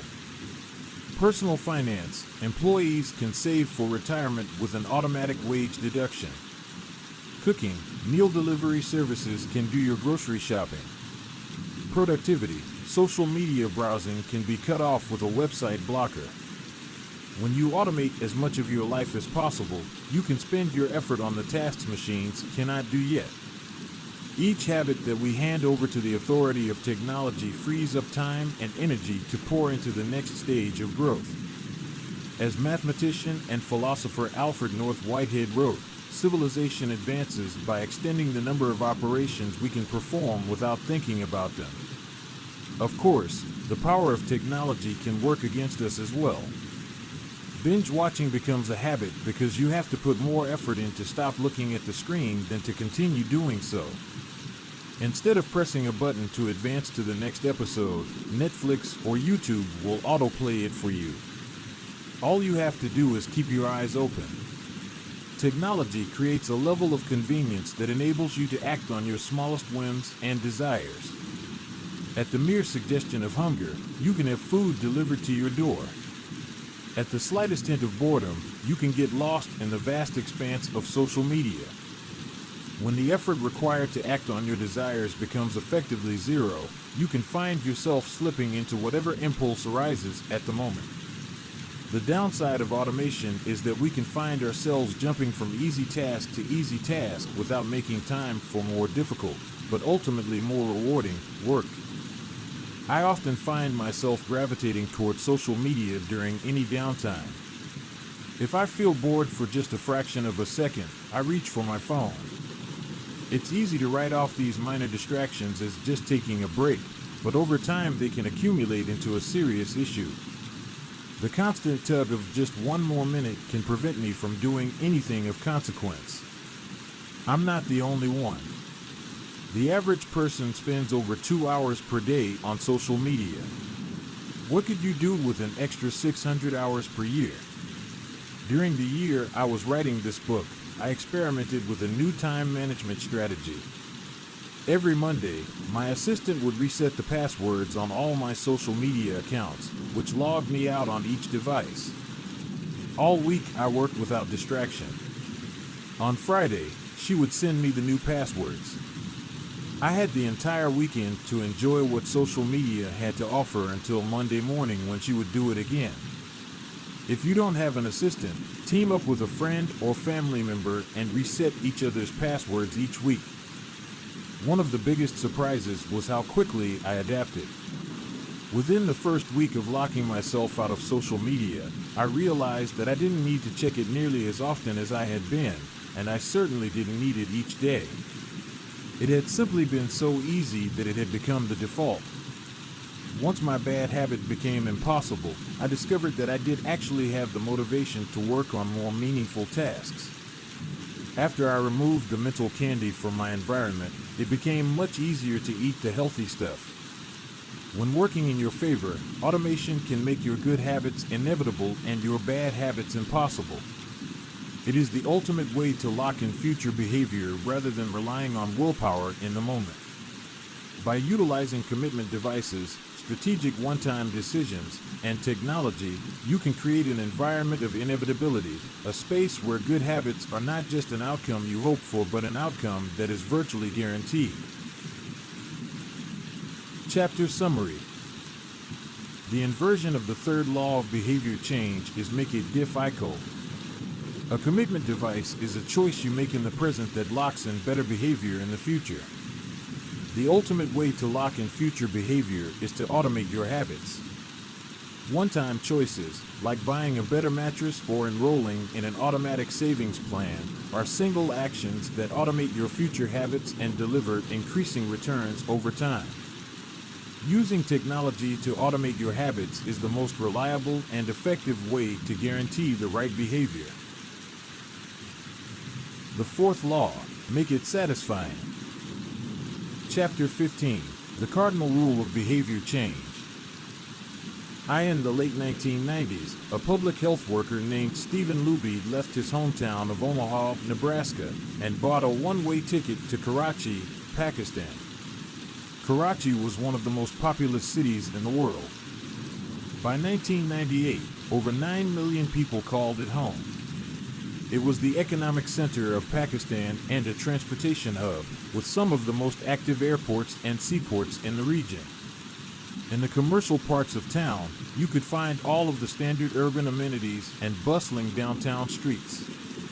But Karachi was also one of the least livable cities in the world.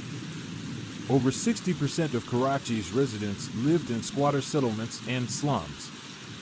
These densely packed neighborhoods were filled with makeshift houses cobbled together from old boards, cinder blocks, and other discarded materials. There was no waste removal system, no electricity grid, no clean water supply. When dry, the streets were a combination of dust and trash. When wet, they became a muddy pit of sewage. Mosquito colonies thrived in pools of stagnant water, and children played among the garbage. The unsanitary conditions lead to widespread illness and disease. Contaminated water sources caused epidemics of diarrhea, vomiting, and abdominal pain. Nearly 1/3 of the children living there were malnourished. With so many people crammed into such a small space, viruses and bacterial infections spread rapidly. It was this public health crisis that had brought Stephen Luby to Pakistan. Luby and his team realized that in an environment with poor sanitation, the simple habit of washing your hands could make a real difference in the health of the residents. But they soon discovered that many people were already aware that hand washing was important. And yet, despite this knowledge, many residents were washing their hands in a haphazard fashion. Some people would just run their hands under the water quickly. Others would only wash one hand. Many would simply forget to wash their hands before preparing food. Everyone said hand washing was important, but few people made a habit out of it. The problem wasn't knowledge. The problem was consistency. That was when Luby and his team partnered with Procter & Gamble to supply the neighborhood with Safeguard soap.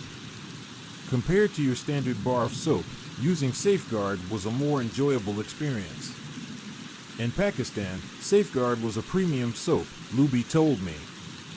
The study participants commonly mentioned how much they liked it. The soap foamed easily, and people were able to lather their hands with suds. It smelled great. Instantly, hand washing became slightly more pleasurable. I see the goal of hand washing promotion not as behavior change, but as habit adoption, Luby said. It is a lot easier for people to adopt a product that provides a strong positive sensory signal, for example the mint taste of toothpaste, than it is to adopt a habit that does not provide pleasurable sensory feedback, like flossing one's teeth. The marketing team at Procter & Gamble talked about trying to create a positive hand-washing experience. Within months, the researchers saw a rapid shift in the health of children in the neighborhood. The rate of diarrhea fell by 52%, pneumonia by 48%, and impetigo, a bacterial skin infection, by 35%. The long-term effects were even better. We went back to some of the households in Karachi 6 years after, Luby told me. Over 95% of households who had been given the soap for free and encouraged to wash their hands had a hand washing station with soap and water available when our study team visited. We had not given any soap to the intervention group for over 5 years, but during the trial they had become so habituated to wash their hands that they had maintained the practice. It was a powerful example of the fourth and final law of behavior change: make it satisfying. We are more likely to repeat a behavior when the experience is satisfying. This is entirely logical. Feelings of pleasure, even minor ones like washing your hands with soap that smells nice and lathers well, are signals that tell the brain, this feels good. Do this again next time.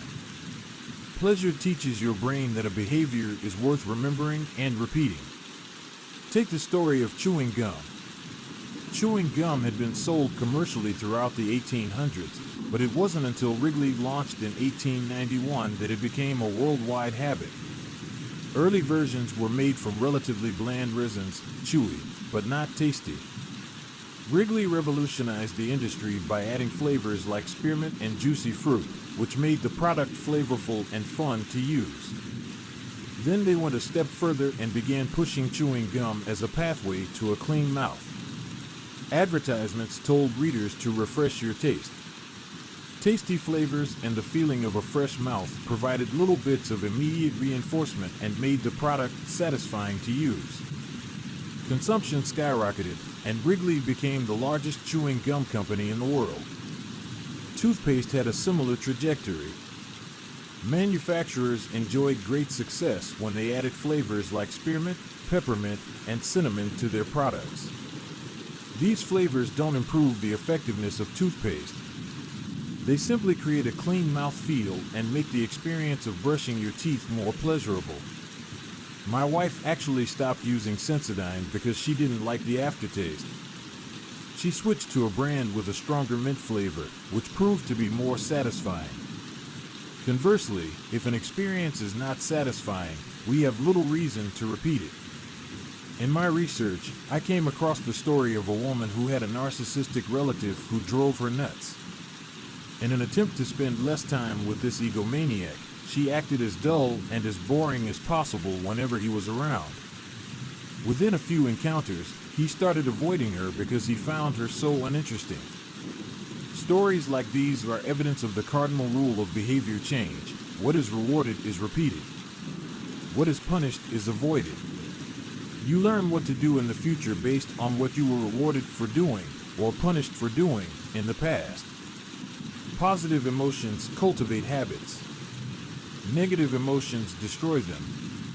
The first 3 laws of behavior change: make it obvious, make it attractive, and make it easy, increase the odds that a behavior will be performed this time.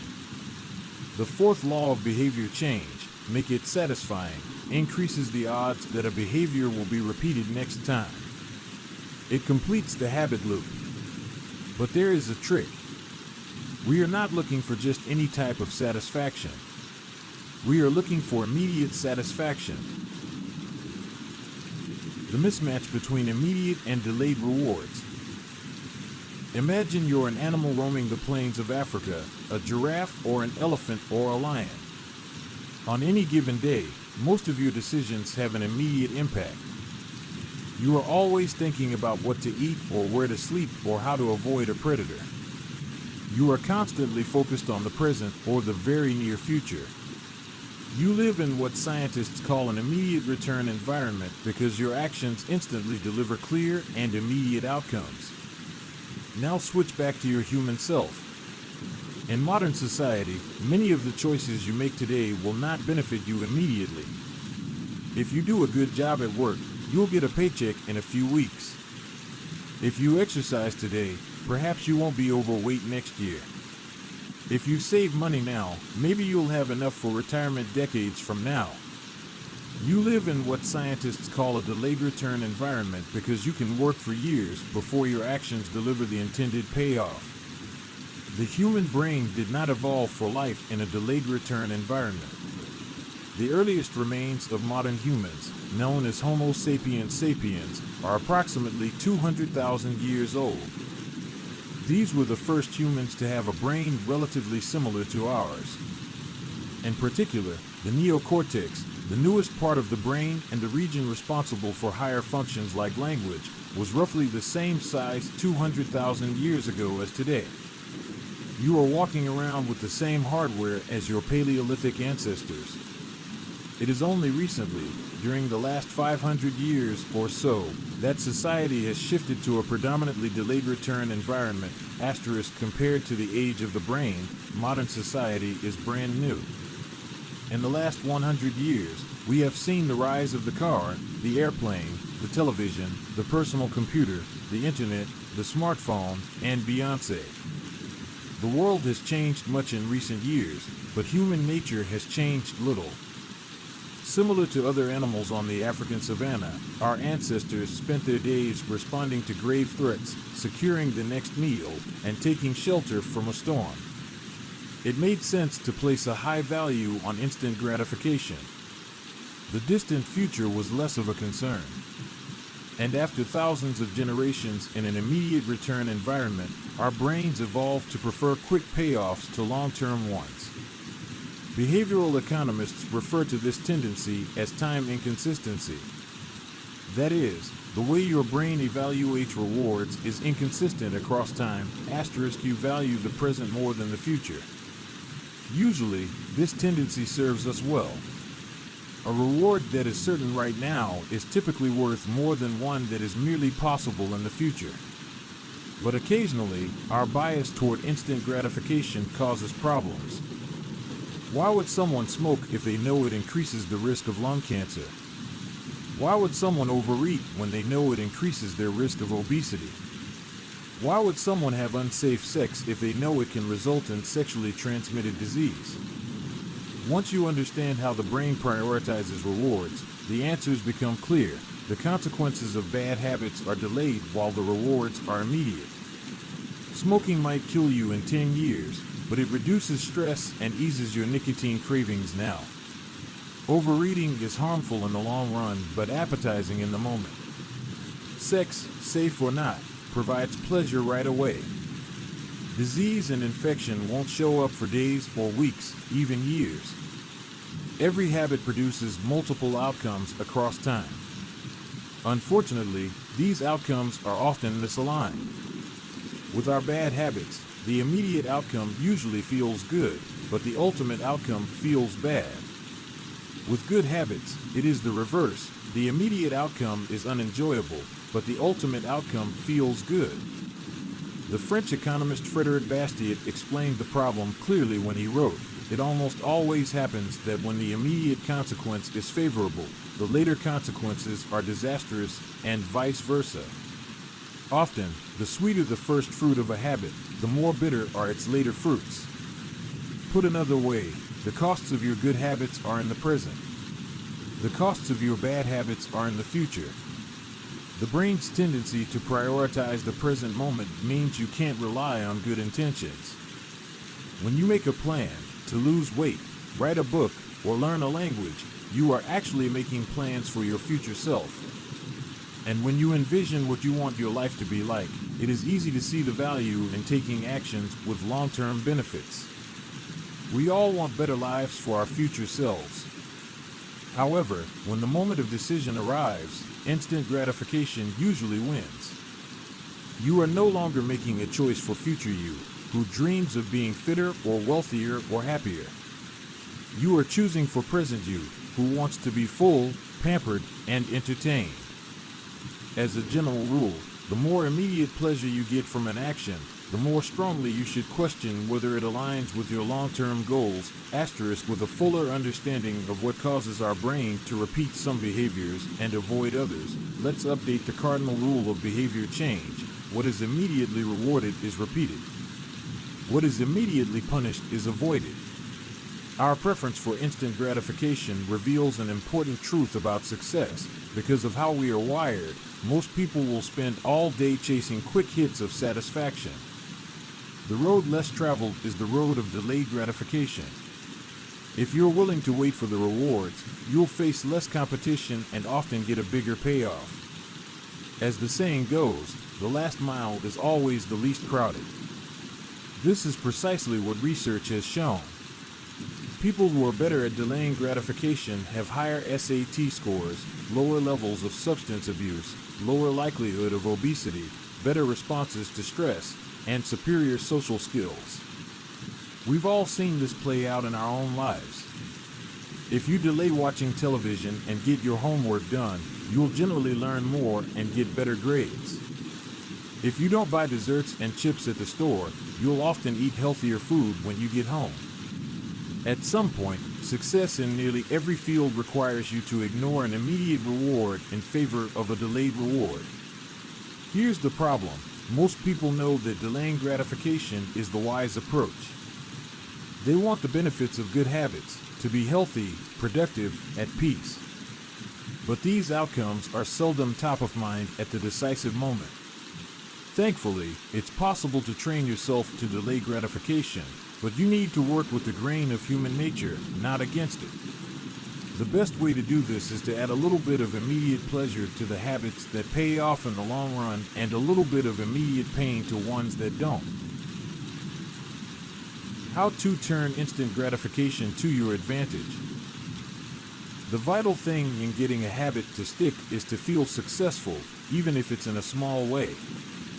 The feeling of success is a signal that your habit paid off and that the work was worth the effort. In a perfect world, the reward for a good habit is the habit itself. In the real world, good habits tend to feel worthwhile only after they have provided you with something. Early on, it's all sacrifice.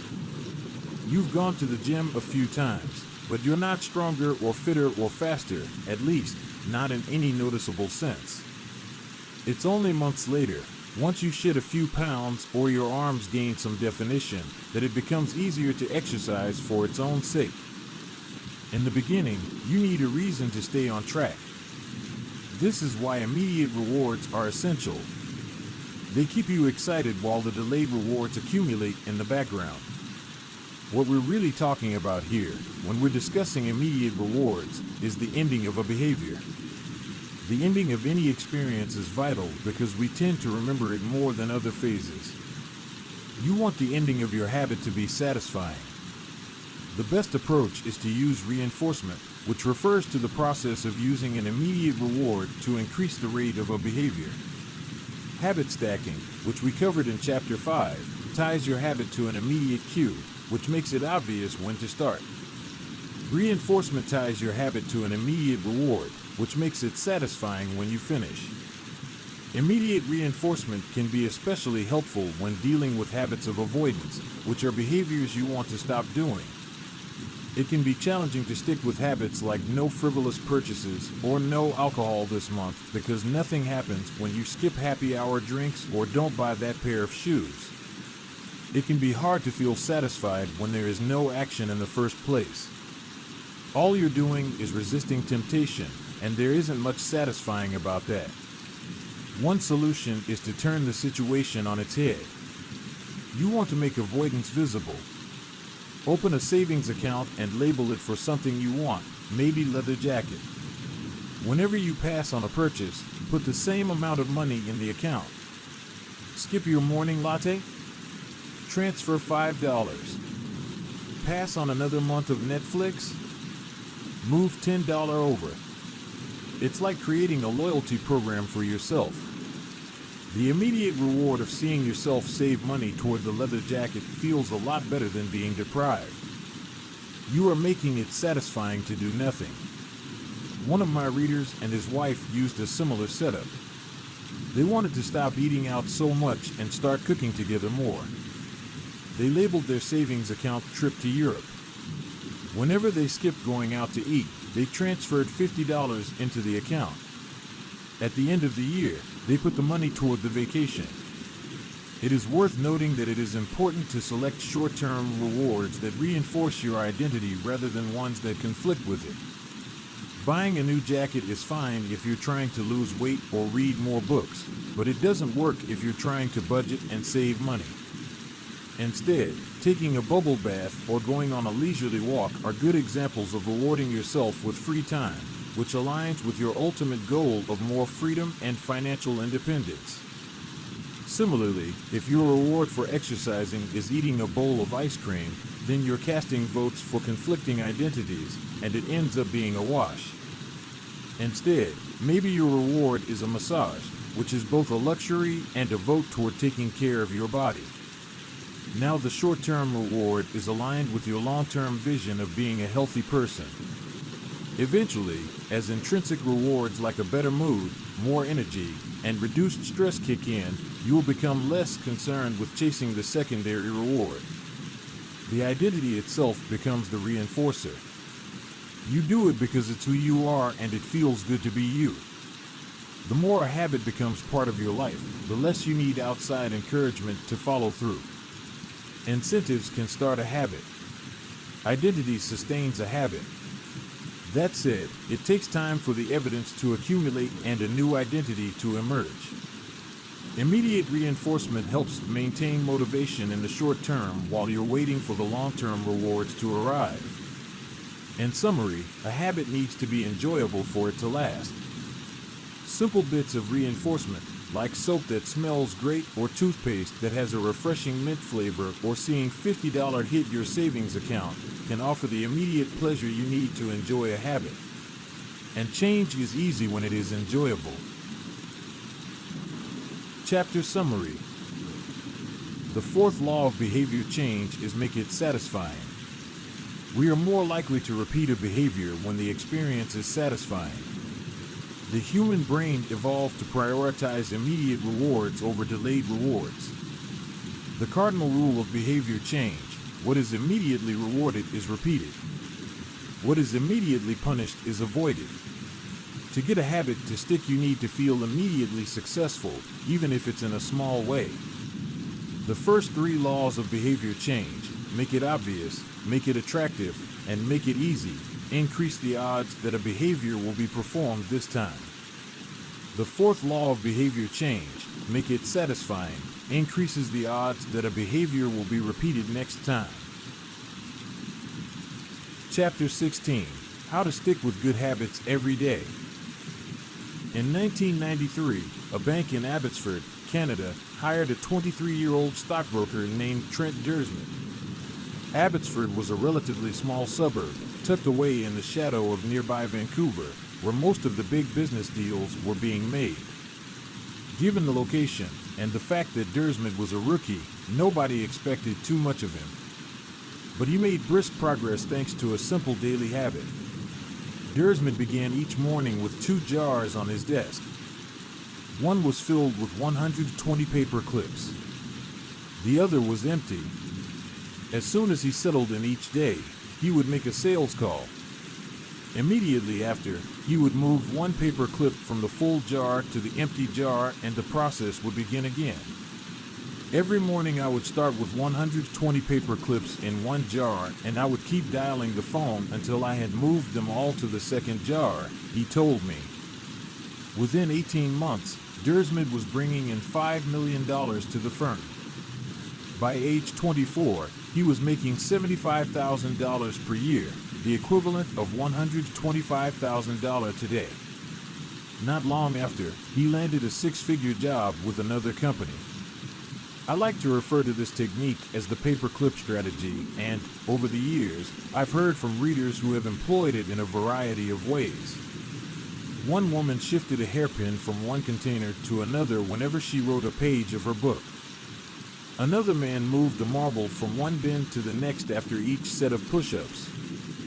Making progress is satisfying, and visual measures, like moving paper clips or hairpins or marbles, provide clear evidence of your progress. As a result, they reinforce your behavior and add a little bit of immediate satisfaction to any activity. Visual measurement comes in many forms: food journals, workout logs, loyalty punch cards, the progress bar on a software download, even the page numbers in a book. But perhaps the best way to measure your progress is with a habit tracker. How to keep your habits on track. A habit tracker is a simple way to measure whether you did a habit. The most basic format is to get a calendar and cross off each day you stick with your routine. For example, if you meditate on Monday, Wednesday, and Friday, each of those dates gets an X.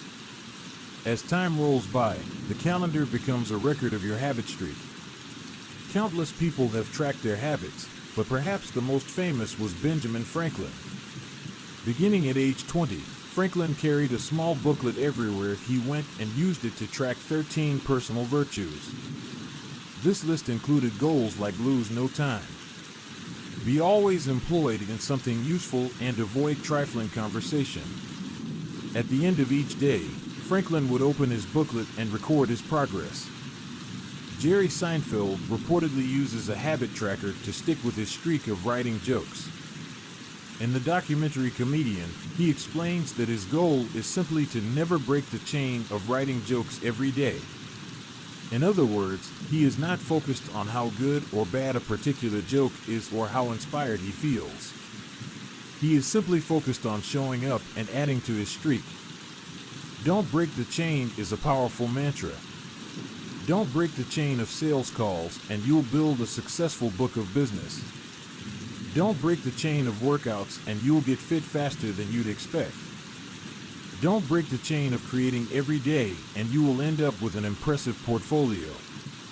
Habit tracking is powerful because it leverages multiple laws of behavior change. It simultaneously makes a behavior obvious, attractive, and satisfying. Let's break down each one. Benefit number 1, habit tracking is obvious. Recording your last action creates a trigger that can initiate your next one. Habit tracking naturally builds a series of visual cues like the streak of X's on your calendar or the list of meals in your food log. When you look at the calendar and see your streak, you'll be reminded to act again. Research has shown that people who track their progress on goals like losing weight, quitting smoking, and lowering blood pressure are all more likely to improve than those who don't. One study of more than 1,600 people found that those who kept a daily food log lost twice as much weight as those who did not. The mere act of tracking a behavior can spark the urge to change it. Habit tracking also keeps you honest. Most of us have a distorted view of our own behavior. We think we act better than we do. Measurement offers one way to overcome our blindness to our own behavior and notice what's really going on each day. One glance at the paper clips in the container and you immediately know how much work you have, or haven't, been putting in. When the evidence is right in front of you, you are less likely to lie to yourself. Benefit number 2, habit tracking is attractive. The most effective form of motivation is progress. When we get a signal that we are moving forward, we become more motivated to continue down that path. In this way, habit tracking can have an addictive effect on motivation. Each small win feeds your desire. This can be particularly powerful on a bad day. When you're feeling down, it's easy to forget about all the progress you have already made. Habit tracking provides visual proof of your hard work, a subtle reminder of how far you've come. Plus, the empty square you see each morning can motivate you to get started because you don't want to lose your progress by breaking the streak. Benefit number 3, habit tracking is satisfying. This is the most crucial benefit of all. Tracking can become its own form of reward. It is satisfying to cross an item off your to-do list, to complete an entry in your workout log, or to mark an X on the calendar. It feels good to watch your results grow, the size of your investment portfolio, the length of your book manuscript, and if it feels good, then you're more likely to endure. Habit tracking also helps keep your eye on the ball. You're focused on the process rather than the result. You're not fixated on getting six-pack abs. You're just trying to keep the streak alive and become the type of person who doesn't miss workouts.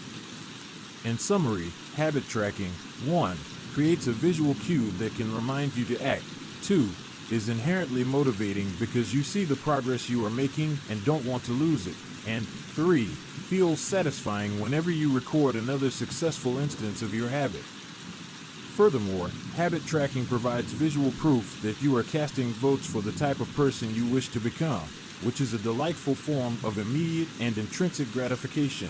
Asterisk, you may be wondering, if habit tracking is so useful, why have I waited so long to talk about it?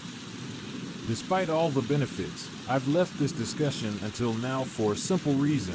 Many people resist the idea of tracking and measuring.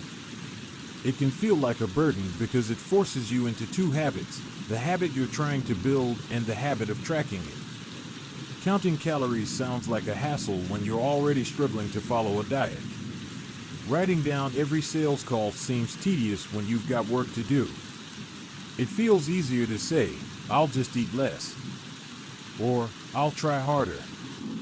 Or, I'll remember to do it. People inevitably tell me things like, I have a decision journal, but I wish I used it more. Or, I recorded my workouts for a week, but then quit. I've been there myself. I once made a food log to track my calories. I managed to do it for one meal and then gave up. Tracking isn't for everyone, and there is no need to measure your entire life. But nearly anyone can benefit from it in some form, even if it's only temporary. What can we do to make tracking easier? First, whenever possible, measurement should be automated. You'll probably be surprised by how much you're already tracking without knowing it. Your credit card statement tracks how often you go out to eat. Your Fitbit registers how many steps you take and how long you sleep. Your calendar records how many new places you travel to each year. Once you know where to get the data, add a note to your calendar to review it each week or each month, which is more practical than tracking it every day. Second, manual tracking should be limited to your most important habits. It is better to consistently track one habit than to sporadically track 10. Finally, record each measurement immediately after the habit occurs. The completion of the behavior is the cue to write it down. This approach allows you to combine the habit stacking method mentioned in Chapter 5 with habit tracking. The habit stacking plus habit tracking formula is, after current habit, I will track my habit. After I hang up the phone from a sales call, I will move one paper clip over.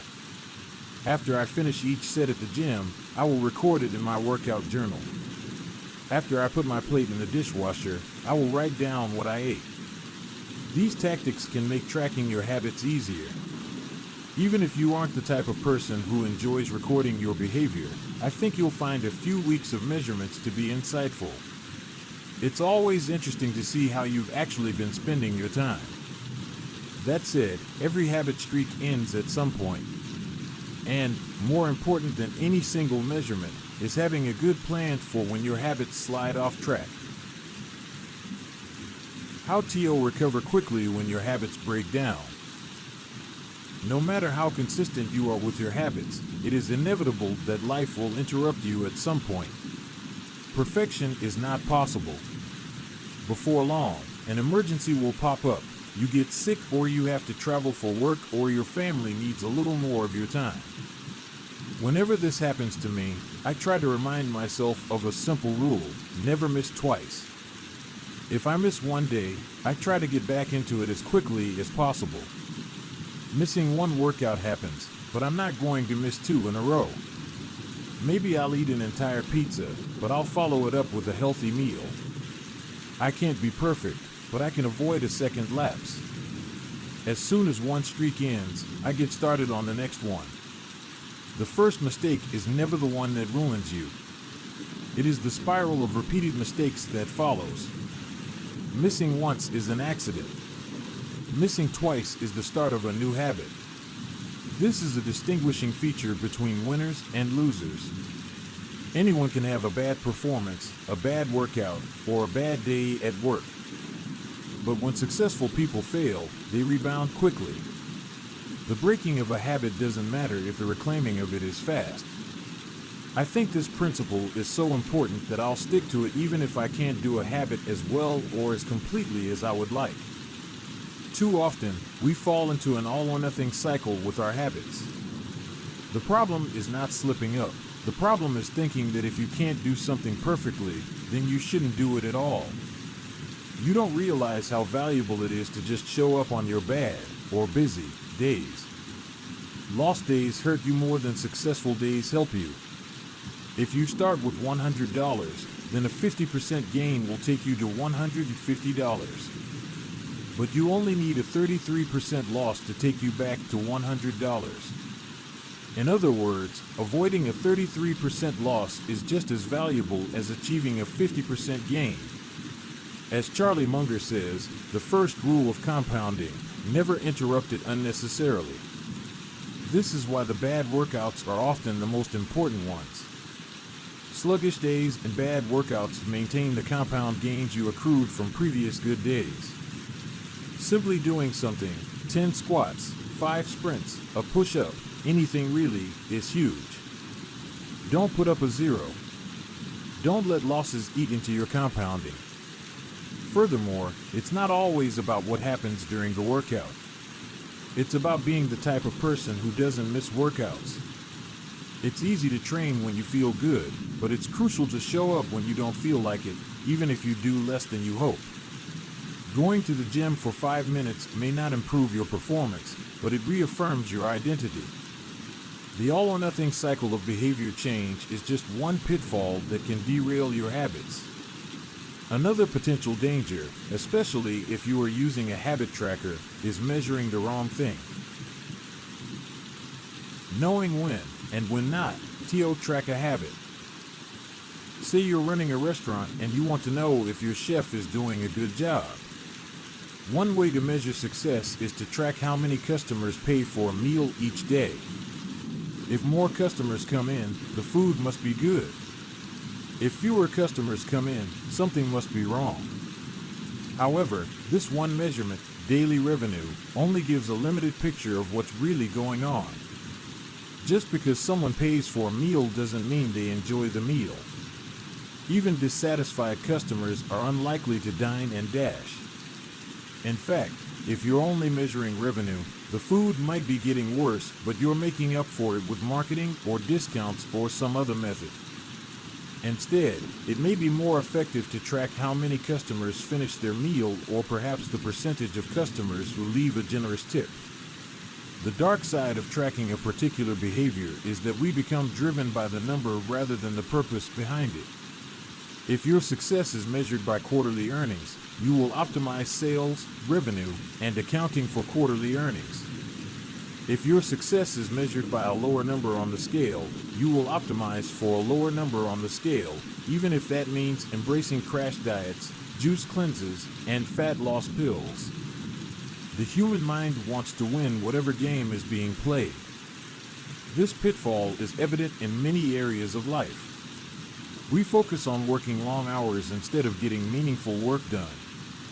We care more about getting 10,000 steps than we do about being healthy. We teach for standardized tests instead of emphasizing learning, curiosity, and critical thinking. In short, we optimize for what we measure. When we choose the wrong measurement, we get the wrong behavior. This is sometimes referred to as Goodhart's Law. Named after the economist Charles Goodhart, the principle states, when a measure becomes a target, it ceases to be a good measure. Measurement is only useful when it guides you and adds context to a larger picture, not when it consumes you. Each number is simply one piece of feedback in the overall system. In our data-driven world, we tend to overvalue numbers and undervalue anything ephemeral, soft, and difficult to quantify. We mistakenly think the factors we can measure are the only factors that exist. But just because you can measure something doesn't mean it's the most important thing. And just because you can't measure something doesn't mean it's not important at all. All of this to say, it's crucial to keep habit tracking in its proper place. It can feel satisfying to record a habit and track your progress, but the measurement is not the only thing that matters. Furthermore, there are many ways to measure progress, and sometimes it helps to shift your focus to something entirely different. This is why non-scale victories can be effective for weight loss.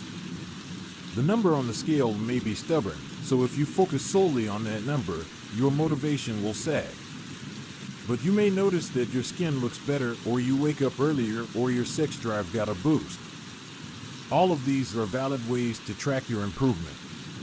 If you're not feeling motivated by the number on the scale, perhaps it's time to focus on a different measurement, one that gives you more signals of progress. No matter how you measure your improvement, habit tracking offers a simple way to make your habits more satisfying. Each measurement provides a little bit of evidence that you're moving in the right direction and a brief moment of immediate pleasure for a job well done. Chapter Summary. One of the most satisfying feelings is the feeling of making progress. A habit tracker is a simple way to measure whether you did a habit, like marking an X on a calendar. Habit trackers and other visual forms of measurement can make your habits satisfying by providing clear evidence of your progress. Don't break the chain. Try to keep your habit streak alive. Never miss twice. If you miss one day, try to get back on track as quickly as possible. Just because you can measure something doesn't mean it's the most important thing.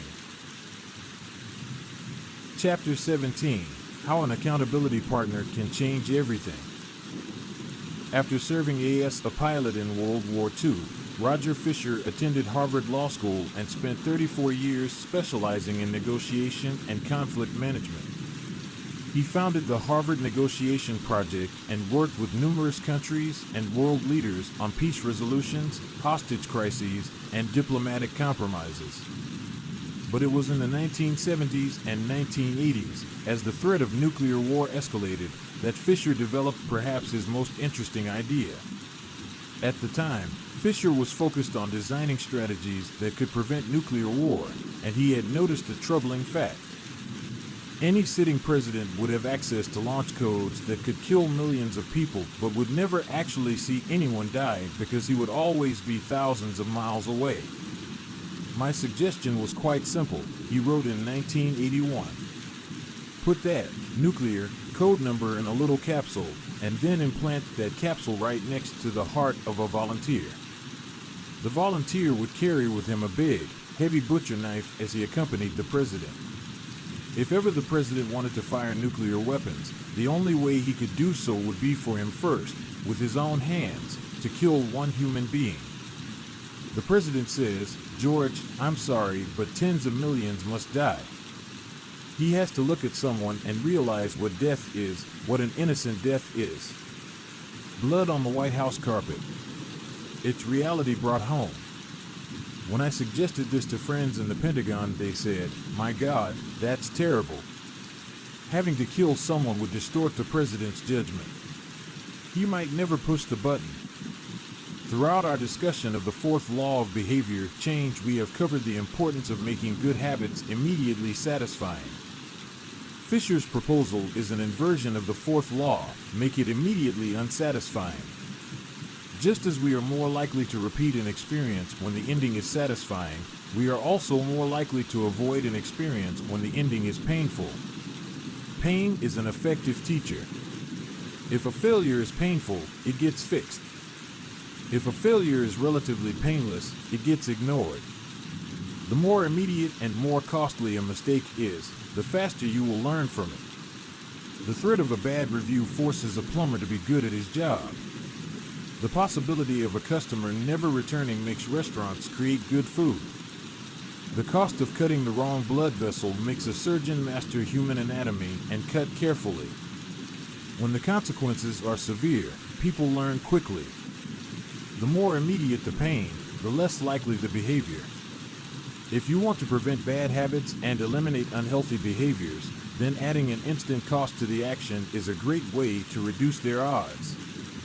We repeat bad habits because they serve us in some way, and that makes them hard to abandon. The best way I know to overcome this predicament is to increase the speed of the punishment associated with the behavior. There can't be a gap between the action and the consequences. As soon as actions incur an immediate consequence, behavior begins to change.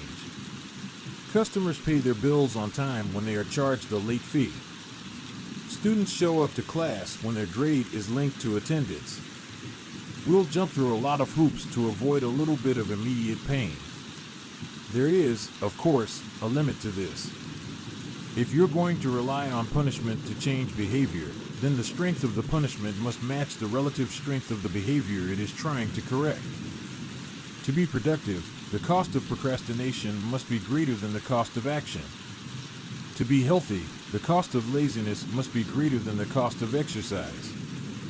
Getting fined for smoking in a restaurant or failing to recycle adds consequence to an action.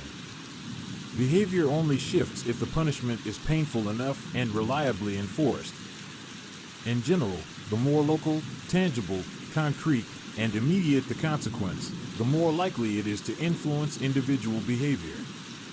The more global, intangible, vague, and delayed the consequence, the less likely it is to influence individual behavior.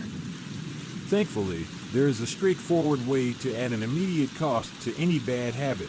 Create a habit contract. The habit contract. The first seatbelt law was passed in New York on December 1st, 1984.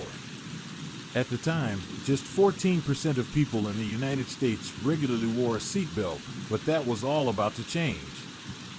Within 5 years, over half of the nation had seatbelt laws. Today, wearing a seatbelt is enforceable by law in 49 of the 50 states. And it's not just the legislation. The number of people wearing seatbelts has changed dramatically as well. In 2016, over 88% of Americans buckled up each time they got in a car. In just over 30 years, there was a complete reversal in the habits of millions of people. Laws and regulations are an example of how government can change our habits by creating a social contract. As a society, we collectively agree to abide by certain rules and then enforce them as a group.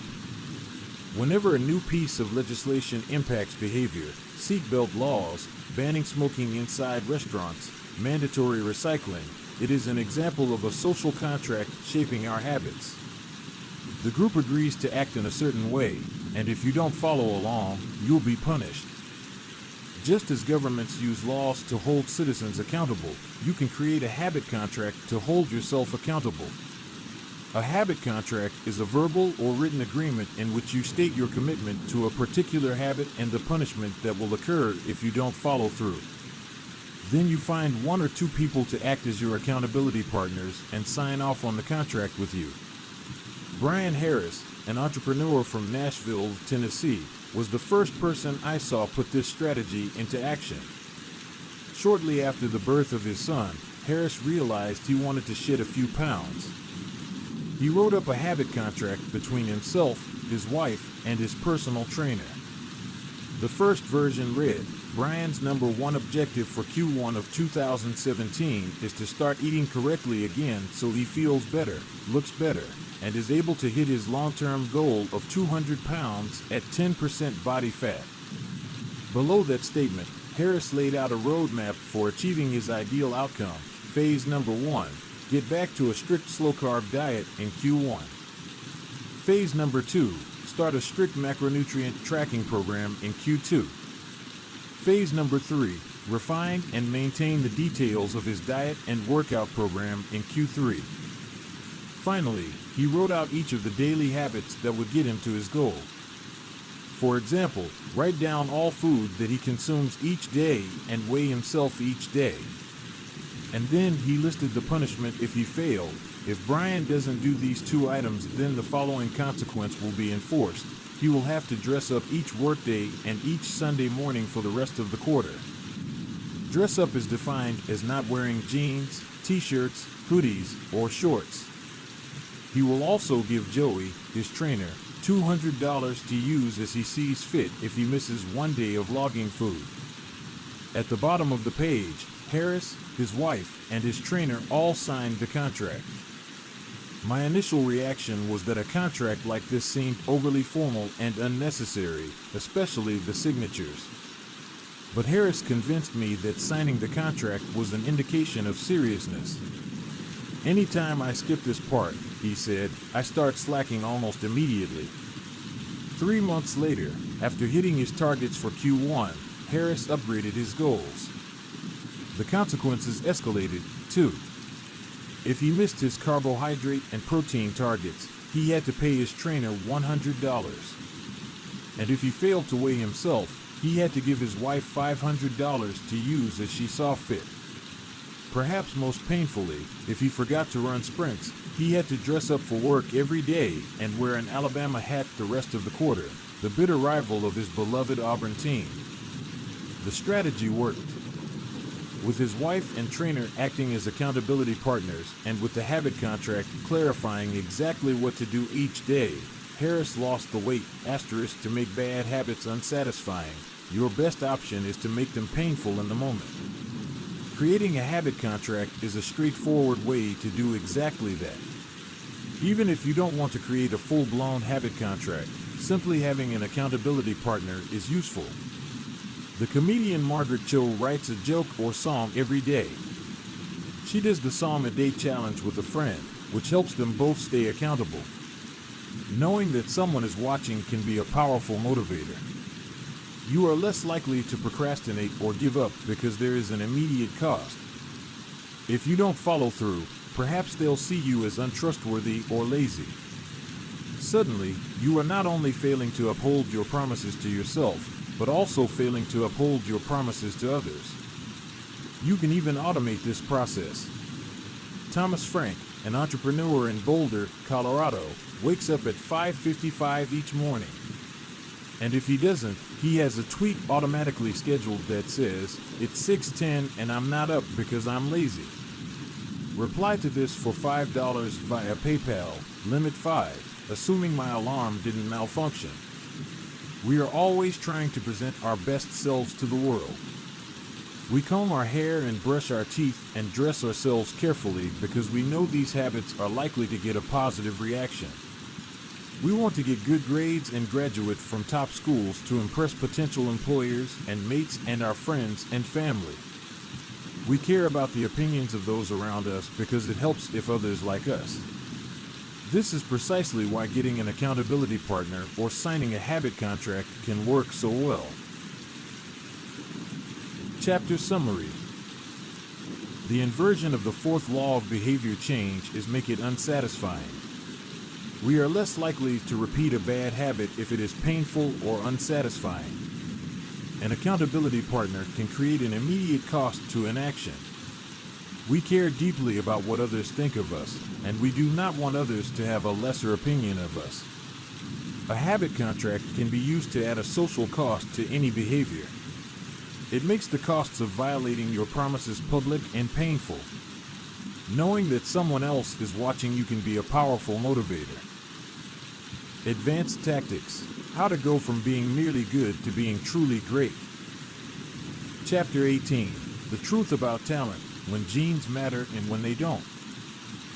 Many people are familiar with Michael Phelps, who is widely considered to be one of the greatest athletes in history. Phelps has won more Olympic medals not only than any swimmer, but also more than any Olympian in any sport. Fewer people know the name Hisham El Ghouri, but he was a fantastic athlete in his own right. El Guru is a Moroccan runner who holds 2 Olympic gold medals and is one of the greatest middle distance runners of all time. For many years, he held the world record in the mile, 1,500 meter, and 2,000 meter races. At the Olympic Games in Athens, Greece, in 2004, he won gold in the 1,500 meter and 5,000 meter races. These 2 athletes are wildly different in many ways. For starters, one competed on land and the other in water. But most notably, they differ significantly in height. El Guru is 5 feet, 9 inches tall. Phelps is 6 feet, 4 inches tall. Despite this 7-inch difference in height, the 2 men are identical in one respect. Michael Phelps and Hisham El Guru were the same length inseam on their pants. How is this possible? Phelps has relatively short legs for his height and a very long torso, the perfect build for swimming. El Guru has incredibly long legs and a short upper body, an ideal frame for distance running. Now, imagine if these world-class athletes were to switch sports. Given his remarkable athleticism, could Michael Phelps become an Olympic-caliber distance runner with enough training? It's unlikely. At peak fitness, Phelps weighed 194 pounds, which is 40% heavier than El Guru, who competed at an ultralight 138 pounds. Taller runners are heavier runners, and every extra pound is a curse when it comes to distance running. Against elite competition, Phelps would be doomed from the start. Similarly, El Guru might be one of the best runners in history, but it's doubtful he would ever qualify for the Olympics as a swimmer. Since 1976, the average height of Olympic gold medalists in the men's 1,500 meter run is 5 feet, 10 inches. In comparison, the average height of Olympic gold medalists in the men's 100 meter freestyle swim is 6 feet, 4 inches. Swimmers tend to be tall and have long backs and arms, which are ideal for pulling through the water. El Guru would be at a severe disadvantage before he ever touched the pool. The secret to maximizing your odds of success is to choose the right field of competition. This is just as true with habit change as it is with sports and business. Habits are easier to perform and more satisfying to stick with when they align with your natural inclinations and abilities. Like Michael Phelps in the pool or Hisham El Guru on the track, you want to play a game where the odds are in your favor. Embracing this strategy requires the acceptance of the simple truth that people are born with different abilities. Some people don't like to discuss this fact. On the surface, your genes seem to be fixed, and it's no fun to talk about things you cannot control. Plus, phrases like biological determinism makes it sound like certain individuals are destined for success and others doomed to failure. But this is a short-sighted view of the influence of genes on behavior. The strength of genetics is also their weakness. Genes cannot be easily changed, which means they provide a powerful advantage in favorable circumstances and a serious disadvantage in unfavorable circumstances. If you want to dunk a basketball, being 7 feet tall is very useful. If you want to perform a gymnastics routine, being 7 feet tall is a great hindrance. Our environment determines the suitability of our genes and the utility of our natural talents. When our environment changes, so do the qualities that determine success. This is true not just for physical characteristics, but for mental ones as well. I'm smart if you ask me about habits and human behavior, not so much when it comes to knitting, rocket propulsion, or guitar chords. Competence is highly dependent on context. The people at the top of any competitive field are not only well-trained, they are also well-suited to the task. And this is why, if you want to be truly great, selecting the right place to focus is crucial. In short, genes do not determine your destiny. They determine your areas of opportunity. As physician Gabor Mate notes, genes can predispose, but they don't predetermine. The areas where you are genetically predisposed to success are the areas where habits are more likely to be satisfying. The key is to direct your effort toward areas that both excite you and match your natural skills, to align your ambition with your ability. The obvious question is, how do I figure out where the odds are in my favor? How do I identify the opportunities and habits that are right for me? The first place we will look for an answer is by understanding your personality. How your personality influences your habits. Your genes are operating beneath the surface of every habit. Indeed, beneath the surface of every behavior. Genes have been shown to influence everything from the number of hours you spend watching television to your likelihood to marry or divorce to your tendency to get addicted to drugs, alcohol, or nicotine. There's a strong genetic component to how obedient or rebellious you are when facing authority, how vulnerable or resistant you are to stressful events, how proactive or reactive you tend to be, and even how captivated or bored you feel during sensory experiences like attending a concert.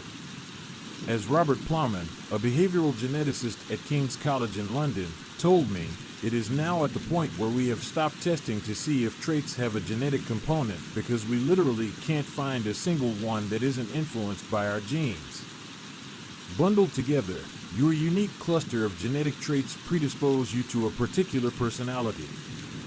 Your personality is the set of characteristics that is consistent from situation to situation.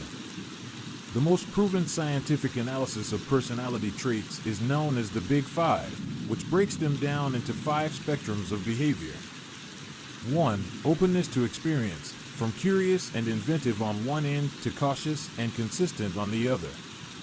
2. Conscientiousness, organized and efficient to easygoing and spontaneous. 3.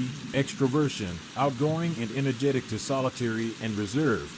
You likely know them as extroverts versus introverts. 4. Agreeableness, friendly and compassionate to challenging and detached. 5. Neuroticism, anxious and sensitive to confident, calm, and stable. All 5 characteristics have biological underpinnings. Extroversion, for instance, can be tracked from birth. If scientists play a loud noise in the nursing ward, some babies turn toward it while others turn away. When the researchers tracked these children through life, they found that the babies who turned toward the noise were more likely to grow up to be extroverts. Those who turned away were more likely to become introverts. People who are high in agreeableness are kind, considerate, and warm. They also tend to have higher natural oxytocin levels, a hormone that plays an important role in social bonding, increases feelings of trust, and can act as a natural antidepressant. You can easily imagine how someone with more oxytocin might be inclined to build habits like writing thank you notes or organizing social events. As a third example, consider neuroticism, which is a personality trait all people possess to various degrees. People who are high in neuroticism tend to be anxious and worry more than others. This trait has been linked to hypersensitivity of the amygdala, the portion of the brain responsible for noticing threats. In other words, people who are more sensitive to negative cues in their environment are more likely to score high in neuroticism. Our habits are not solely determined by our personalities, but there is no doubt that our genes nudge us in a certain direction. Our deeply rooted preferences make certain behaviors easier for some people than for others. You don't have to apologize for these differences or feel guilty about them, but you do have to work with them.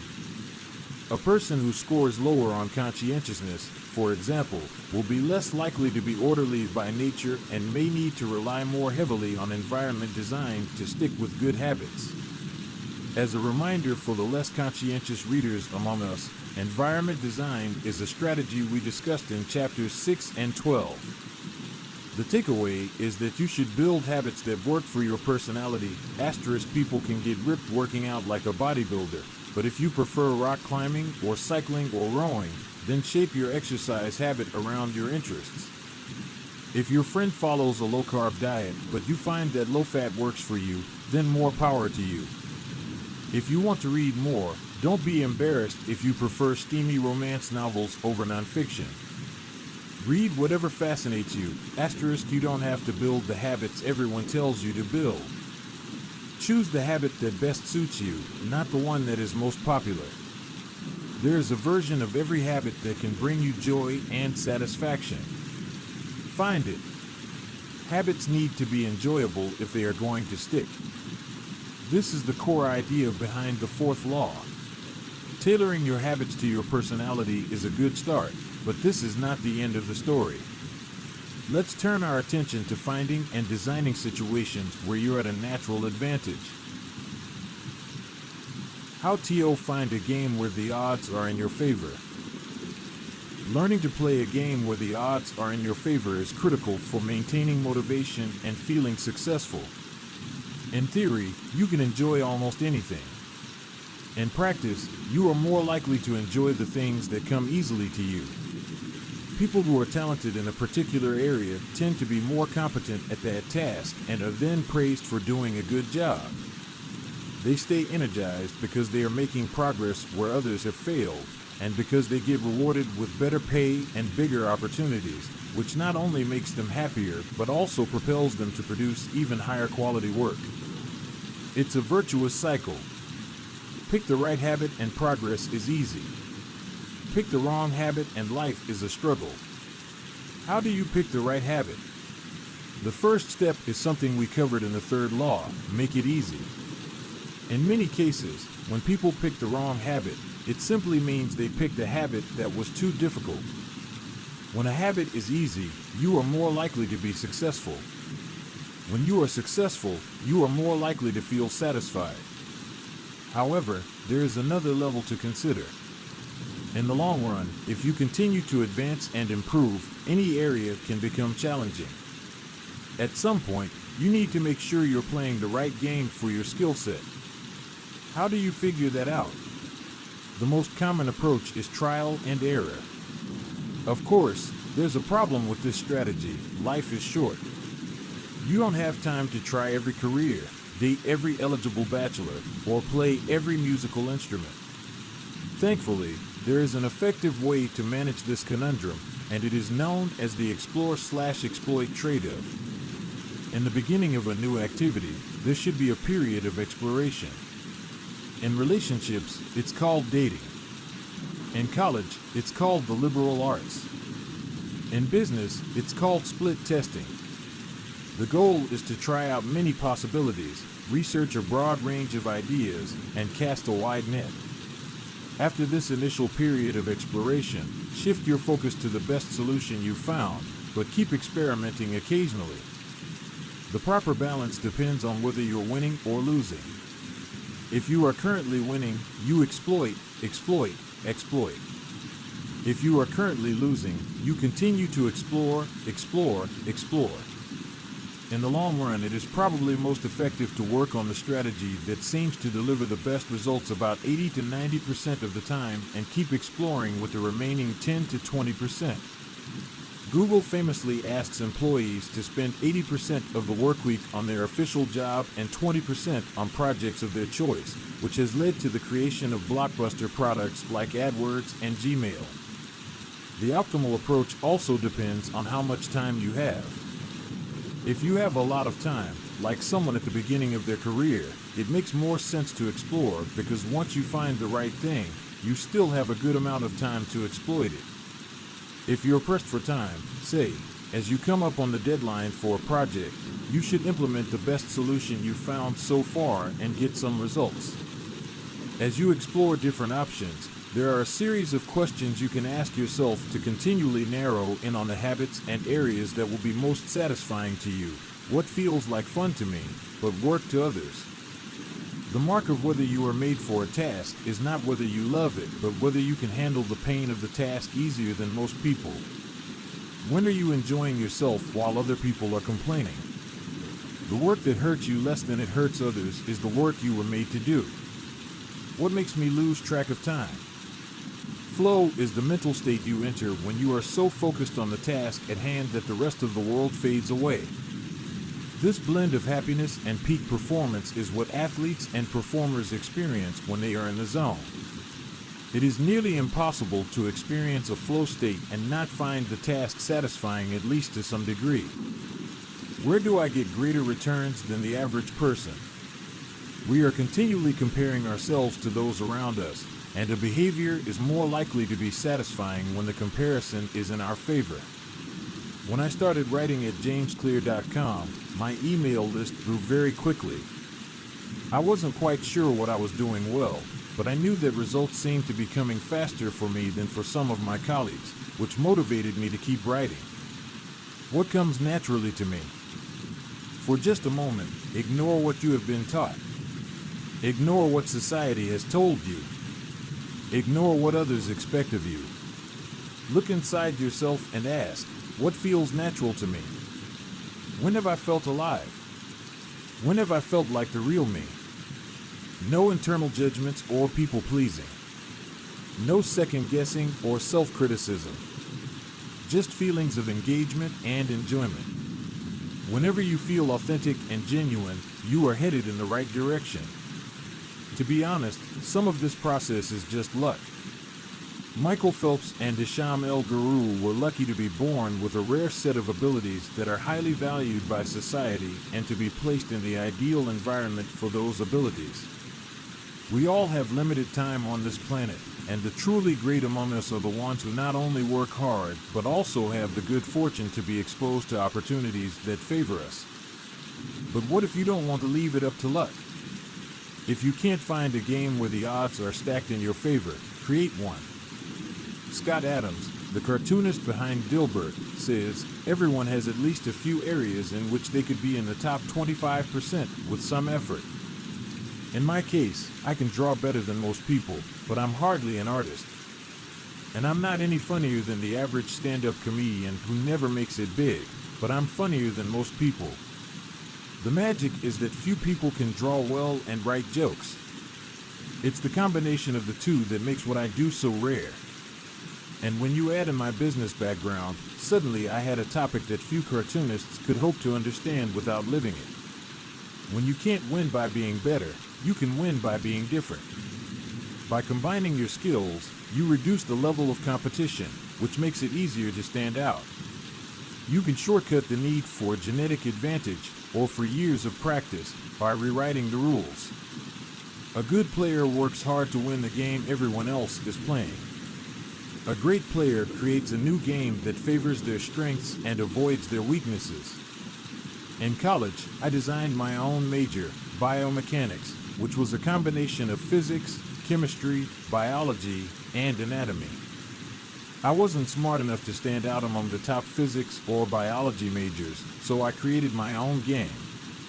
And because it suited me, I was only taking the courses I was interested in. Studying felt like less of a chore. It was also easier to avoid the trap of comparing myself to everyone else.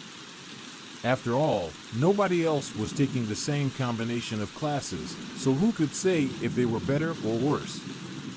Specialization is a powerful way to overcome the accident of bad genetics. The more you master a specific skill, the harder it becomes for others to compete with you. Many bodybuilders are stronger than the average arm wrestler, but even a massive bodybuilder may lose at arm wrestling because the arm wrestling champ has very specific strength. Even if you're not the most naturally gifted, you can often win by being the best in a very narrow category. Boiling water will soften a potato but harden an egg. You can't control whether you're a potato or an egg, but you can decide to play a game where it's better to be hard or soft. If you can find a more favorable environment, you can transform the situation from one where the odds are against you to one where they are in your favor. How to get the most out of your genes? Our genes do not eliminate the need for hard work. They clarify it. They tell us what to work hard on. Once we realize our strengths, we know where to spend our time and energy. We know which types of opportunities to look for and which types of challenges to avoid. The better we understand our nature, the better our strategy can be. Biological differences matter. Even so, it's more productive to focus on whether you are fulfilling your own potential than comparing yourself to someone else. The fact that you have a natural limit to any specific ability has nothing to do with whether you are reaching the ceiling of your capabilities. People get so caught up in the fact that they have limits that they rarely exert the effort required to get close to them. Furthermore, genes can't make you successful if you're not doing the work. Yes, it's possible that the ripped trainer at the gym has better genes, but if you haven't put in the same reps, it's impossible to say if you have been dealt a better or worse genetic hand. Until you work as hard as those you admire, don't explain away their success as luck. In summary, one of the best ways to ensure your habits remain satisfying over the long run is to pick behaviors that align with your personality and skills. Work hard on the things that come easy. Chapter Summary. The secret to maximizing your odds of success is to choose the right field of competition. Pick the right habit and progress is easy. Pick the wrong habit and life is a struggle. Genes cannot be easily changed, which means they provide a powerful advantage in favorable circumstances and a serious disadvantage in unfavorable circumstances. Habits are easier when they align with your natural abilities. Choose the habits that best suit you. Play a game that favors your strengths. If you can't find a game that favors you, create one. Genes do not eliminate the need for hard work. They clarify it. They tell us what to work hard on. Chapter 19. The Goldilocks Rule: How to Stay Motivated in Life and Work. In 1955, Disneyland had just opened in Anaheim, California, when a 10-year-old boy walked in and asked for a job. Labor laws were loose back then, and the boy managed to land a position selling guidebooks for 50 cents apiece. Within a year, he had transitioned to Disney's Magic Shop, where he learned tricks from the older employees. He experimented with jokes and tried out simple routines on visitors. Soon he discovered that what he loved was not performing magic, but performing in general. He set his sights on becoming a comedian. Beginning in his teenage years, he started performing in little clubs around Los Angeles. The crowds were small and his act was short. He was rarely on stage for more than 5 minutes. Most of the people in the crowd were too busy drinking or talking with friends to pay attention. One night, he literally delivered his stand-up routine to an empty club.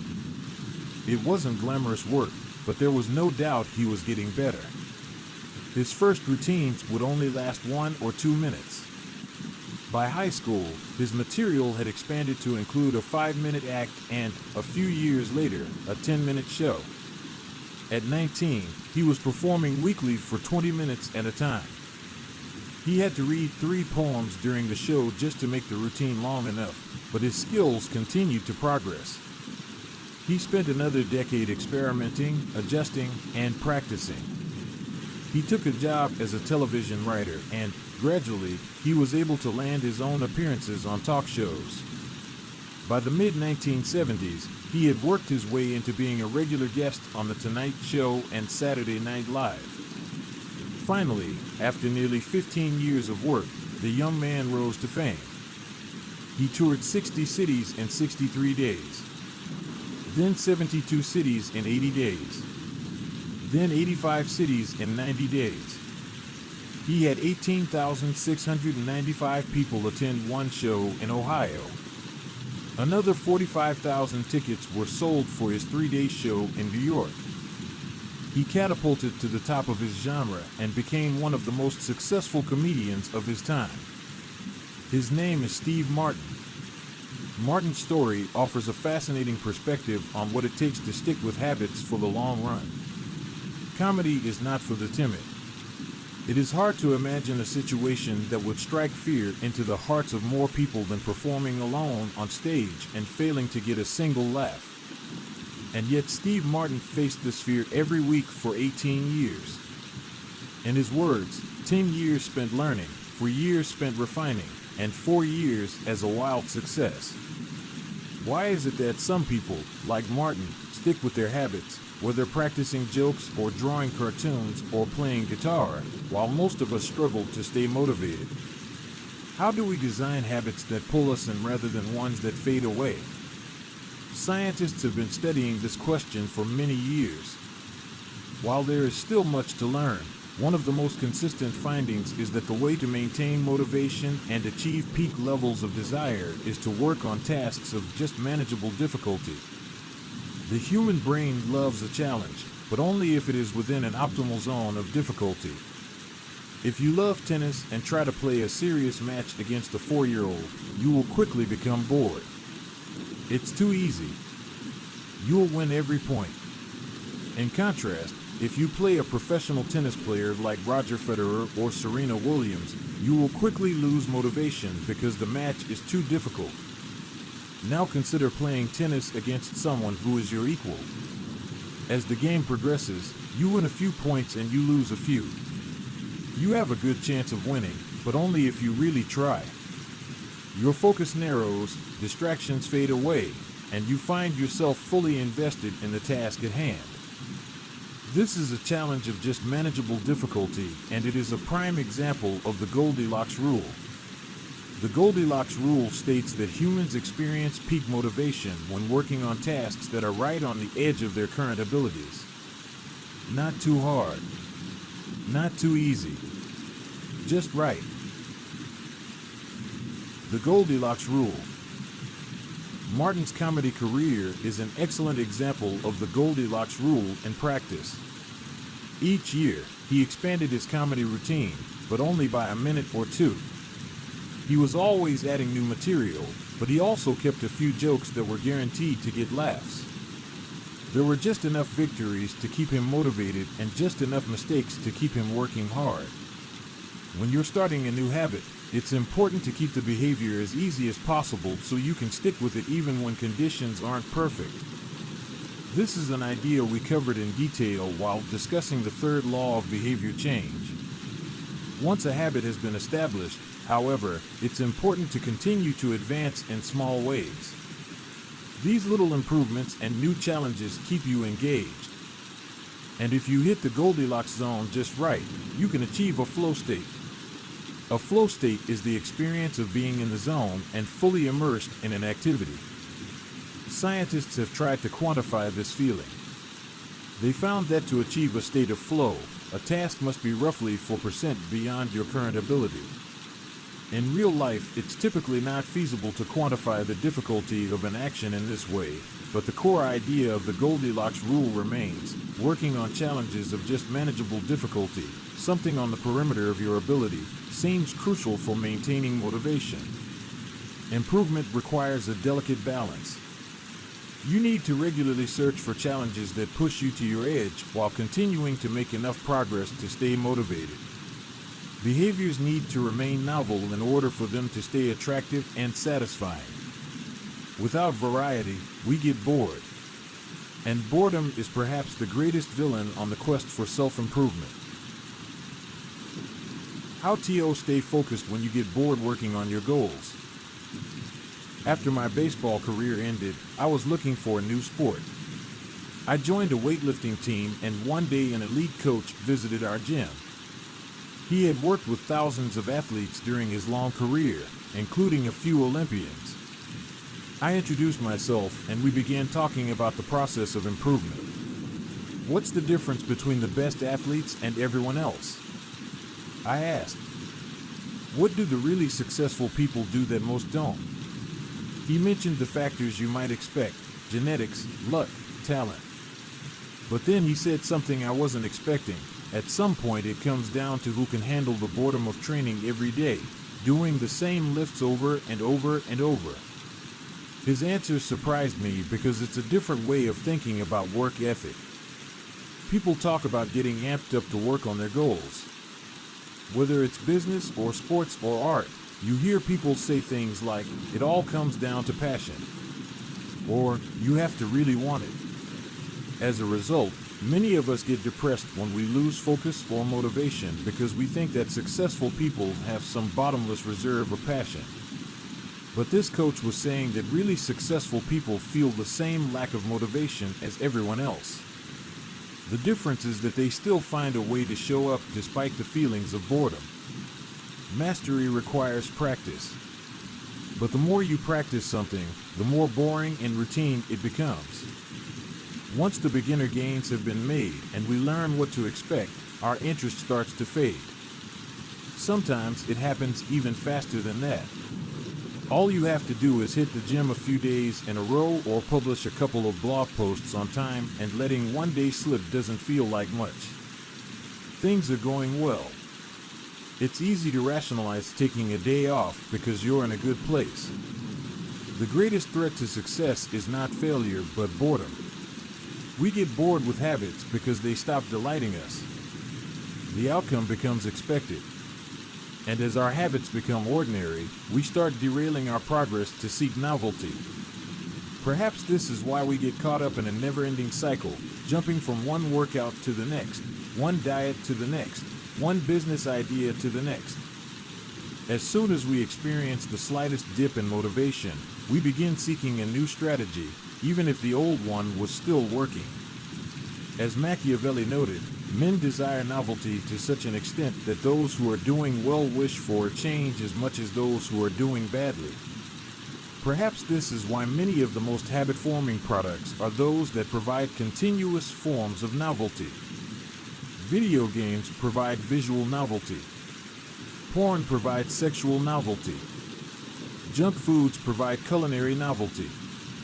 Each of these experiences offer continual elements of surprise. In psychology, this is known as a variable reward. Asterisk slot machines are the most common real-world example. A gambler hits the jackpot every now and then, but not at any predictable interval. The pace of rewards varies.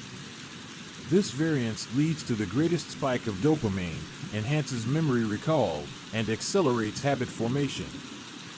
Variable rewards won't create a craving.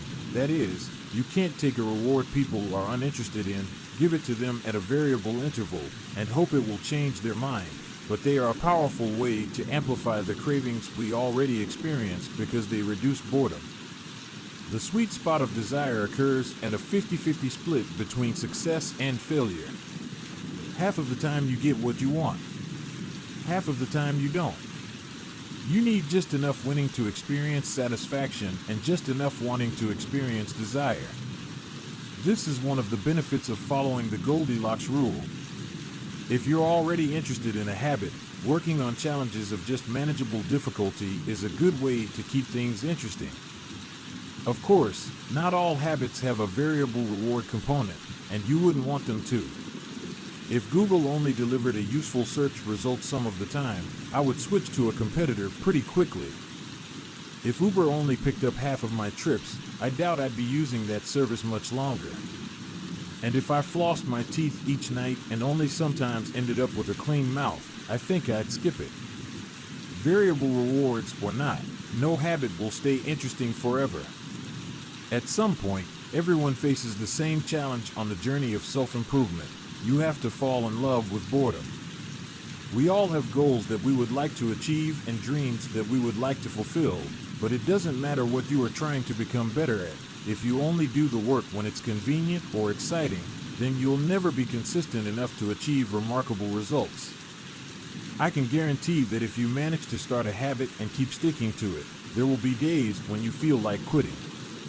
When you start a business, there will be days when you don't feel like showing up. When you're at the gym, there will be sets that you don't feel like finishing. When it's time to write, there will be days that you don't feel like typing. But stepping up when it's annoying or painful or draining to do so, that's what makes the difference between a professional and an amateur. Professionals stick to the schedule, amateurs let life get in the way. Professionals know what is important to them and work toward it with purpose. Amateurs get pulled off course by the urgencies of life. David Kane, an author and meditation teacher, encourages his students to avoid being fair-weather meditators. Similarly, you don't want to be a fair-weather athlete or a fair-weather writer or a fair-weather anything.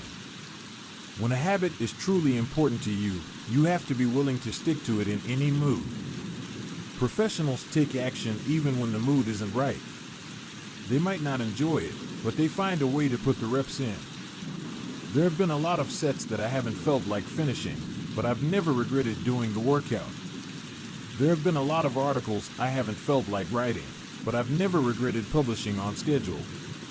There have been a lot of days I've felt like relaxing, but I've never regretted showing up and working on something that was important to me.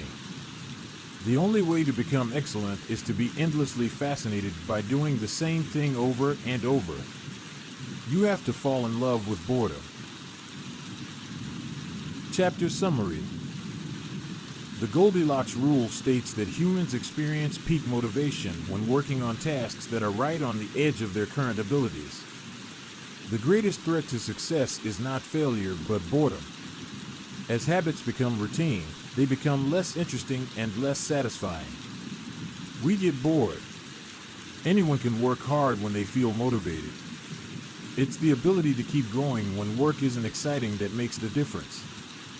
Professionals stick to the schedule, amateurs let life get in the way. Chapter 20. The downside of creating good habits. Habits create the foundation for mastery. In chess, it is only after the basic movements of the pieces have become automatic that a player can focus on the next level of the game. Each chunk of information that is memorized opens up the mental space for more effortful thinking. This is true for any endeavor. When you know the simple movements so well that you can perform them without thinking, you are free to pay attention to more advanced details. In this way, habits are the backbone of any pursuit of excellence.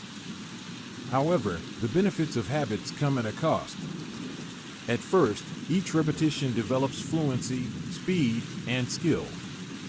But then, as a habit becomes automatic, you become less sensitive to feedback. You fall into mindless repetition. It becomes easier to let mistakes slide. When you can do it good enough on autopilot, you stop thinking about how to do it better. The upside of habits is that we can do things without thinking. The downside of habits is that you get used to doing things a certain way and stop paying attention to little errors. You assume you're getting better because you're gaining experience. In reality, you are merely reinforcing your current habits, not improving them. In fact, some research has shown that once a skill has been mastered, there is usually a slight decline in performance over time. Usually, this minor dip in performance is no cause for worry. You don't need a system to continuously improve how well you brush your teeth or tie your shoes or make your morning cup of tea. With habits like these, good enough is usually good enough. The less energy you spend on trivial choices, the more you can spend it on what really matters. However, when you want to maximize your potential and achieve elite levels of performance, you need a more nuanced approach. You can't repeat the same things blindly and expect to become exceptional. Habits are necessary, but not sufficient for mastery. What you need is a combination of automatic habits and deliberate practice. Habits plus deliberate practice equals mastery. To become great, certain skills do need to become automatic. Basketball players need to be able to dribble without thinking before they can move on to mastering layups with their non-dominant hand. Surgeons need to repeat the first incision so many times that they could do it with their eyes closed, so that they can focus on the hundreds of variables that arise during surgery. But after one habit has been mastered, you have to return to the effortful part of the work and begin building the next habit. Mastery is the process of narrowing your focus to a tiny element of success, repeating it until you have internalized the skill, and then using this new habit as the foundation to advance to the next frontier of your development. Old tasks become easier the second time around, but it doesn't get easier overall because now you're pouring your energy into the next challenge. Each habit unlocks the next level of performance. It's an endless cycle. Mastering one habit. Although habits are powerful, what you need is a way to remain conscious of your performance over time, so you can continue to refine and improve. It is precisely at the moment when you begin to feel like you have mastered a skill, right when things are starting to feel automatic and you are becoming comfortable, that you must avoid slipping into the trap of complacency. The solution? Establish a system for reflection and review. How to review your habits and make adjustments. In 1986, the Los Angeles Lakers had one of the most talented basketball teams ever assembled, but they are rarely remembered that way. The team started the 1985 to 1986 NBA season with an astounding 29-5 record. The pundits were saying that we might be the best team in the history of basketball, head coach Pat Riley said after the season. Surprisingly, the Lakers stumbled in the 1986 playoffs and suffered a season-ending defeat in the Western Conference Finals. The best team in the history of basketball didn't even play for the NBA championship. After that blow, Riley was tired of hearing about how much talent his players had and about how much promise his team held. He didn't want to see flashes of brilliance followed by a gradual fade in performance. He wanted the Lakers to play up to their potential night after night. In the summer of 1986, he created a plan to do exactly that, a system that he called the Career Best Effort Program, or CBE. When players first joined the Lakers, Riley explained, we track their basketball statistics all the way back to high school. I call this taking their number. We look for an accurate gauge of what a player can do, then build him into our plan for the team, based on the notion that he will maintain and then improve upon his averages. After determining a player's baseline level of performance, Riley added a key step. He asked each player to improve their output by at least 1% over the course of the season. If they succeeded, it would be a CBE, or Career Best Effort. Similar to the British cycling team that we discussed in Chapter 1, the Lakers sought peak performance by getting slightly better each day.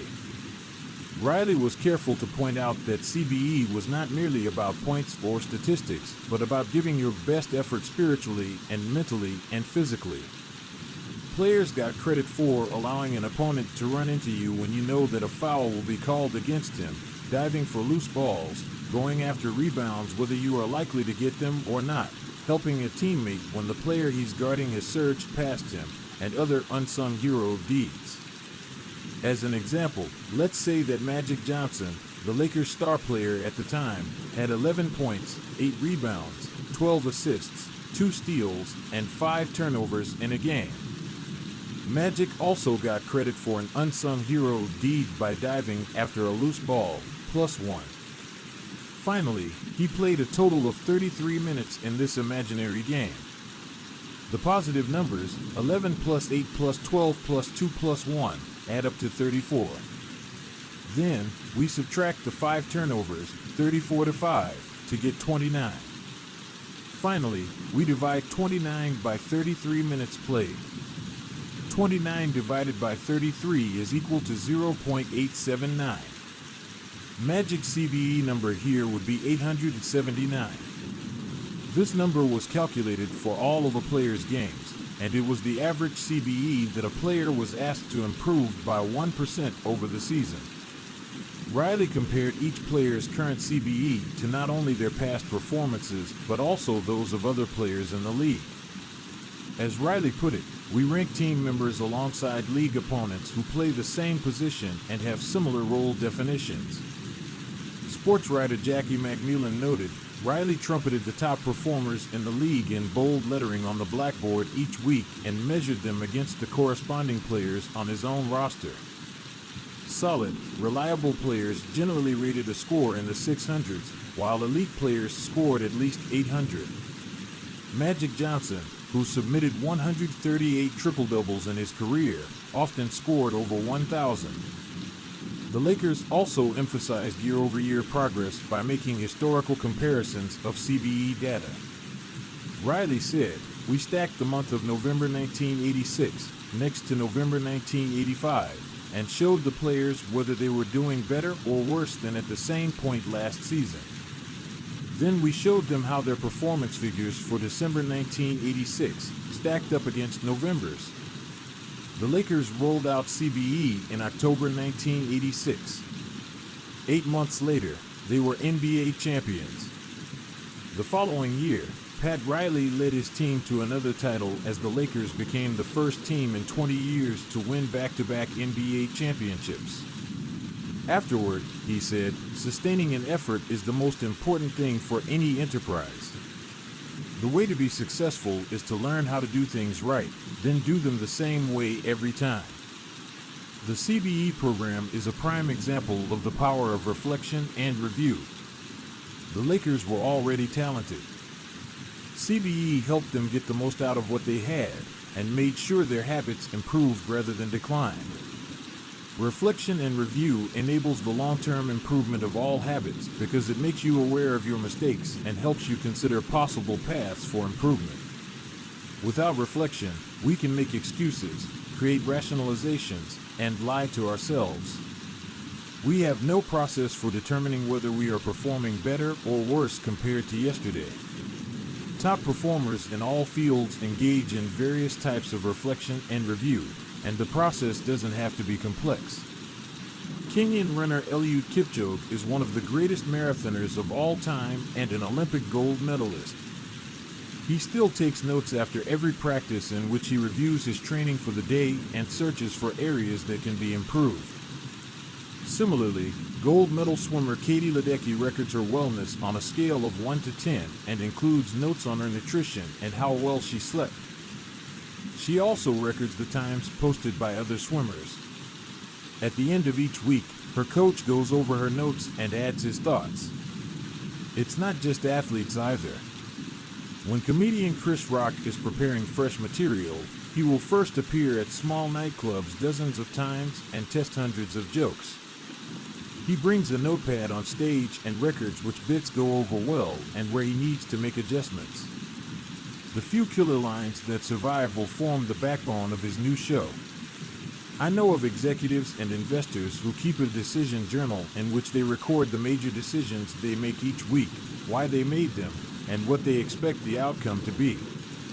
They review their choices at the end of each month or year to see where they were correct and where they went wrong. Asterisk improvement is not just about learning habits, it's also about fine-tuning them. Reflection and review ensures that you spend your time on the right things and make course corrections whenever necessary, like Pat Riley adjusting the effort of his players on a nightly basis. You don't want to keep practicing a habit if it becomes ineffective. Personally, I employ two primary modes of reflection and review. Each December, I perform an annual review in which I reflect on the previous year. I tally my habits for the year by counting up how many articles I published, how many workouts I put in, how many new places I visited, and more. Asterisk then, I reflect on my progress, or lack thereof, by answering 3 questions. 1.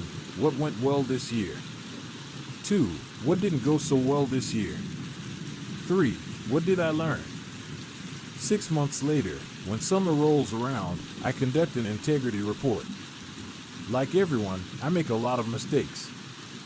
My integrity report helps me realize where I went wrong and motivates me to get back on course.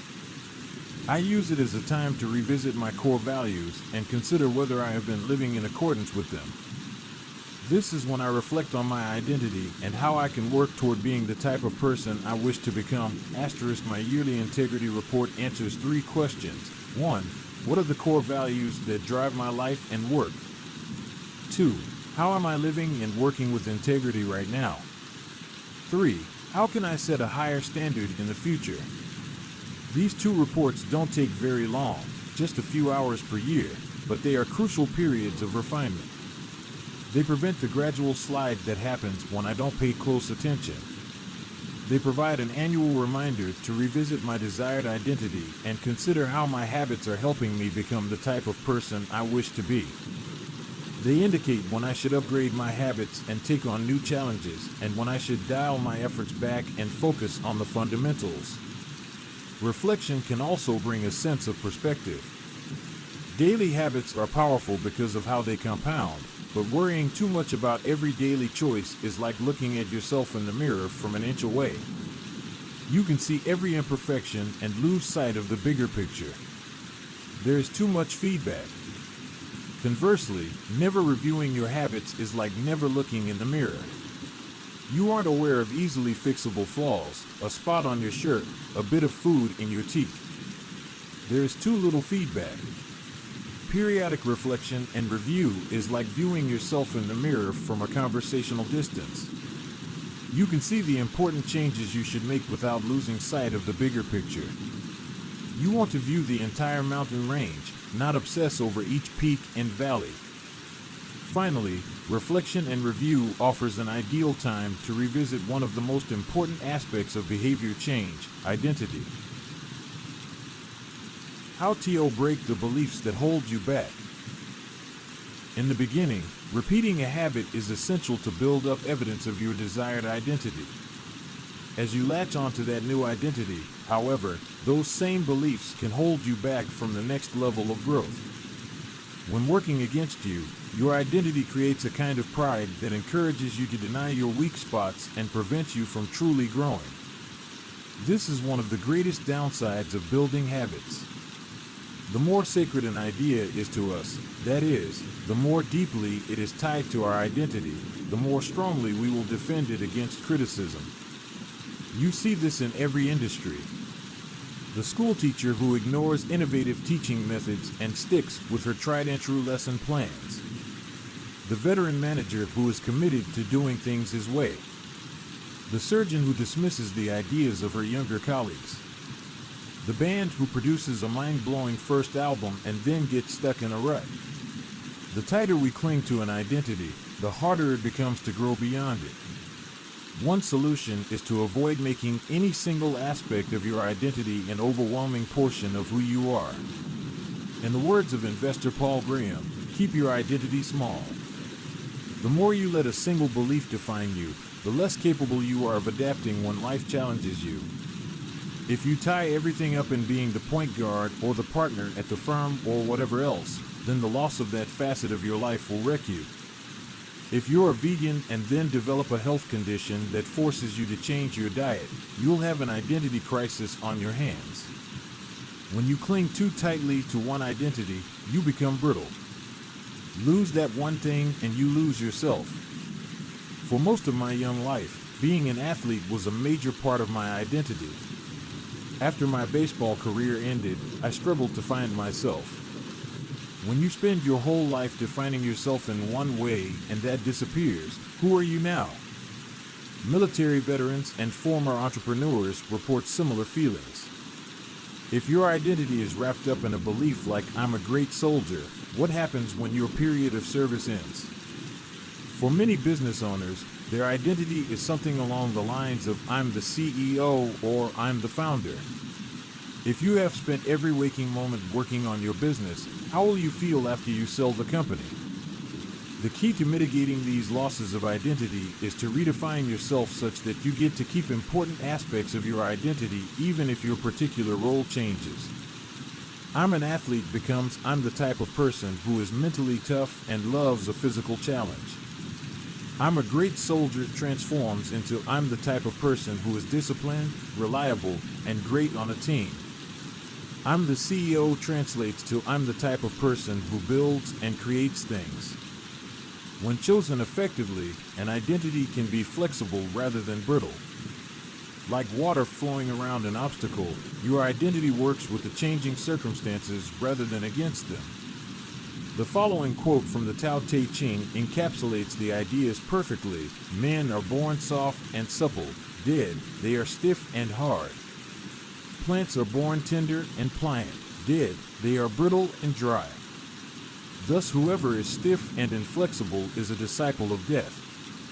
Whoever is soft and yielding is a disciple of life. The hard and stiff will be broken. The soft and supple will prevail. Lao Tzu. Habits deliver numerous benefits, but the downside is that they can lock us into our previous patterns of thinking and acting, even when the world is shifting around us. Everything is impermanent. Life is constantly changing, so you need to periodically check in to see if your old habits and beliefs are still serving you. A lack of self-awareness is poison. Reflection and review is the antidote. Chapter summary. The upside of habits is that we can do things without thinking. The downside is that we stop paying attention to little errors. Habits plus deliberate practice equals mastery. Reflection and review is a process that allows you to remain conscious of your performance over time. The tighter we cling to an identity, the harder it becomes to grow beyond it. Conclusion. The secret to results that last here is an ancient Greek parable known as the Sorite's paradox, which talks about the effect one small action can have when repeated enough times. One formulation of the paradox goes as follows: can one coin make a person rich?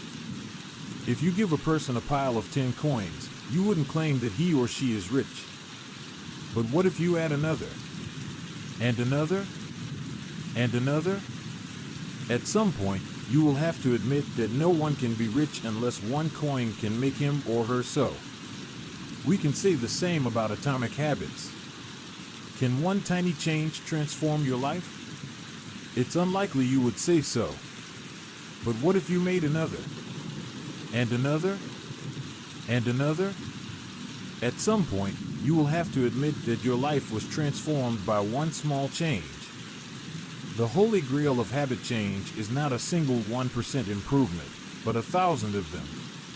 It's a bunch of atomic habits stacking up, each one a fundamental unit of the overall system. In the beginning, small improvements can often seem meaningless because they get washed away by the weight of the system. Just as one coin won't make you rich, one positive change like meditating for 1 minute or reading one page each day is unlikely to deliver a noticeable difference. Gradually, though, as you continue to layer small changes on top of one another, the scales of life start to move.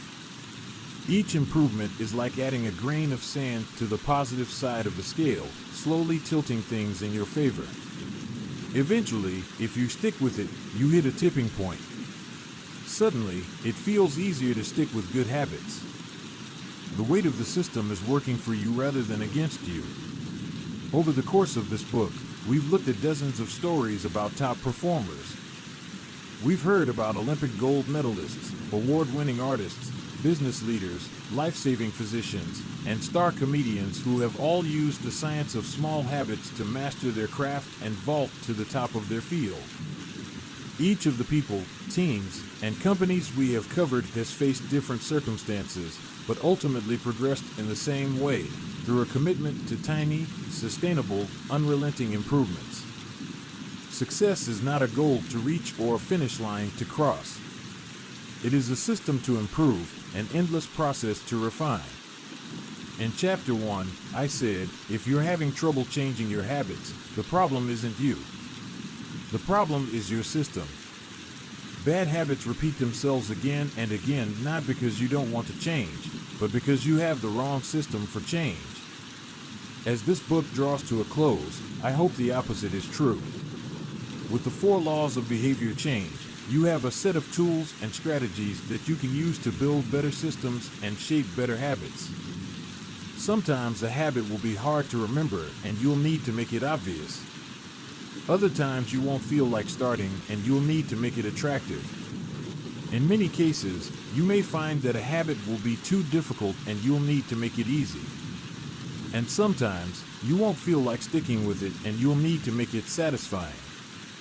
You want to push your good habits toward the left side of the spectrum by making them obvious, attractive, easy, and satisfying. Meanwhile, you want to cluster your bad habits toward the right side by making them invisible, unattractive, hard, and unsatisfying. This is a continuous process. There is no finish line. There is no permanent solution. Whenever you're looking to improve, you can rotate through the 4 laws of behavior change until you find the next bottleneck. Make it obvious. Make it attractive. Make it easy. Make it satisfying. Round and round. Always looking for the next way to get 1% better. The secret to getting results that last is to never stop making improvements. It's remarkable what you can build if you just don't stop. It's remarkable the business you can build if you don't stop working. It's remarkable the body you can build if you don't stop training. It's remarkable the knowledge you can build if you don't stop learning. It's remarkable the fortune you can build if you don't stop saving. It's remarkable the friendships you can build if you don't stop caring. Small habits don't add up. they compound. That's the power of atomic habits. Tiny changes, remarkable results. Appendix: what should you read next? Thank you so much for taking the time to read this book. It has been a pleasure sharing my work with you. If you are looking for something to read next, allow me to offer a suggestion. If you enjoyed Atomic Habits, then you may like my other writing as well. My latest articles are sent out in my free weekly newsletter. Subscribers are also the first to hear about my newest books and projects. Finally, in addition to my own work, each year I send out a reading list of my favorite books from other authors on a wide range of subjects. You can sign up at jamesclear.com/newsletter. Little Lessons from the Four Laws. In this book, I have introduced a 4-step model for human behavior: cue, craving, response, reward. This framework not only teaches us how to create new habits, but also reveals some interesting insights about human behavior. In this section, I have compiled some lessons and a few bits of common sense that are confirmed by the model. The purpose of these examples is to clarify just how useful and wide-ranging this framework is when describing human behavior. Once you understand the model, you'll see examples of it everywhere. Awareness comes before desire. A craving is created when you assign meaning to a cue. Your brain constructs an emotion or feeling to describe your current situation, and that means a craving can only occur after you have noticed an opportunity. Happiness is simply the absence of desire. When you observe a cue, but do not desire to change your state, you are content with the current situation. Happiness is not about the achievement of pleasure, which is joy or satisfaction, but about the lack of desire. It arrives when you have no urge to feel differently. Happiness is the state you enter when you no longer want to change your state. However, happiness is fleeting because a new desire always comes along. As Todd Budrys says, happiness is the space between one desire being fulfilled and a new desire forming. Likewise, suffering is the space between craving a change in state and getting it. It is the idea of pleasure that we chase. We seek the image of pleasure that we generate in our minds. At the time of action, we do not know what it will be like to attain that image, or even if it will satisfy us. The feeling of satisfaction only comes afterward. This is what the Austrian neurologist Viktor Frankl meant when he said that happiness cannot be pursued, it must ensue. Desire is pursued. Pleasure ensues from action. Peace occurs when you don't turn your observations into problems. The first step in any behavior is observation. You notice a cue, a bit of information, an event. If you do not desire to act on what you observe, then you are at peace. Craving is about wanting to fix everything. Observation without craving is the realization that you do not need to fix anything. Your desires are not running rampant. You do not crave a change in state. Your mind does not generate a problem for you to solve. You're simply observing and existing. With a big enough why you can overcome any how. Friedrich Nietzsche, the German philosopher and poet, famously wrote, "He who has a why to live for can bear almost any how." This phrase harbors an important truth about human behavior.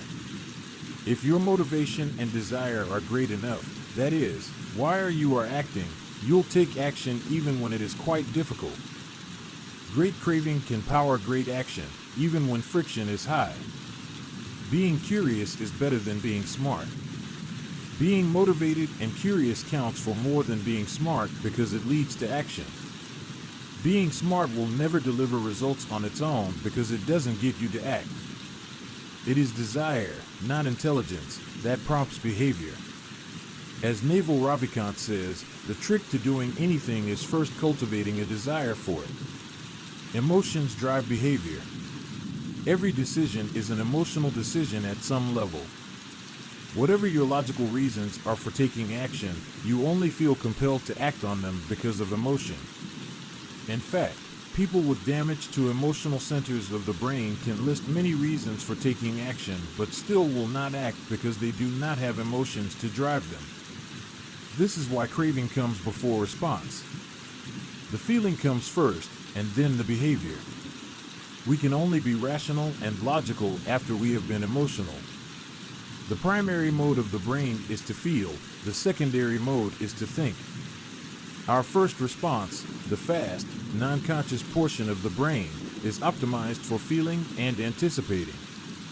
Our second response, the slow, conscious portion of the brain, is the part that does the thinking. Psychologists refer to this as System 1, feelings and rapid judgments, versus System 2, rational analysis. The feeling comes first, System 1. The rationality only intervenes later, System 2. This works great when the two are aligned, but it results in illogical and emotional thinking when they are not. Your response tends to follow your emotions. Our thoughts and actions are rooted in what we find attractive, not necessarily in what is logical. Two people can notice the same set of facts and respond very differently because they run those facts through their unique emotional filter. This is one reason why appealing to emotion is typically more powerful than appealing to reason. If a topic makes someone feel emotional, they will rarely be interested in the data. This is why emotions can be such a threat to wise decision making. Put another way, most people believe that the reasonable response is the one that benefits them, the one that satisfies their desires. To approach a situation from a more neutral emotional position allows you to base your response on the data rather than the emotion. Suffering drives progress. The source of all suffering is the desire for a change in state. This is also the source of all progress. The desire to change your state is what powers you to take action. It is wanting more that pushes humanity to seek improvements, develop new technologies, and reach for a higher level. With craving, we are dissatisfied but driven. Without craving, we are satisfied but lack ambition. Your actions reveal how badly you want something. If you keep saying something is a priority but you never act on it, then you don't really want it. It's time to have an honest conversation with yourself. Your actions reveal your true motivations. Reward is on the other side of sacrifice. Response, sacrifice of energy, always precedes reward, the collection of resources. The runner's high only comes after the hard run. The reward only comes after the energy is spent. Self-control is difficult because it is not satisfying. A reward is an outcome that satisfies your craving. This makes self-control ineffective because inhibiting our desires does not usually resolve them. Resisting temptation does not satisfy your craving, it just ignores it. It creates space for the craving to pass. Self-control requires you to release a desire rather than satisfy it. Our expectations determine our satisfaction. The gap between our cravings and our rewards determines how satisfied we feel after taking action. If the mismatch between expectations and outcomes is positive, surprise and delight, then we are more likely to repeat a behavior in the future. If the mismatch is negative, disappointment and frustration, then we are less likely to do so. For example, if you expect to get $10 and get $100, you feel great. If you expect to get $100 and get $10, you feel disappointed. Your expectation changes your satisfaction. An average experience preceded by high expectations is a disappointment. An average experience preceded by low expectations is a delight. When liking and wanting are approximately the same, you feel satisfied. Satisfaction equals liking, wanting. This is the wisdom behind Seneca's famous quote, "Being poor is not having too little, it is wanting more." If your wants outpace your likes, you'll always be unsatisfied. You're perpetually putting more weight on the problem than the solution. Happiness is relative. When I first began sharing my writing publicly, it took me 3 months to get 1,000 subscribers. When I hit that milestone, I told my parents and my girlfriend. We celebrated. I felt excited and motivated. A few years later, I realized that 1,000 people were signing up each day. And yet I didn't even think to tell anyone. It felt normal. I was getting results 90 times faster than before, but experiencing little pleasure over it. It wasn't until a few days later that I realized how absurd it was that I wasn't celebrating something that would have seemed like a pipe dream just a few years before. The pain of failure correlates to the height of expectation. When desire is high, it hurts to not like the outcome. Failing to attain something you want hurts more than failing to attain something you didn't think much about in the first place. This is why people say, "I don't want to get my hopes up." Feelings come both before and after the behavior. Before acting, there is a feeling that motivates you to act, the craving. After acting, there is a feeling that teaches you to repeat the action in the future, the reward. Cue greater than craving, feeling, greater than response, greater than reward, feeling. How we feel influences how we act, and how we act influences how we feel. Desire initiates. Pleasure sustains. Wanting and liking are the two drivers of behavior. If it's not desirable, you have no reason to do it. Desire and craving are what initiate a behavior. But if it's not enjoyable, you have no reason to repeat it. Pleasure and satisfaction are what sustain a behavior. Feeling motivated gets you to act. Feeling successful gets you to repeat. Hope declines with experience and is replaced by acceptance. The first time an opportunity arises, there is hope of what could be. Your expectation, cravings, is based solely on promise. The second time around, your expectation is grounded in reality. You begin to understand how the process works, and your hope is gradually traded for a more accurate prediction and acceptance of the likely outcome. This is one reason why we continually grasp for the latest get-rich-quick or weight loss scheme. New plans offer hope because we don't have any experiences to ground our expectations. New strategies seem more appealing than old ones because they can have unbounded hope. As Aristotle noted, youth is easily deceived because it is quick to hope. Perhaps this can be revised to youth is easily deceived because it only hopes. There is no experience to root the expectation in. In the beginning, hope is all you have. Acknowledgements. I have relied heavily on others during the creation of this book. Before anyone else, I must thank my wife, Christy, who has been indispensable throughout this process. She has played every role a person can play in the writing of a book: spouse, friend, fan, critic, editor, researcher, therapist. It is no exaggeration to say this book would not be the same without her. It might not exist at all. Like everything in our life, we did it together. Second, I am grateful to my family, not only for their support and encouragement on this book, but also for believing in me no matter what project I happen to be working on. I have benefited from many years of support from my parents, grandparents, and siblings. In particular, I want my mom and dad to know that I love them. It is a special feeling to know that your parents are your greatest fans. Third, to my assistant, Lindsay Knuckles. At this point, her job defies description as she has been asked to do nearly everything one could imagine for a small business.